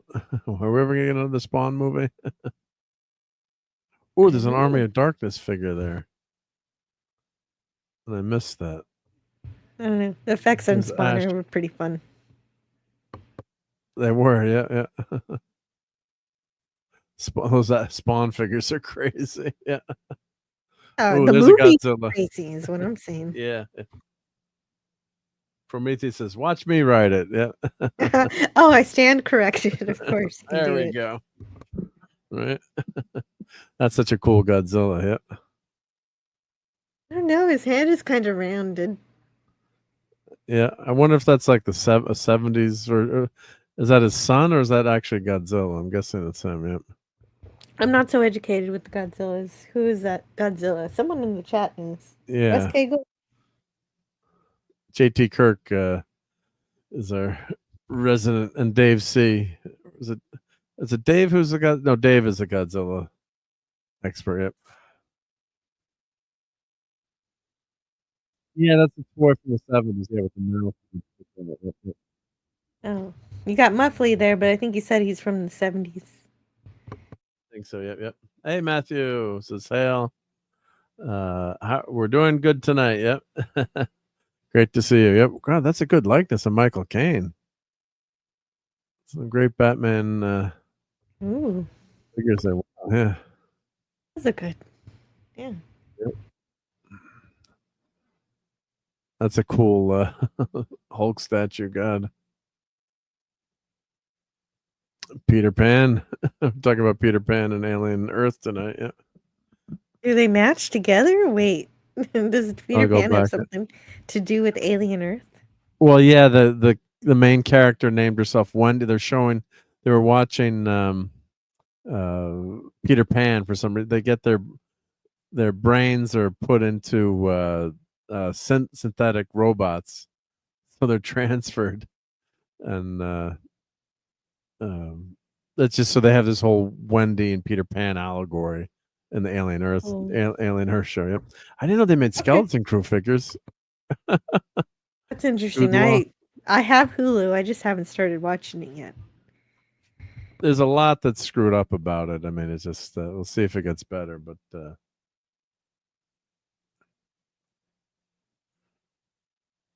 let's see. Oh, I missed my chat here. It looks like Lisa's Looks going like to bed. son of Godzilla. I mean, teaches the boy how to kick. Yeah, I was wondering, if it was the son of Godzilla. Yep, yep. Oh, Lisa's headed out. Or no, what is it? Yeah. Oh, Okay. The pumpkin Son of time. Yep. Good Godzilla. I night. need to check Good night. that out. Good night, Lisa. Yeah, we're going late tonight because all these pictures. I think we're. I don't know how many more we got to go, but it's always fun to see this stuff. Yep. I'm always down to go to a convention. Oh, see, Yeah. there's Sulu. There you go. There we go. George Takei's son. George There, Takei. yep. George Takei, Okay. he really, no matter his politics, he really loves the fans. Yeah, yeah. I think that's what's most important. I'm just sick of his politics. Well, I shouldn't say sick of his politics. I just wish he wasn't so focused on politics.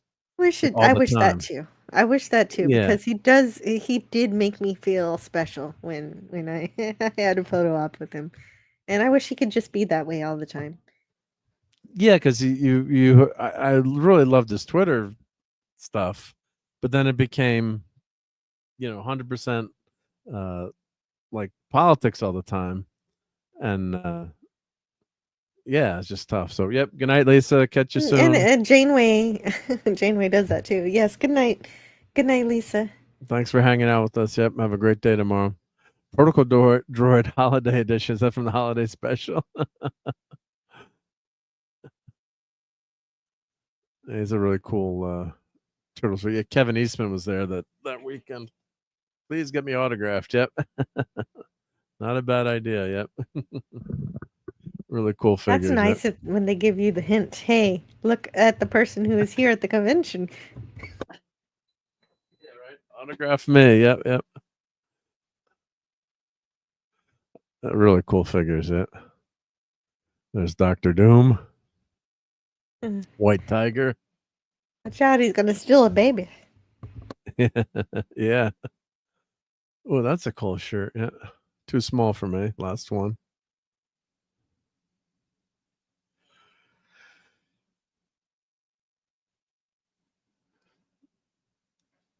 Iron Man. Star-Lord, the original Star-Lord, yeah. Oh, that's a nice King Kong bag there.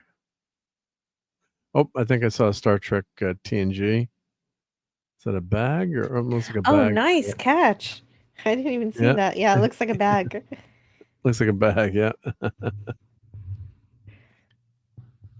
You could spend so much time. I really should go to the show like more than one day because then you could just really spend more money, or but you just You miss can so always much just stuff. shop with your eyes because you can find this stuff, but it is more fun to buy it while you're there Yeah, physically.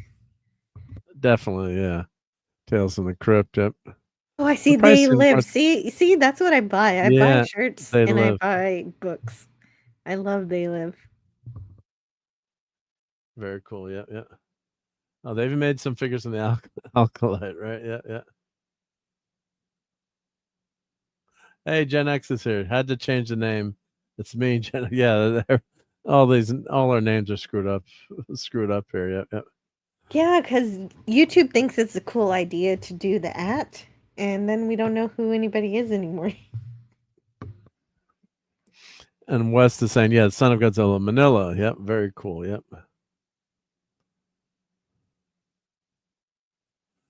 I did not get to meet Kevin Eastman yet. He's always seemed very down to earth guy. Yeah, he was one of the more crowded artists there, and I just had a couple of people I wanted to meet, and just didn't have the chance to talk to him. But yeah, Wes says it's a shame. Sulu's my favorite Trek characters, only after Worf and Scotty. Too bad he had to act like that on Twitter, and I don't want to hold anyone's political views against them, but it's just like all consuming, like all the time, which Got to kind the of point where I had to mute him. Like, I love him. I yeah. muted him because I love him. Yeah, but it was just, and he was so funny too. Like his stuff was really, it was with his husband Brad, and like going back and forth, and he had some really funny stuff. He would always make me laugh there. But Yeah, he yeah, has a great sense of humor. You're right. yeah, yeah. Oh, the first three turtle movies are on Blu-ray. Yeah, I'm sure Tom is on the list to get those if he doesn't have them yet. Oh. That's cool. Yep. Right. Aren't they releasing the 90s Turtle movie in theaters soon? I think so. I think they're doing one of those fandom events again. Yep. Which is a lot of fun. Yep. So these guys have a new book called Technigods, and I bought the first two, and I said I'd have them on the either invite them on Nick's show or have them on my show. I said, well, I'll read it and see. And they were very friendly, and they were like, hey, do you want to hear about our new book? I was like, sure. So, but really good at marketing their wares, because you're at a trade show, like you just can't let people walk by. Yep. So I'm gonna check out I haven't had a chance to read it yet. When I should read it and then invite him on the show and have him talk about it. Yep. That's always the thing, is I want to read something and then invite somebody on. But you've got to actually read what they've done, at least some of it. Right? You can't just have him on. Yeah, yeah. There's some of the Artist Alley. Yeah. Who is that? How many pages is it? Is it a very long graphic novel, or how long? No, how it was much just do you have to read? a 22-page comic book. Yep, yep. And You this can is do Ralph. that. Yeah, Ralph Macchio with the. Yeah, oh yeah, that won't be too long. That's not too tough. So I guess that's Ralph Macchio. Yep, great editor for Marvel Comics.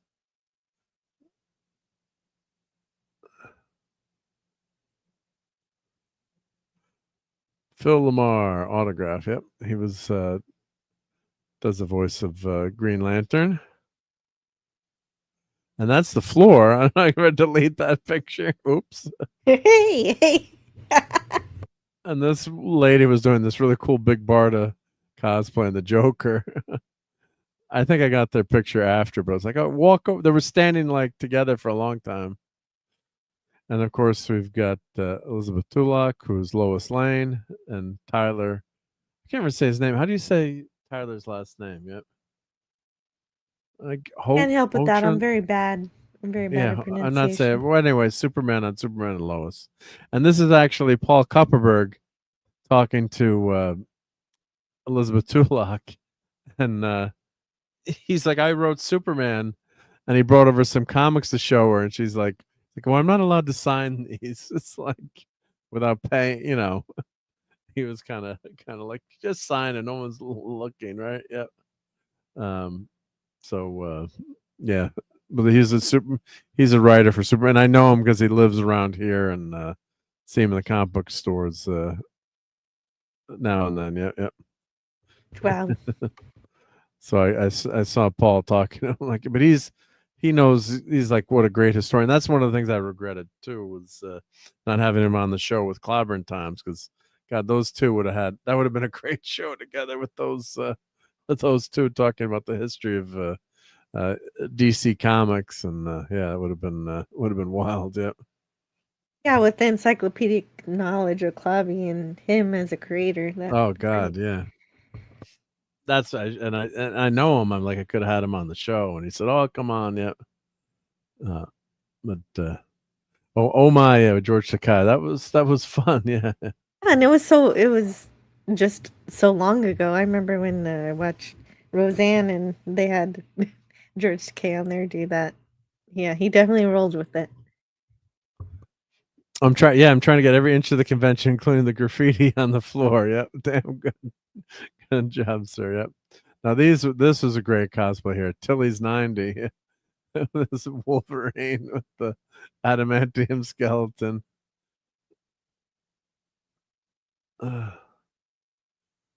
So this was some great cosplay here. And with the and Deadpool 3 dog. stuff. Yeah, that makes sense.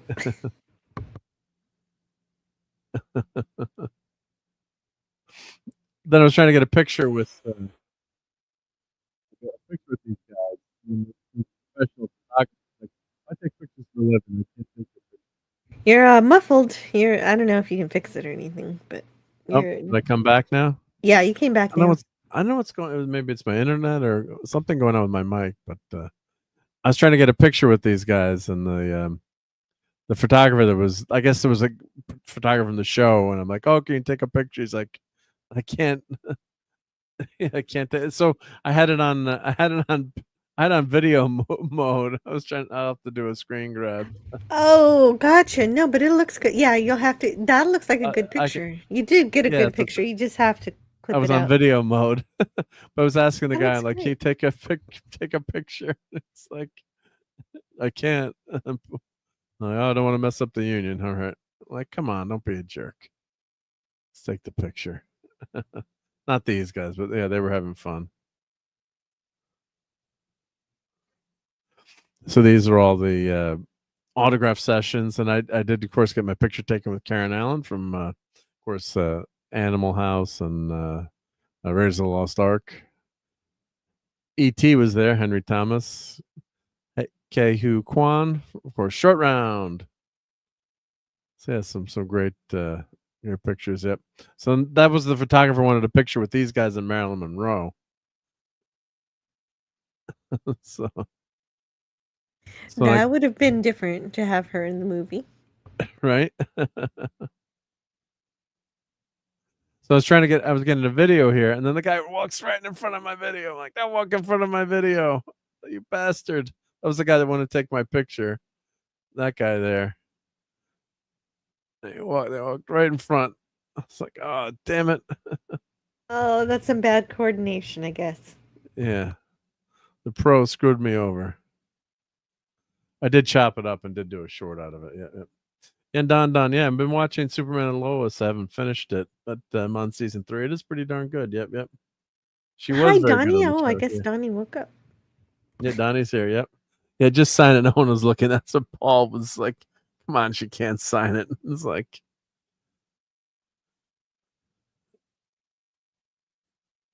Oh, Road to Perdition. Tyler played the son. Okay. And Matthew said, "Wow, this guy's making himself an animated skeleton as pure cosplay.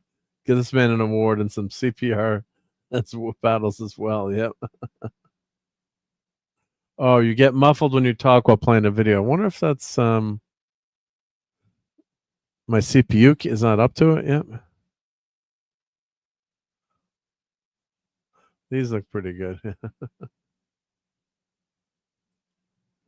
Dastardly. Dastardly Mutt, yep. Family friendly comics, yep.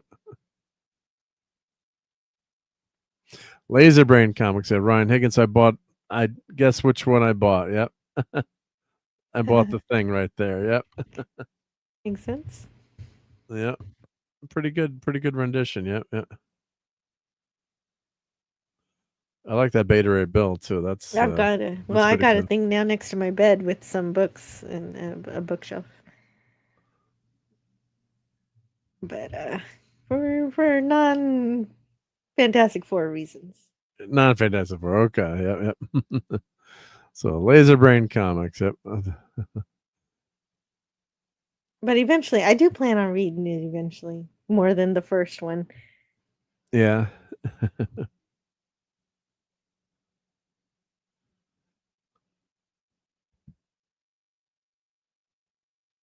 Yeah, Wolverine and Deadpool. We're just chilling out. Yeah, they were cool dudes. Yep, yep, yep. That one guy needs a sandwich. Yep, yep. The man said, yeah, lucky. Yeah, I did meet him. No, I didn't meet Mr. Kwan, but yeah, his line was swamped all day. Like everyone wanted to, yeah, I was going to bribe him with clam pizza, but he said no. Yeah. Oh, look at that ad up there. God. Mm-hmm. Return of the Jedi Han Solo with quick draw action. Only $5. Come on. Only $5. It's too cheap. I would like this Warbird figure though. I don't know why the heck that's $70 if I missed that or but we do have the Pink Ranger back there for Donnie. Yeah, Kimberly. Kimberly, yeah. I'd like both of those actually. Yeah. I don't know why Warbird is so maybe it was a limited figure. I always like that Warbird costume, yep. I guess these are packaging for the figures, yep.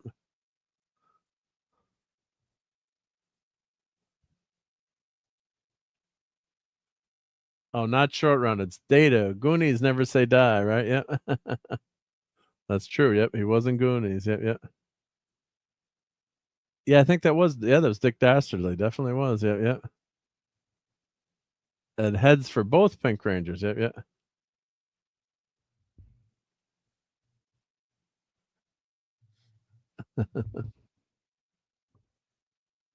Some cool I really G.I. loved the Joe. Power Rangers when I was 10. They are a lot of fun. Yeah. Yeah. Oh, Star Wars droids. Yep. So that's what's fun about taking these pictures too. You see stuff after, you know. I don't think that show did that well, but ooh, Black Panther, Marvel Comic Presents, Ghost Rider. There's just so much stuff now. It's just everywhere. Yep. That's a great I love that figure. Luke from Hoth. Yep. That's a good figure. Yep. More Captain America. Venom. And that's USA Agent. Who was much better in the comics. Is that Kane? Oh, they have Kane. Oh, Kane, another crappy clone. Miles Morales. Not Spider-Man. X-Men 97 is done really well. Yep.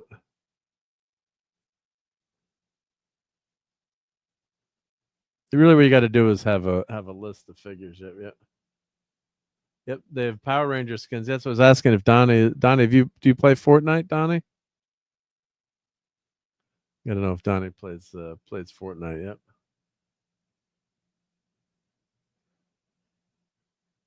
Some more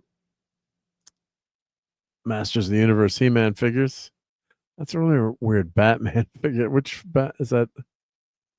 Oh, the green suit. Yep. Just really strange. Yep. Gotta have it. Yep. Just a really strange figure there. But those He-Man figures really look nice, I have to say. Yep, yep. Peter Parker is Spider-Man. Yep, yep.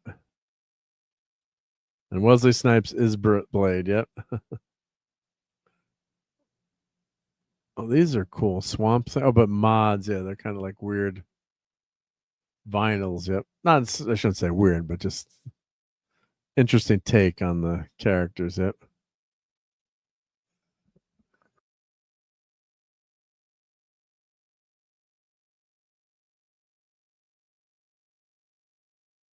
Excuse me, I had to sneeze. Had to press the sneeze button. And these cows are really cool. Did I get the 89 one? I think I have the 66 one. I don't know if I bought the 89 one. And they actually have a full-size version of them. They're massively huge. And of course, these great superpowers. Yep. The Disco Nightwing doesn't get much better than that, right? Very cool.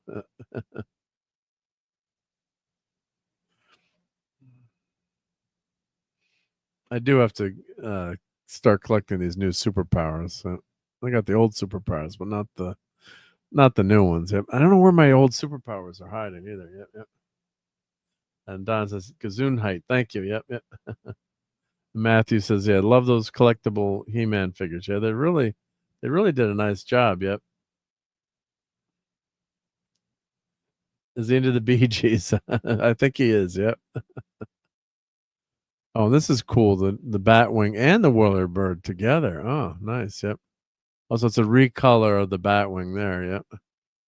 I do have the Blue Beetle ship.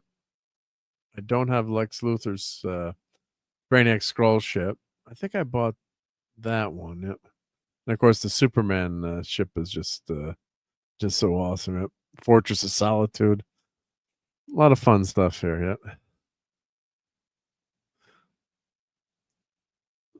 That's the Batman 66 version. Yep. Tons of superpowers. Yep. That's cool. Yep. Hourman, Starman, Green Lantern. Jake the Snake Roberts.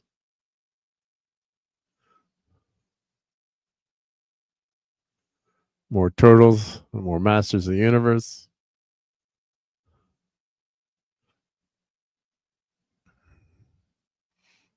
A lot of Masters of the Universe, yeah. New for 21, yep.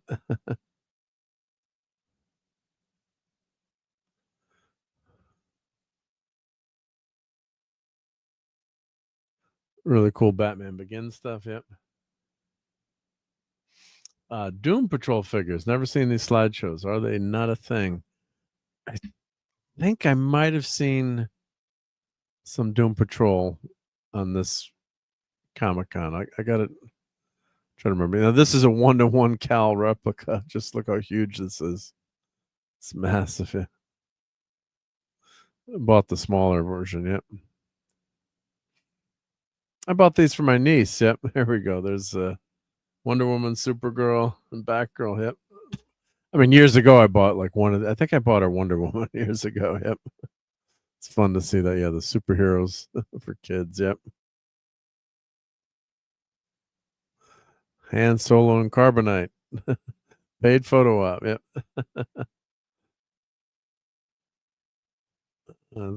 Benefiting a charity, so very nice. Yep. I just took a photo there. I didn't donate $10.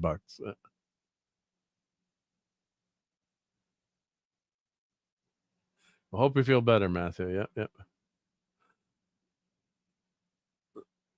I think that was just a sneeze from allergies. Yep. And of course, I've got this Galactus with Silver Surfer. Clobberin Times hated this. God, hated that Funko Pop. Yep. He was not a fan of that. Yep.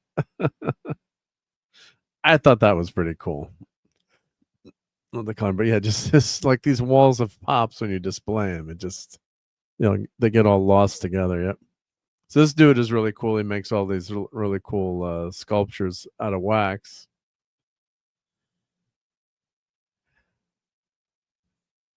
And I did buy the thing a few years ago. Yep. So, but he does a really nice job. Oh, there's Supergirl. At least Supergirl, Grinch. Yep. The Punisher. There's the thing. But I already had the thing, so I didn't buy the thing. I'll tell you how I feel about Funko Pops. I think they're ugly. I think they're stupid. But I got some of them as presents. And Yep. when they ended up in my kids' boxes of toys, I was like, wait a minute. If they stay in here, they might break. Like Clubby's right. Funko Pops are ugly, but I kind of Dust collectors. Oh man, I don't want her to lose her little knife because I got the mirror universe her. Yep. You didn't want to get it. Yeah, you didn't want to get it all broken up. Yep. Yeah. There's this thing where I thought I was heartless to Funko Pops, but there's a tiny bit of me that cares. Tiny little sliver, right? Yeah. So this kind of stuff I love because it's all custom made, handmade, like this Iron Giant. Look how cool that is. Oh, that's the guy from the Turtles. What's his name? The bat Krang? Is that Krang? Yep. So really fun stuff. Yep. So I do have the thing there. So all custom stuff. Yep. Supergirl. There's the thing. I didn't like the head. This is cool, but then the face, I didn't think that was so cool, but that's all right. A little bit bubbly. Really nice guy. Is he supposed to be so bubbly? No, but yeah. Yeah, the guy is really friendly. Yep. These are cool too. Yep. There's all laser cut. Yeah. Yeah, they're ugly but collectible. Don't let them get ruined. Yeah. Yeah, that's Krang. Yeah, his brain is his stomach. Just my problem is her body is beautiful. She's got the knife and everything. It's just that big old head that's so stupid. Right? Yeah. Ooh, Fantastic Four. Yeah, not a lot of FF stuff, like I said. I thought there would have been a ton more FF stuff, but with the movie coming out, but not. And the movie didn't take off. I mean, it did okay money wise, but Fantastic Four movie didn't light the world on fire, unfortunately, as an FF fan. No, because I think they played it too safe, really, which is why I think it's just okay. It was kind of a thin plot with apparently the best villain, and they didn't make it amazing. Well, we needed more Galactus. He needed to be stronger than just being able to be pushed into another dimension. This is a pretty amazing cosplay, though. Yeah, I don't know if my voice is going out now, but Oh, we can hear you. You can hear me? Okay, yep. So I was trying to catch up to Galactus so I could get in front of Galactus. I was like the whole time, and I've got to get my knee is really bad, so I've got to get a knee replacement eventually. So I can't walk that well anymore.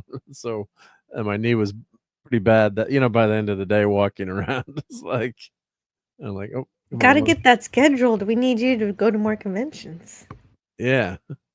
So, but I was trying to I got to get in front of Galactus. I want to have a picture of him walking towards me, for a YouTube video, so I could get, I'm always looking for my. Oh, there's Big Barda there.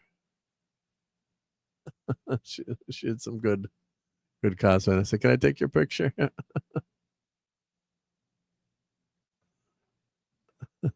There we go. Yeah. There's the back of Galactus. Every time I tried to get in. Actually, the funny thing was, if I had stayed in front of the convention, and hadn't left, I would have gotten a picture of him walking towards me, I was following him around. I never could get in front of him until the end. But yeah. Yeah, when I was behind Galactus, so I could. What I was going to do was go behind him, and then my friend Jeff was going to push back, so then we'd we'd push him into the wormhole. Yep. Wait, so he won't eat Earth. You got to care Yeah. about the planet, Mark. I hunger. Yep. Yeah, the Galactus costume is probably the guy was on stilts, so just a guy that's normal height.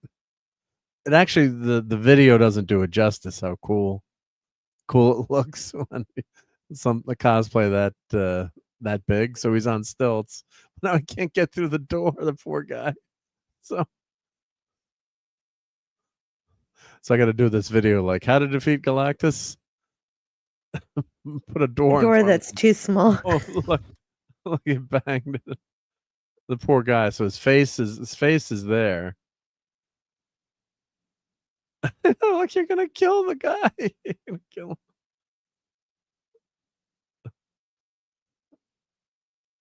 him. So now he's got to take the head off.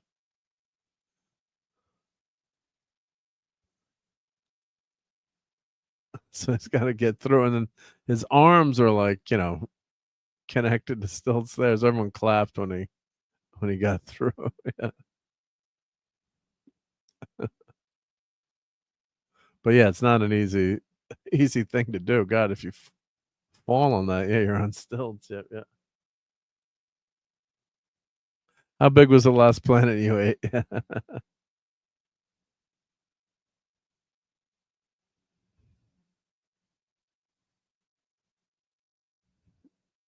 And the costume lights up too, which is really cool. And there's things moving on it.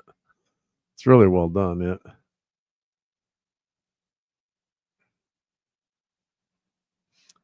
This big, yeah, right. Yeah.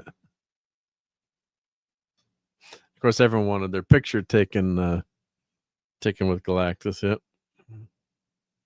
We'll have to turn It's that incredible. into a short. Yep. But he looks like he's like twice the height of a normal person there with the the stilts and the head being that big. Yep.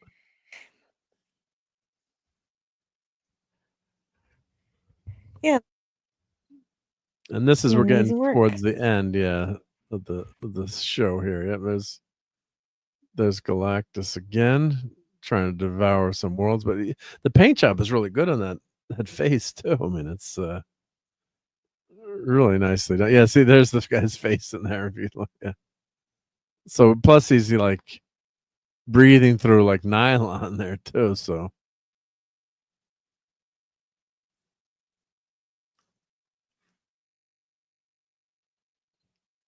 let's see. I think now he finally. It's a long video. I'll skip to the end, but I think towards the end, I was like, "Come on, walk this way."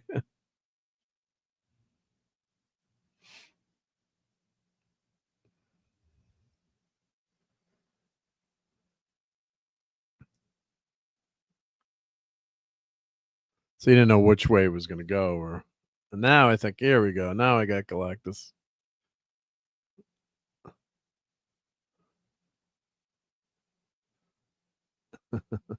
Yeah, there it is. There you go. Hey, Yeah, you were dedicated.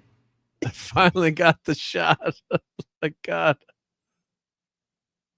took forever. Yeah, yeah. I bought this Mighty Mouse comic.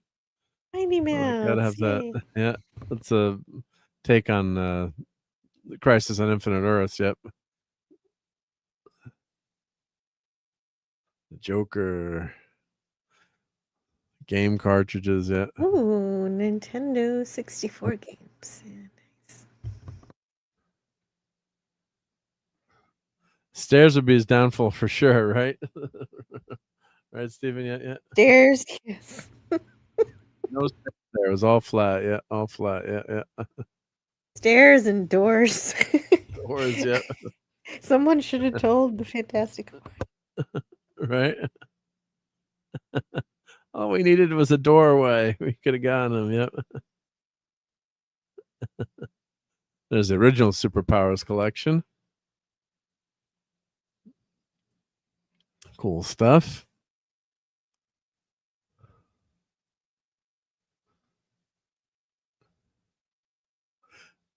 Oh, the Rancor. That's cool. How much is the Rancor?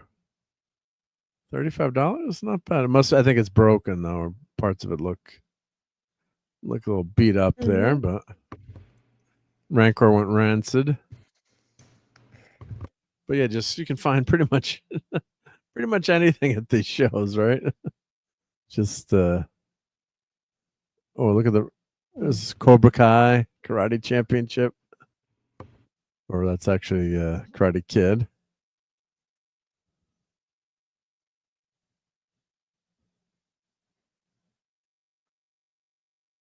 Comics, and more comics. Yep.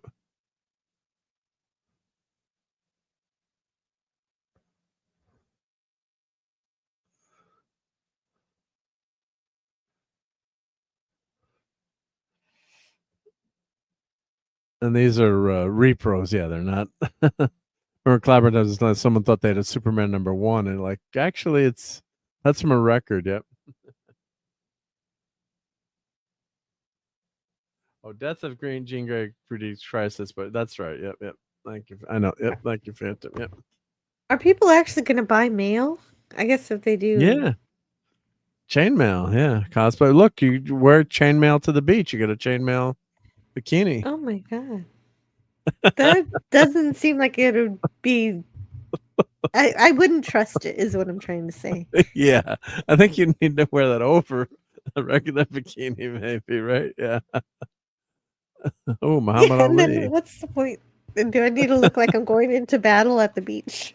Yeah. Well, the Red Sonja's, I think that's one of the, they make allude to that, like, where they are, because she's just got the bikini armor. It's like, will this protect you? No, but you'll look good in it. At least so they kind of acknowledge it. Yeah. Yeah, I used to play World of Warcraft. That was exactly what happened. Yeah. The same armor for the man and the women kind of look different, but they provide Right. the same protection somehow. Yeah, we're still going. Oh, how many? Oh, we're 4.5 hours. Yeah, we do these marathon streams for for when I go to a con. And this is part 2, so we're almost there. And I wanted to talk to this guy, but he was deep in thought and counting something. But this is a bearded shirt. That's definitely a bearded shirt with that classic FF cover there. Look at all these gorgeous comics here on this wall. This wall is FF1. Oh, look at FF3 when they got their uniforms. Oh, that's a great wall of comics. Oh, so good. Yeah. Yeah, more comic book sets. Yeah.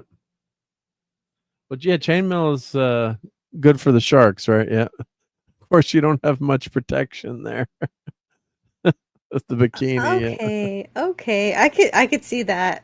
Yeah. Right. He has a point, but only if I had like if they had a whole one piece set for Right. then maybe I feel a little more protected.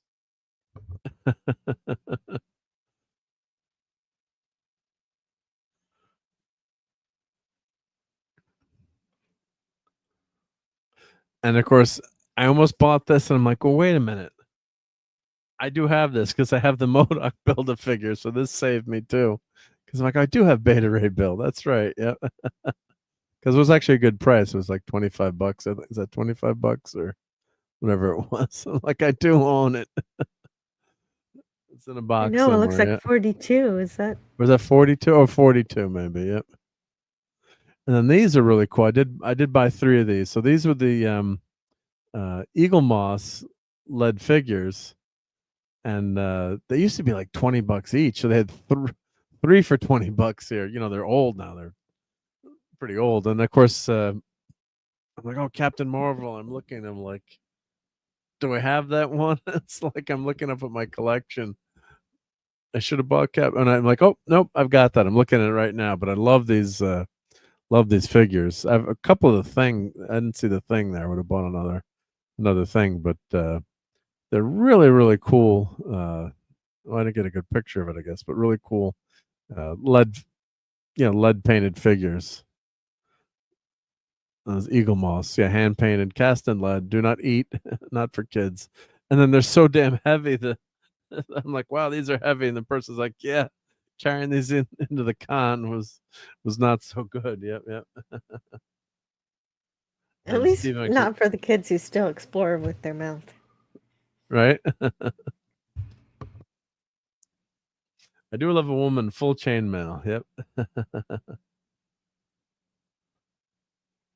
Wait, you wanted to get the Beta Ray Bill, but not the Jane Foster Thor?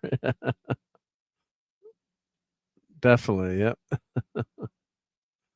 And the patches aren't as big, I think, as they used to be. The patches people went crazy with the patches, and I don't think they're as big these days.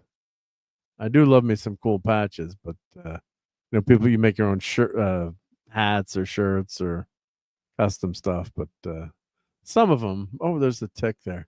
Plus, they're $8 each. So I was like, not. I mean, I know everything's expensive these days too, but yeah.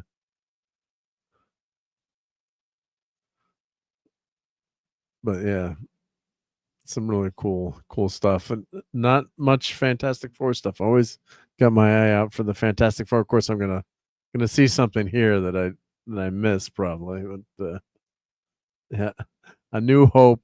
That's cool. Luke, the Obama poster. Oh, we got some Star Trek. That's cool, isn't it? Yeah. Oh, we got some yeah, even some Stargate. Oh yeah. Interesting. Yeah.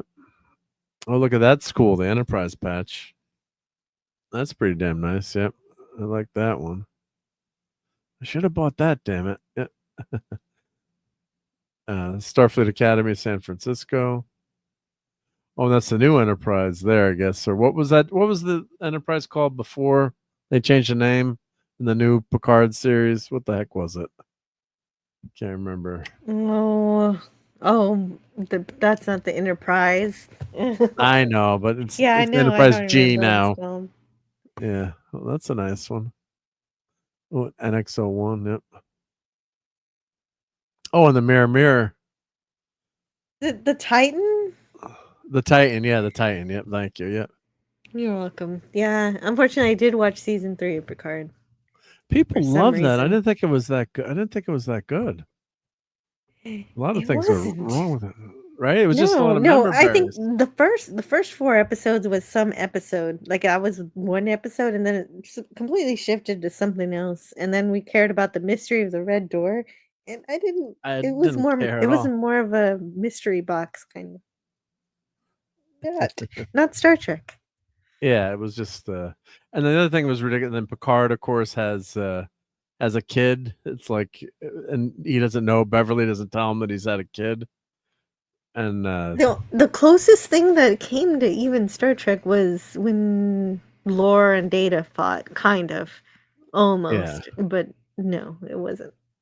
Yeah, right. And they're elderly, so they had to have gone through a lot of scientific. They had to go to a lot of doctors to get a baby at their age. well, yeah, they didn't say how far after TNG, but you don't know how old Beverly is. But the other thing is, in the future, I'm imagining women can just turn their reproductive capabilities on or off. Like, in the future, you're not gonna get pregnant by surprise, centuries in the future. I mean, think of now, They had to have done it on purpose.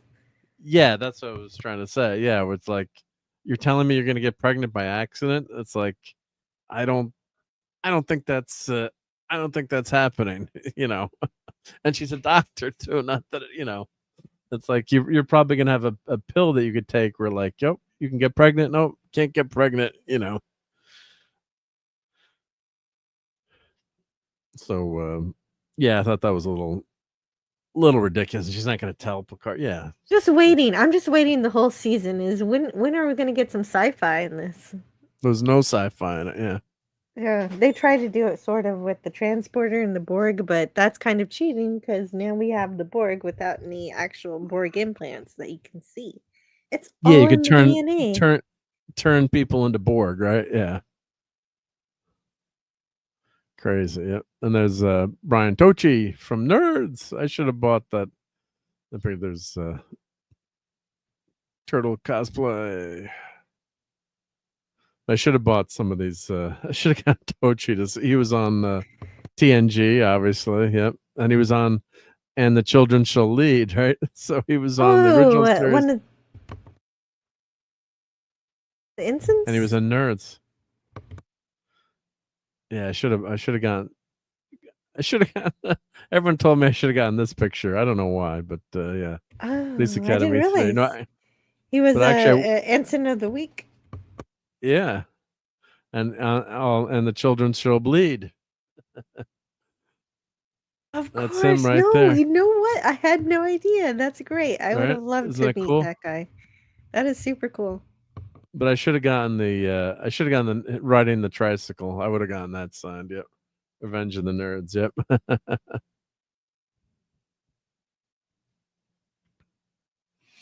Nerds. Get your nerds. Yep. That's And this is perfect. Yeah, no, it's a terrible episode, but the kids were cool. And of course, whenever you go to these cons, like at the end of the day, like these lines are massive, and if the people are still there, I don't know if Billy Zane is there, but Tyler was still there. Superman and Lois were still there. A couple of times I've walked up and just said hi, like hi, like I just want to say hi. Like Hallie Atwell's obviously there. Oh, Pink Ranger there. There you go, Donnie.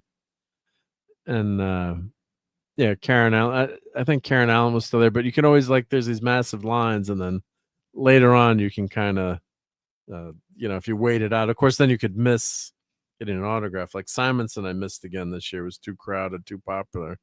I just had a couple books to sign, and Louise Simonson too, all-time great comic book creator. I think he was Phantom Tyler. There you go. Selfie 100, autograph 100, combo 180, cash only. In God we trust, all others must pay cash.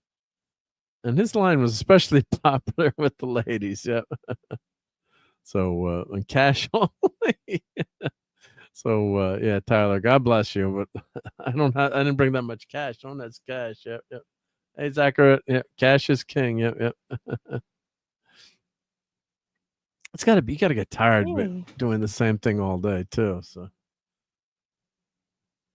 And John Wesley Shipp was super nice. He was uber nice and spent a lot of time talking to me. And I finally said, "You've got a lot of other people in line behind you." His line was very, very crowded. Yeah.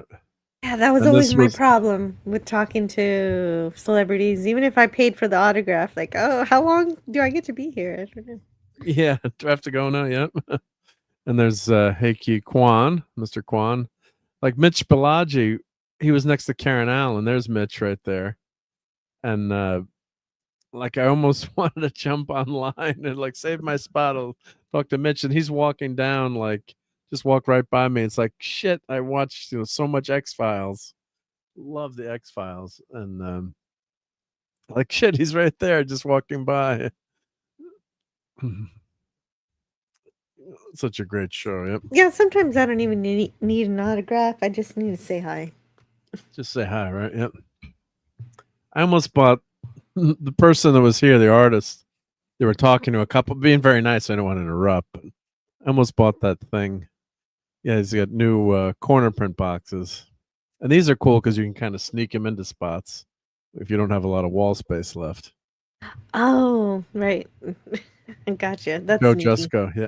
Yeah, so you can put them in. That's really cool. Black Widow, the classic Black Widow look. Yeah. Yeah, new FF ones. I almost bought I was going to buy the Thing one, but then he was talking, so I didn't. Phantom Outsider's asking how much these were. Yeah, so those were $20 each. Yep. Oh, Phantom. Yeah. No, a lot of people took credit cards. Yeah. Because, most people don't carry cash anymore, right? Yeah, no. Yeah, most people have a little square card reader or something like it for you. Yeah. Yeah. So good thing it was a casino nearby. Yeah. Yeah, Gates McFadden had a square card reader for me when I got an autograph from her. Yeah, they usually have an assistant there helping them, and yeah. And Stephen, I said, yeah, wouldn't mind. I get tired of selling selfies all day for $100 a pop. I guess, yeah. Yeah, the corner That's box true. prints. They're doing the same thing over and over, but that's because they're earning from it. Right? All 4 for $60. Oh shit, that would have been a good deal. But Joe was talking to people, so that's not a bad deal. All 4 for $60. Yep. Of course, they were big. They're really big, so I tough don't to know, Mark. carry. Sometimes I think you're too polite. You want to give somebody money, you say, "Hey, take my money." Well, I was already over budget at this point, so I was debating it. And I'm like, which thing do I want? I'm like, do I get this one or this one? And I was leaning towards this one with the torch, but I'm like, I like this one with all, the group together. I should have just bought them all for $60. Yeah. I'll be back next year. Yep. And this is my last purchase at the show. I bought Farscape cards for $5. Yep. Oh yeah, I do like cards. Those Yeah, are more my cards are speed. fun. Cards are fun. Oh You yeah, have we some got Star some Trek TNG cards. there. Yeah, look, TNG. There's also some prisoner cards too in the next box. I think. Did I take a picture of that? We got Buffy. I didn't even know think they there was a made prisoner Battlefield Earth. cards. Yeah, there was. I think. Did I get a picture of it? I definitely did see it, but I think it was in the much more expensive box. Maybe that's why. I guess I didn't get a picture of it, but there were some prisoner. Oh yeah, here we go. The Pretty prisoners. much, I would have grabbed that. Oh, I should That have would have grabbed that. been That was mine. stupid. That was stupid. Why did I not grab that too? I think I was down to my last $5. Yeah, that might have been it. Well, it's good that you have a budget, so you don't I go think overboard. actually, yeah, I think actually I had singles. I think I paid her with singles of the $5. Yep. But yeah, the prisoner. Oh, I should have gotten the prisoner cards too. Yep. Damn it.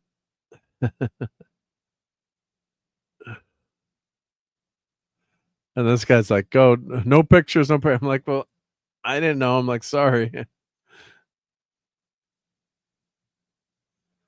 From Cardassia with love. Yep. These are Join too Starfleet. cartoony. Yeah. They're fun though. Yeah, I Look at the guess so. Uhura. They're fun. Yeah, yeah. I mean, it's whatever style you like, but yeah. Mm. Get this signed. Yeah, yeah.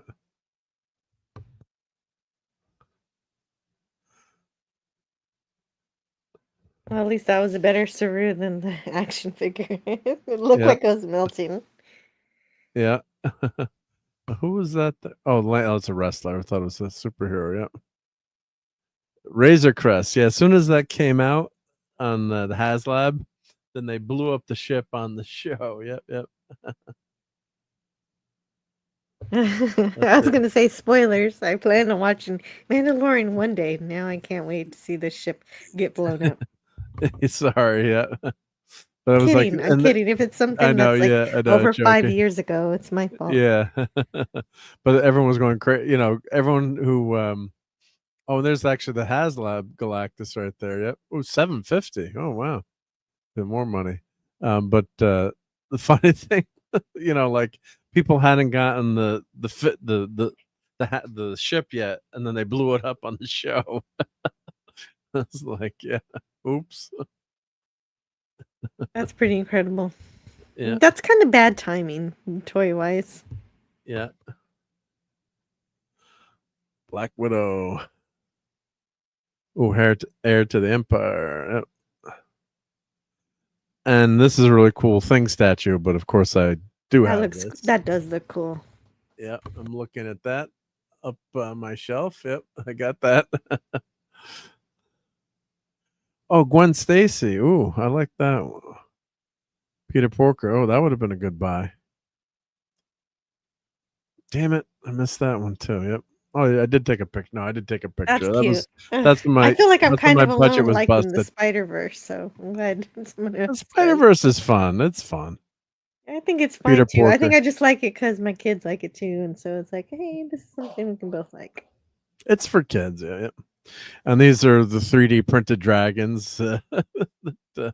There's Scourge everywhere now. They're very cool. I printed one myself, but it's just. Oh, I want to print one of the. I got a 3D printer. Oh, you if did get? didn't know? Cool, yeah, I do. I do have one of those now. What'd you get? that. What printer did you get? Oh, I don't really know what it is. Is it a I got it big more of one or one. little one?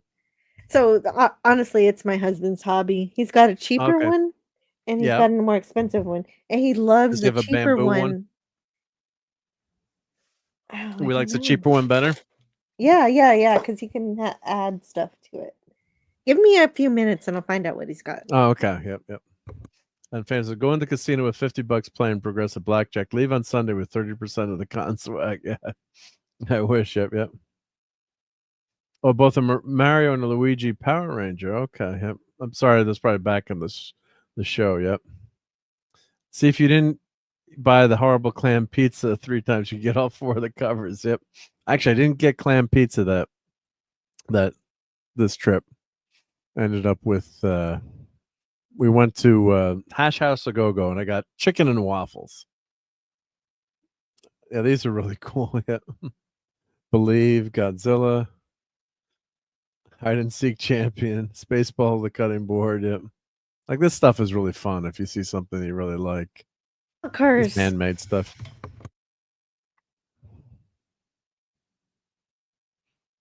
Bob's Burgers, One Piece. Oh, that One Piece sign is really well done. Yep. 3D printed signs. Yep. Of course, I can do that myself. That's Starfleet Command. That someone put that up on Bamboo Labs. So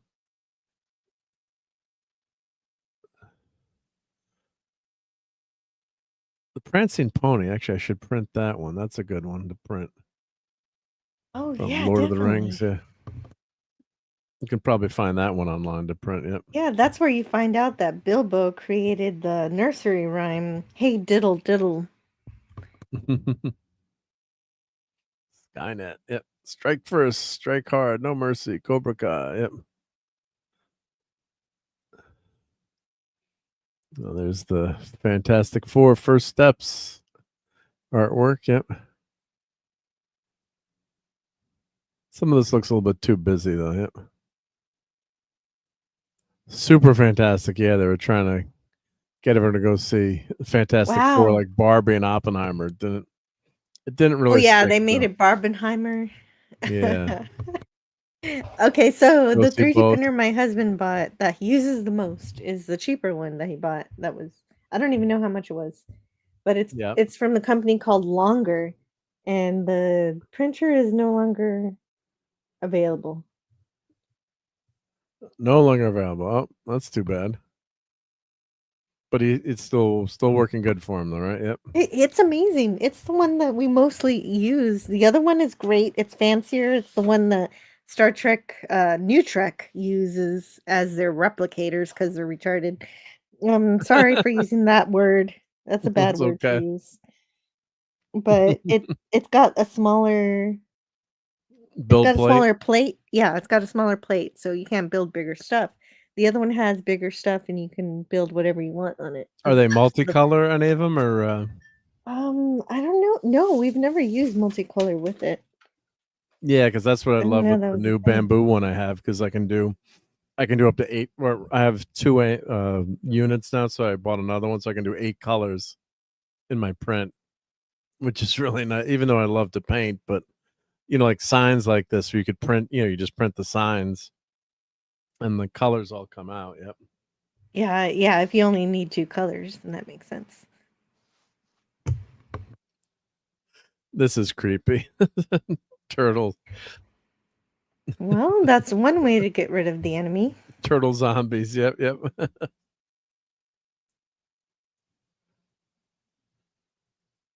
Oh, Don. Good night, Donnie.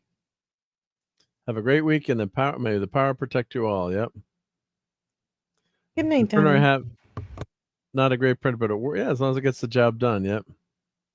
The bamboo is they're bamboo and Prusa, and there's a couple now. Basically, they're all coming out with 4-color or more, AMS or material systems, which are really cool. But yeah, never thought I could do all these different colors. Like, I just printed this cool Uno box.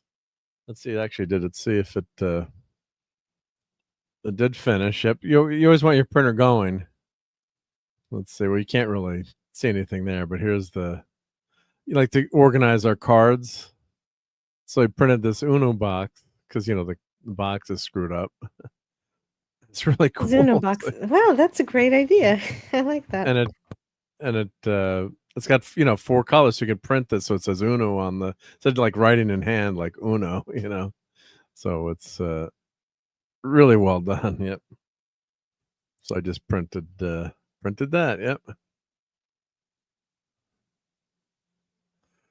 All right. I think we just have a few more pictures left. I think this is when I was headed out.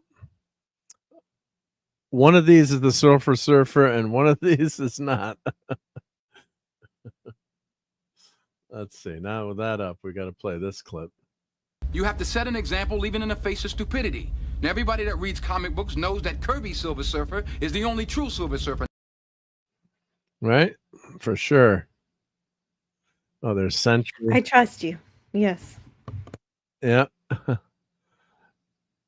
Yeah, there's some pretty nice figures. And actually, I think I just bought a bunch. These are the ones I bought from AliExpress, I think. I did not buy the female Silver Surfer, though. Yep. So a bunch of these I did buy. Yep. I'll have to do an unboxing of those. Yep. Dr. Doom. But I do want to build like a big Lego Galactus. Yep. Oh, there's Marvel Girl. Yeah, the X-Men. Yep. It's so cool. Yep. And what's good about these figures is they don't take up a lot of room, right? Right, right. Minifigures you can just hide in places. I got them everywhere. I got them all over my monitor. Yep.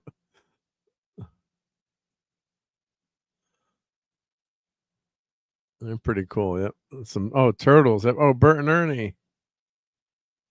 Yoshi. Yeah. Oh, I see Zelda also. Yep. Was a back one here? Where's Zelda's right next to Ernie. Yeah, Bert and Ernie. Yeah, she's right there. Yep.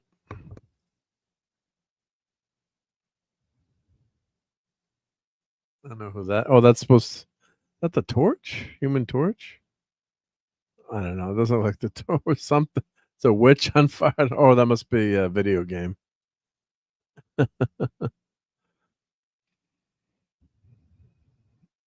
Just fun stuff. Yep.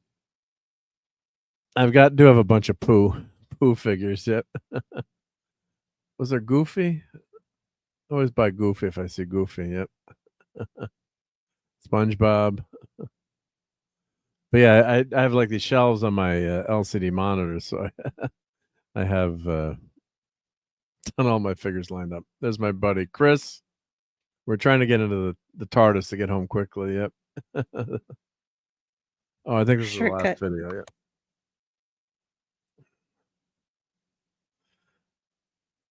Headed out the con. They have all these really cool prints on the wall. I saw the Rocketeer. Yeah. Spidey Man. The Flash. Shazam. But really cool prints here. Superman. So this is in the corridor headed in and out of Terrificon.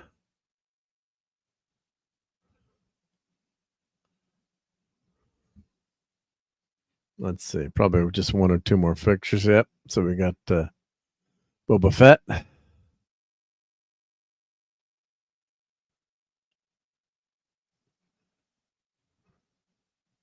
Oh, you can't hear him, but he was talking to him. No disintegrations, they were saying. Yeah.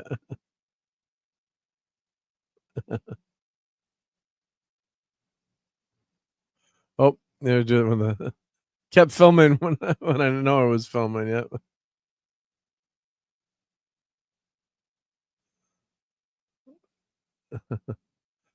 Like, let's take a picture with Watu. Always bet on the Fett. Yep. Gonna need a bigger nice. TARDIS, that's for sure. Right? Yeah. Yeah, What I is think these this? are- I like this. right? I knew you'd like this. Yep. So I think this is a custom made. I was asking. This is like the Star Trek Charter Oak group. You know that each state has their Federation outpost or so. This looks like it's custom made to me, right? I've never seen anything like this Oh, but before. it's pretty. Pretty, right? Yeah. Good. Let's see. Did I get? Oh, I guess I didn't get any more pictures. I had some pictures going in, but yeah, that's pretty cool. That looks like Med Lab from Beverly Crusher would have had that set up. Yep. Yeah, that's got to be all custom made. I bet. Yeah.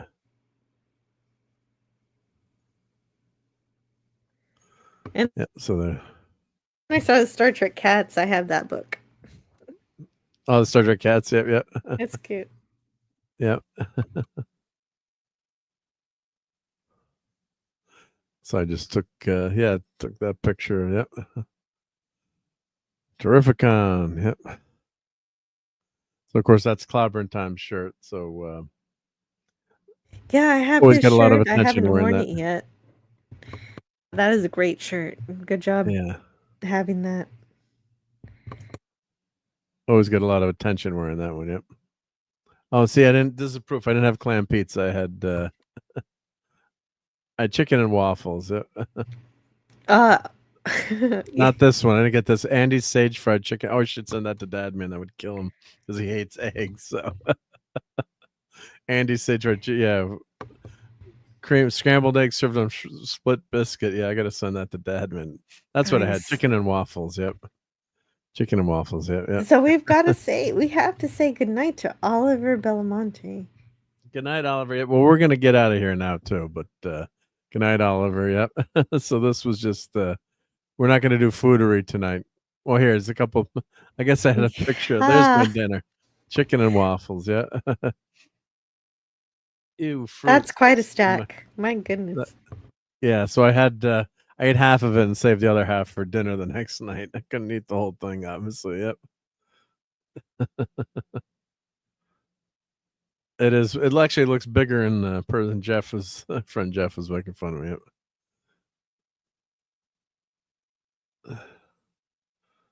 Terrificon. So this is welcome to Terrificon. Yep. I wanted to edit this into the video, like if I ever get around to making a video of all this stuff. Yep. So that's that's the entrance. Yep. And I think there's Mario and Luigi, right? Oh no, Wario. Well, yeah, there's Wario. But Wario, right? Yeah, that's Wario. I don't know who Wario, the other right? guy is. Oh, and this is what I bought. So But Hot Toys. Not Hot Toys, Hot Wheels. yeah, Hot Wheels. Yep, yep. So some cool stuff there. Yep. What, they didn't have a Spock car? I do own Spock actually, and those are the ones they didn't have Spock there, but I did. I looked and I do have it on my desk here. Yep. So I'm missing just one of the 6. There's 6 cars. Yep, yep. So this is a swag. You still need Chekhov. Yeah. Did they make Chekhov? I'm not sure, but yeah, this is all the stuff that I came home with. Yep. Fit into one bag. Yep. Bane. Yep. Venom with flicking tongue. Yep. Yep. Doc Samson. There's the Human Torch. Reed. And Nova. That's a great figure there. Yep. Richard Rider. Yep. And Thor. Yep. Oh, Steve's not here, but yep. And Lady Sif. Yep. And there's the Farscape cards. Farscape Yep. cards. I bet those are cool. Yep. So we got Captain Kirk's got quick delivery. What's he doing in the back seat there? Come on, Captain Kirk. Yep. That's right. I got to take the stickers off. Yeah, that's a cool one. Yeah. These are kind of funny, but I like They're them funny. anyway. Right? Oh, yeah, I did take the sticker off. Yep. The paint job is pretty good, actually. I don't know if there's it must be stickers, I guess, but what is a horror need with the super van? Yep. And McCoy's got Yeah, a exactly. Volkswagen panel bus, right? They're ridiculous, but they're fun. Yep. And then I got my picture with Karen Allen. Yep. And she signed my Raiders of the Lost Ark soundtrack, which was really cool. Yeah. Nice. And that's my thing artwork I got signed. Really like that. That's nice. All right. So we did it.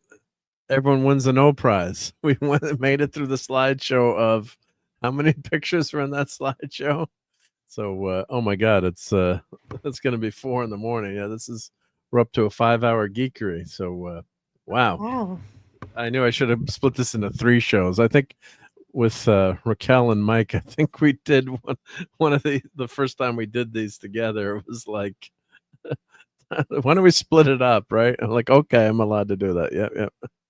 So you are allowed to split things up. That's always important, right? So wow. So thank you everyone who hung wasn't out gonna with stop us for you. these 5 hours. Yeah. And Jill, that was so nice of you to come in. You always, you have the links. You're always welcome to hop It in. was Which I know just you good know. timing. Usually I timing. come in at the same time and you're done, but this Yep. time it was good timing because I'm sorry I missed getting to talk to Courtney, but it was Yeah. good to be able to come in for her. No, for a while actually we're here. So thank you. Yep. And Lenrod says solid geekery. Thank you. Yep. Next week we still got the food. Yep. Terrificon 3 Right is on. electric eater. What? Yeah. You have some food? We missed food. Well, no, That's what I yeah. came here for. Yeah, well, we did show you the chicken and waffles, so you got that, right? Yep. All right. Well, let me say I'm not going to obviously thank you to all my channel members and supporters. Thank you, Jill, for being such a great friend. Thank you to Courtney. Thank you to Tom. Thank you to Steve Mitchum. Thank you to Lenrod, Phantom Outsider, Stream Element Spot, Stephen Mack, Courtney, of course, who was here. I said Courtney, right? Yeah, Phantom, Don Power Ranger, Zachara was here. Who else is here going back? Matthew Marzullo. Let's see. Wes Cagle, of course. Cagle, he's my friend. Cagle, Keely Chow. Let's see. Who else am I? Lenrod was here. Lenrod was here, right? Lenrod, yep. We had a lot of people hanging out with us tonight. Lisa, of course. Lisa was here. Prometheus 547. Of course, I'm not sure. Sometimes everyone's names are messed up. You have Caleb Levine. Lisa. Joe Dog was here. Simply Steve. Let's see. We got Wes Cagle. E. Clay Tomlinson. Void King was here. Captain Finity was here. Let's see who else was hanging out with us. The Dead Man was here. I got Caleb RobAltis, John Evan Bear. Wow, you get Joe Dog? I think I got Joe Dog, yep, but I'll say Joe Dog again. That's as high as I can. DJ Ronnie G. Yeah. Gap After Dark was here, and Tom from Midnight's Edge, of course. And Brian Hepburn. So thank you, everyone. Thank you again, Jill. And thank you, of course, to all the channel members. So let me read. Do I have my channel members listed? Let's see if I've got that to thank all the channel members. Nope, don't relaunch the update. Nope. Where's Chrome doing to me? Where's my downloads? Control D for downloads. Oh no, that's new bookmark. Yep. There we go. Let's thank our members. We take the So we've got Wes Cagle, Professor R2, Philip Story, Dadman, Metalorian, Nick Weiser, Shooter, DJ Ronnie G, RobAltis, RRTNZ, Max Redstone, Christian Delorme, 70s Rock Fan, Dave C, you, Jill, thank you, Jill, JT Kirk, and Brian Hepburn. So again, You're thank you to all welcome the. always. I will always be a Thank- member. Soup thank Can you, was thank also here. Oh, Soup Can. Okay, yep. Don't want to miss anyone. Yep. And such a great stream. That's Sue Chan. Okay, thank you. Yep, much appreciated. Hope you guys all enjoyed that slideshow there and all the stuff we covered. And of course, we did a lot of Alien Earth and box office stuff with Tom and the gang too. So, yep. So Streambot beat me in points. Only a number 2 finish tonight. Oh yeah, that's right. Yeah, they do the great. You know the you can see number 1, number 2. Oh yeah, if I look on the YouTube side, yep. Darn stream bots. Yeah, well, don't count the bots. Don't count, right? Because they're posting all the time. Yeah, but I appreciate everyone who's been posting and so active in the chat. So you guys could be watching other stuff, right? You could be watching Star Trek Discovery. Just kidding, but no, really appreciate everyone hanging out with us and spending time and supporting us here because we have a lot of fun doing it. But always appreciate that support. So, Jill, what do you got? Do you have a shore leave episode? Gosh, tomorrow or no? No, not Camera. tomorrow. I'm not doing tomorrow. short. It's Tuesday. Tomorrow, I'm preparing something very important for Tuesday. Because Tuesday, as yeah. you know, Tuesday is Gene Roddenberry's birthday. It's going to be his 104th. And on Tuesday, instead of reviewing the Twilight Zone, normally on Tuesday I review the Twilight Zone. Your But zone, this right? Tuesday, Yeah. this Tuesday, I'm reviewing something for Gene. So I'm going to review Planet Earth, which is a movie cool. that he wrote with Diana Mulder and some other Star Trek actors, and it's going to be a good time. Was Because that of course I'm going was to that like a celebrate him. backdoor? Was that a pilot that they just did, or was that a one-off movie? I'm going to find out about it tomorrow. Okay. It obviously became just a one-off movie, but I'm not sure if he intended it to be a series. That'll be interesting to learn. Do you know Yeah, anything because a about lot it? of times I don't know, but I know like some of his other things were intended as pilots, and then it didn't get picked up, so it became Sounds like Gene. It sounds because he Yeah. was very an opportunistic guy. He wanted to make stuff. yeah. Well, yeah, and you always try to do that, right? Yeah. So Andromeda became the TV series way later, long time after. But wasn't that he had that written a while? I don't know the exact history of that, but I think was that his last show that got made, or Sounds with about Kevin right. Sorbo? I'm just guessing, but the Questor tapes and so That was a yeah, good movie. I might review Yeah. that at some point. So are you so you're doing Planet Earth is what you said you were doing? That's right. Planet Earth for Tuesday for his 104th birthday. Yeah. Oh, so he reworked the Genesis 2 concept as a second pilot, Planet Earth. Yeah, so it was a pilot. Yep. Yeah, so this is what they did, these backdoor pilots. Yeah. You must have known. You knew this Yeah. all along. Don't question yourself. You know what you're Don't question talking yourself. about. Yeah. Sometimes my brain works. Yeah. But yeah, no, everyone, let me put Jill's link in the chat, and I always thank you for always whenever I'm lurking or on your channel, I always see my name comes up, which is so nice. Yep. So let me put Definitely. Jill's. Yeah, I like to promote you as much as I can. My bot died recently because I reinstalled my computer, but I'm gonna get it all back up. I stream every Tuesday and Friday at 11 a.m. Central Time. On Tuesdays, I normally do the Twilight Zone, except for this Tuesday. Can't have Twilight Zone on Gene's birthday. Gotta do Yeah, something yeah. crazy. So we're doing Planet Earth. That's And cool. on Yep. and on Fridays we do random stuff.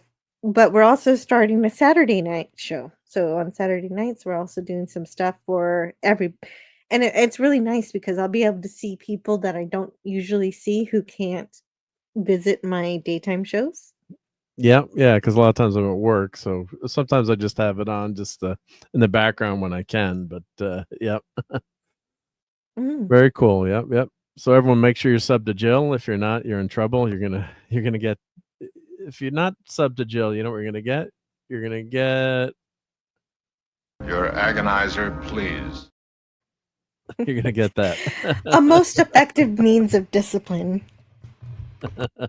Oh, here's a question from Wes. Did Gene write for the Twilight Zone? Not so far that I could see. No, No, I don't think so. Yeah, in my member banks, I don't think so. it's mostly just of course Rod Serling, and then they have other writers, but not Gene, as Yeah. far as I can tell. Yep. If you ain't sub to Jill, there's something wrong with you. Yep. All right. Well, let's get on out of here before the sunlight comes out on the East Coast here. I got to go to work tomorrow still. So, but Jill, thank you again so much. And everyone, of course, make sure you're sub to Jill. And we'll catch you during the week. Toxic Tuesday's back. Summer's winding down, which is sad, but I'm going to try to get some more Terrificon videos out and some Fantastic Four stuff I'd like to show. And I did get the new tricorder from the Wand Company, Jill. So I've got to do I haven't even opened it. I didn't open it up out of the box yet because I want to do it on camera. So I'm waiting to do that. But I can't even open the box. I'm like, well, I did open it just to make sure it was in there, but I didn't even take it out yet. So that's been killing me. Hey, so are you going to do that live, or are you going to do that on a I think I'm going to recorded do video? I think I'll do it live probably. Yep. I'm not sure when, but it's like I've had it for a week plus, but I've been so busy that I can't get to it, which is Sounds like I've horrendous, returned at the exact right time. yeah, so hopefully I'll get it. But yeah, if you're around, maybe that'd be fun if you want to come on when I do that. But Yeah, I'll let you know, no, maybe. I have been considering putting myself in the running to get one of those, but Well, I hope I'm not too late. they're tough to get, which is crazy. But hopefully they'll make I mean, with the demand, you'd think they'd make as many as they could sell, right? But Don't people like money? Yeah, don't people like money, right? Yeah, well, I think it's a supply chain issue, or they're a small company, so that's complicated to make. But yeah, I didn't even. I just kind of opened it and looked at it, and then I mean, I like just opened the outside of the box. I'm like, it's in there, and I didn't, and I closed it. I'm like, yeah, I gotta do this online, so do a stream. Yep. So, but yep, that's my. I've been waiting so long to get that, so that's really glad I got it finally. Yep. So, all right. Well, it was great hanging out with everyone for this marathon. 5 hours and 17 minutes and 12 seconds Sunday Night Geekery. This is one of the longest ones, but God bless you all. Thank you all, and we'll catch you next week on Sunday Night Geekery. Peace and long life. Yeah, if I can find my outro here. Where's my outro? Here's my outro. All right, thanks everyone. Good night. Fun storming the castle. It's 106 miles to Chicago. We got a full tank of gas, half a pack of cigarettes. It's dark, and we're wearing sunglasses. Hit it.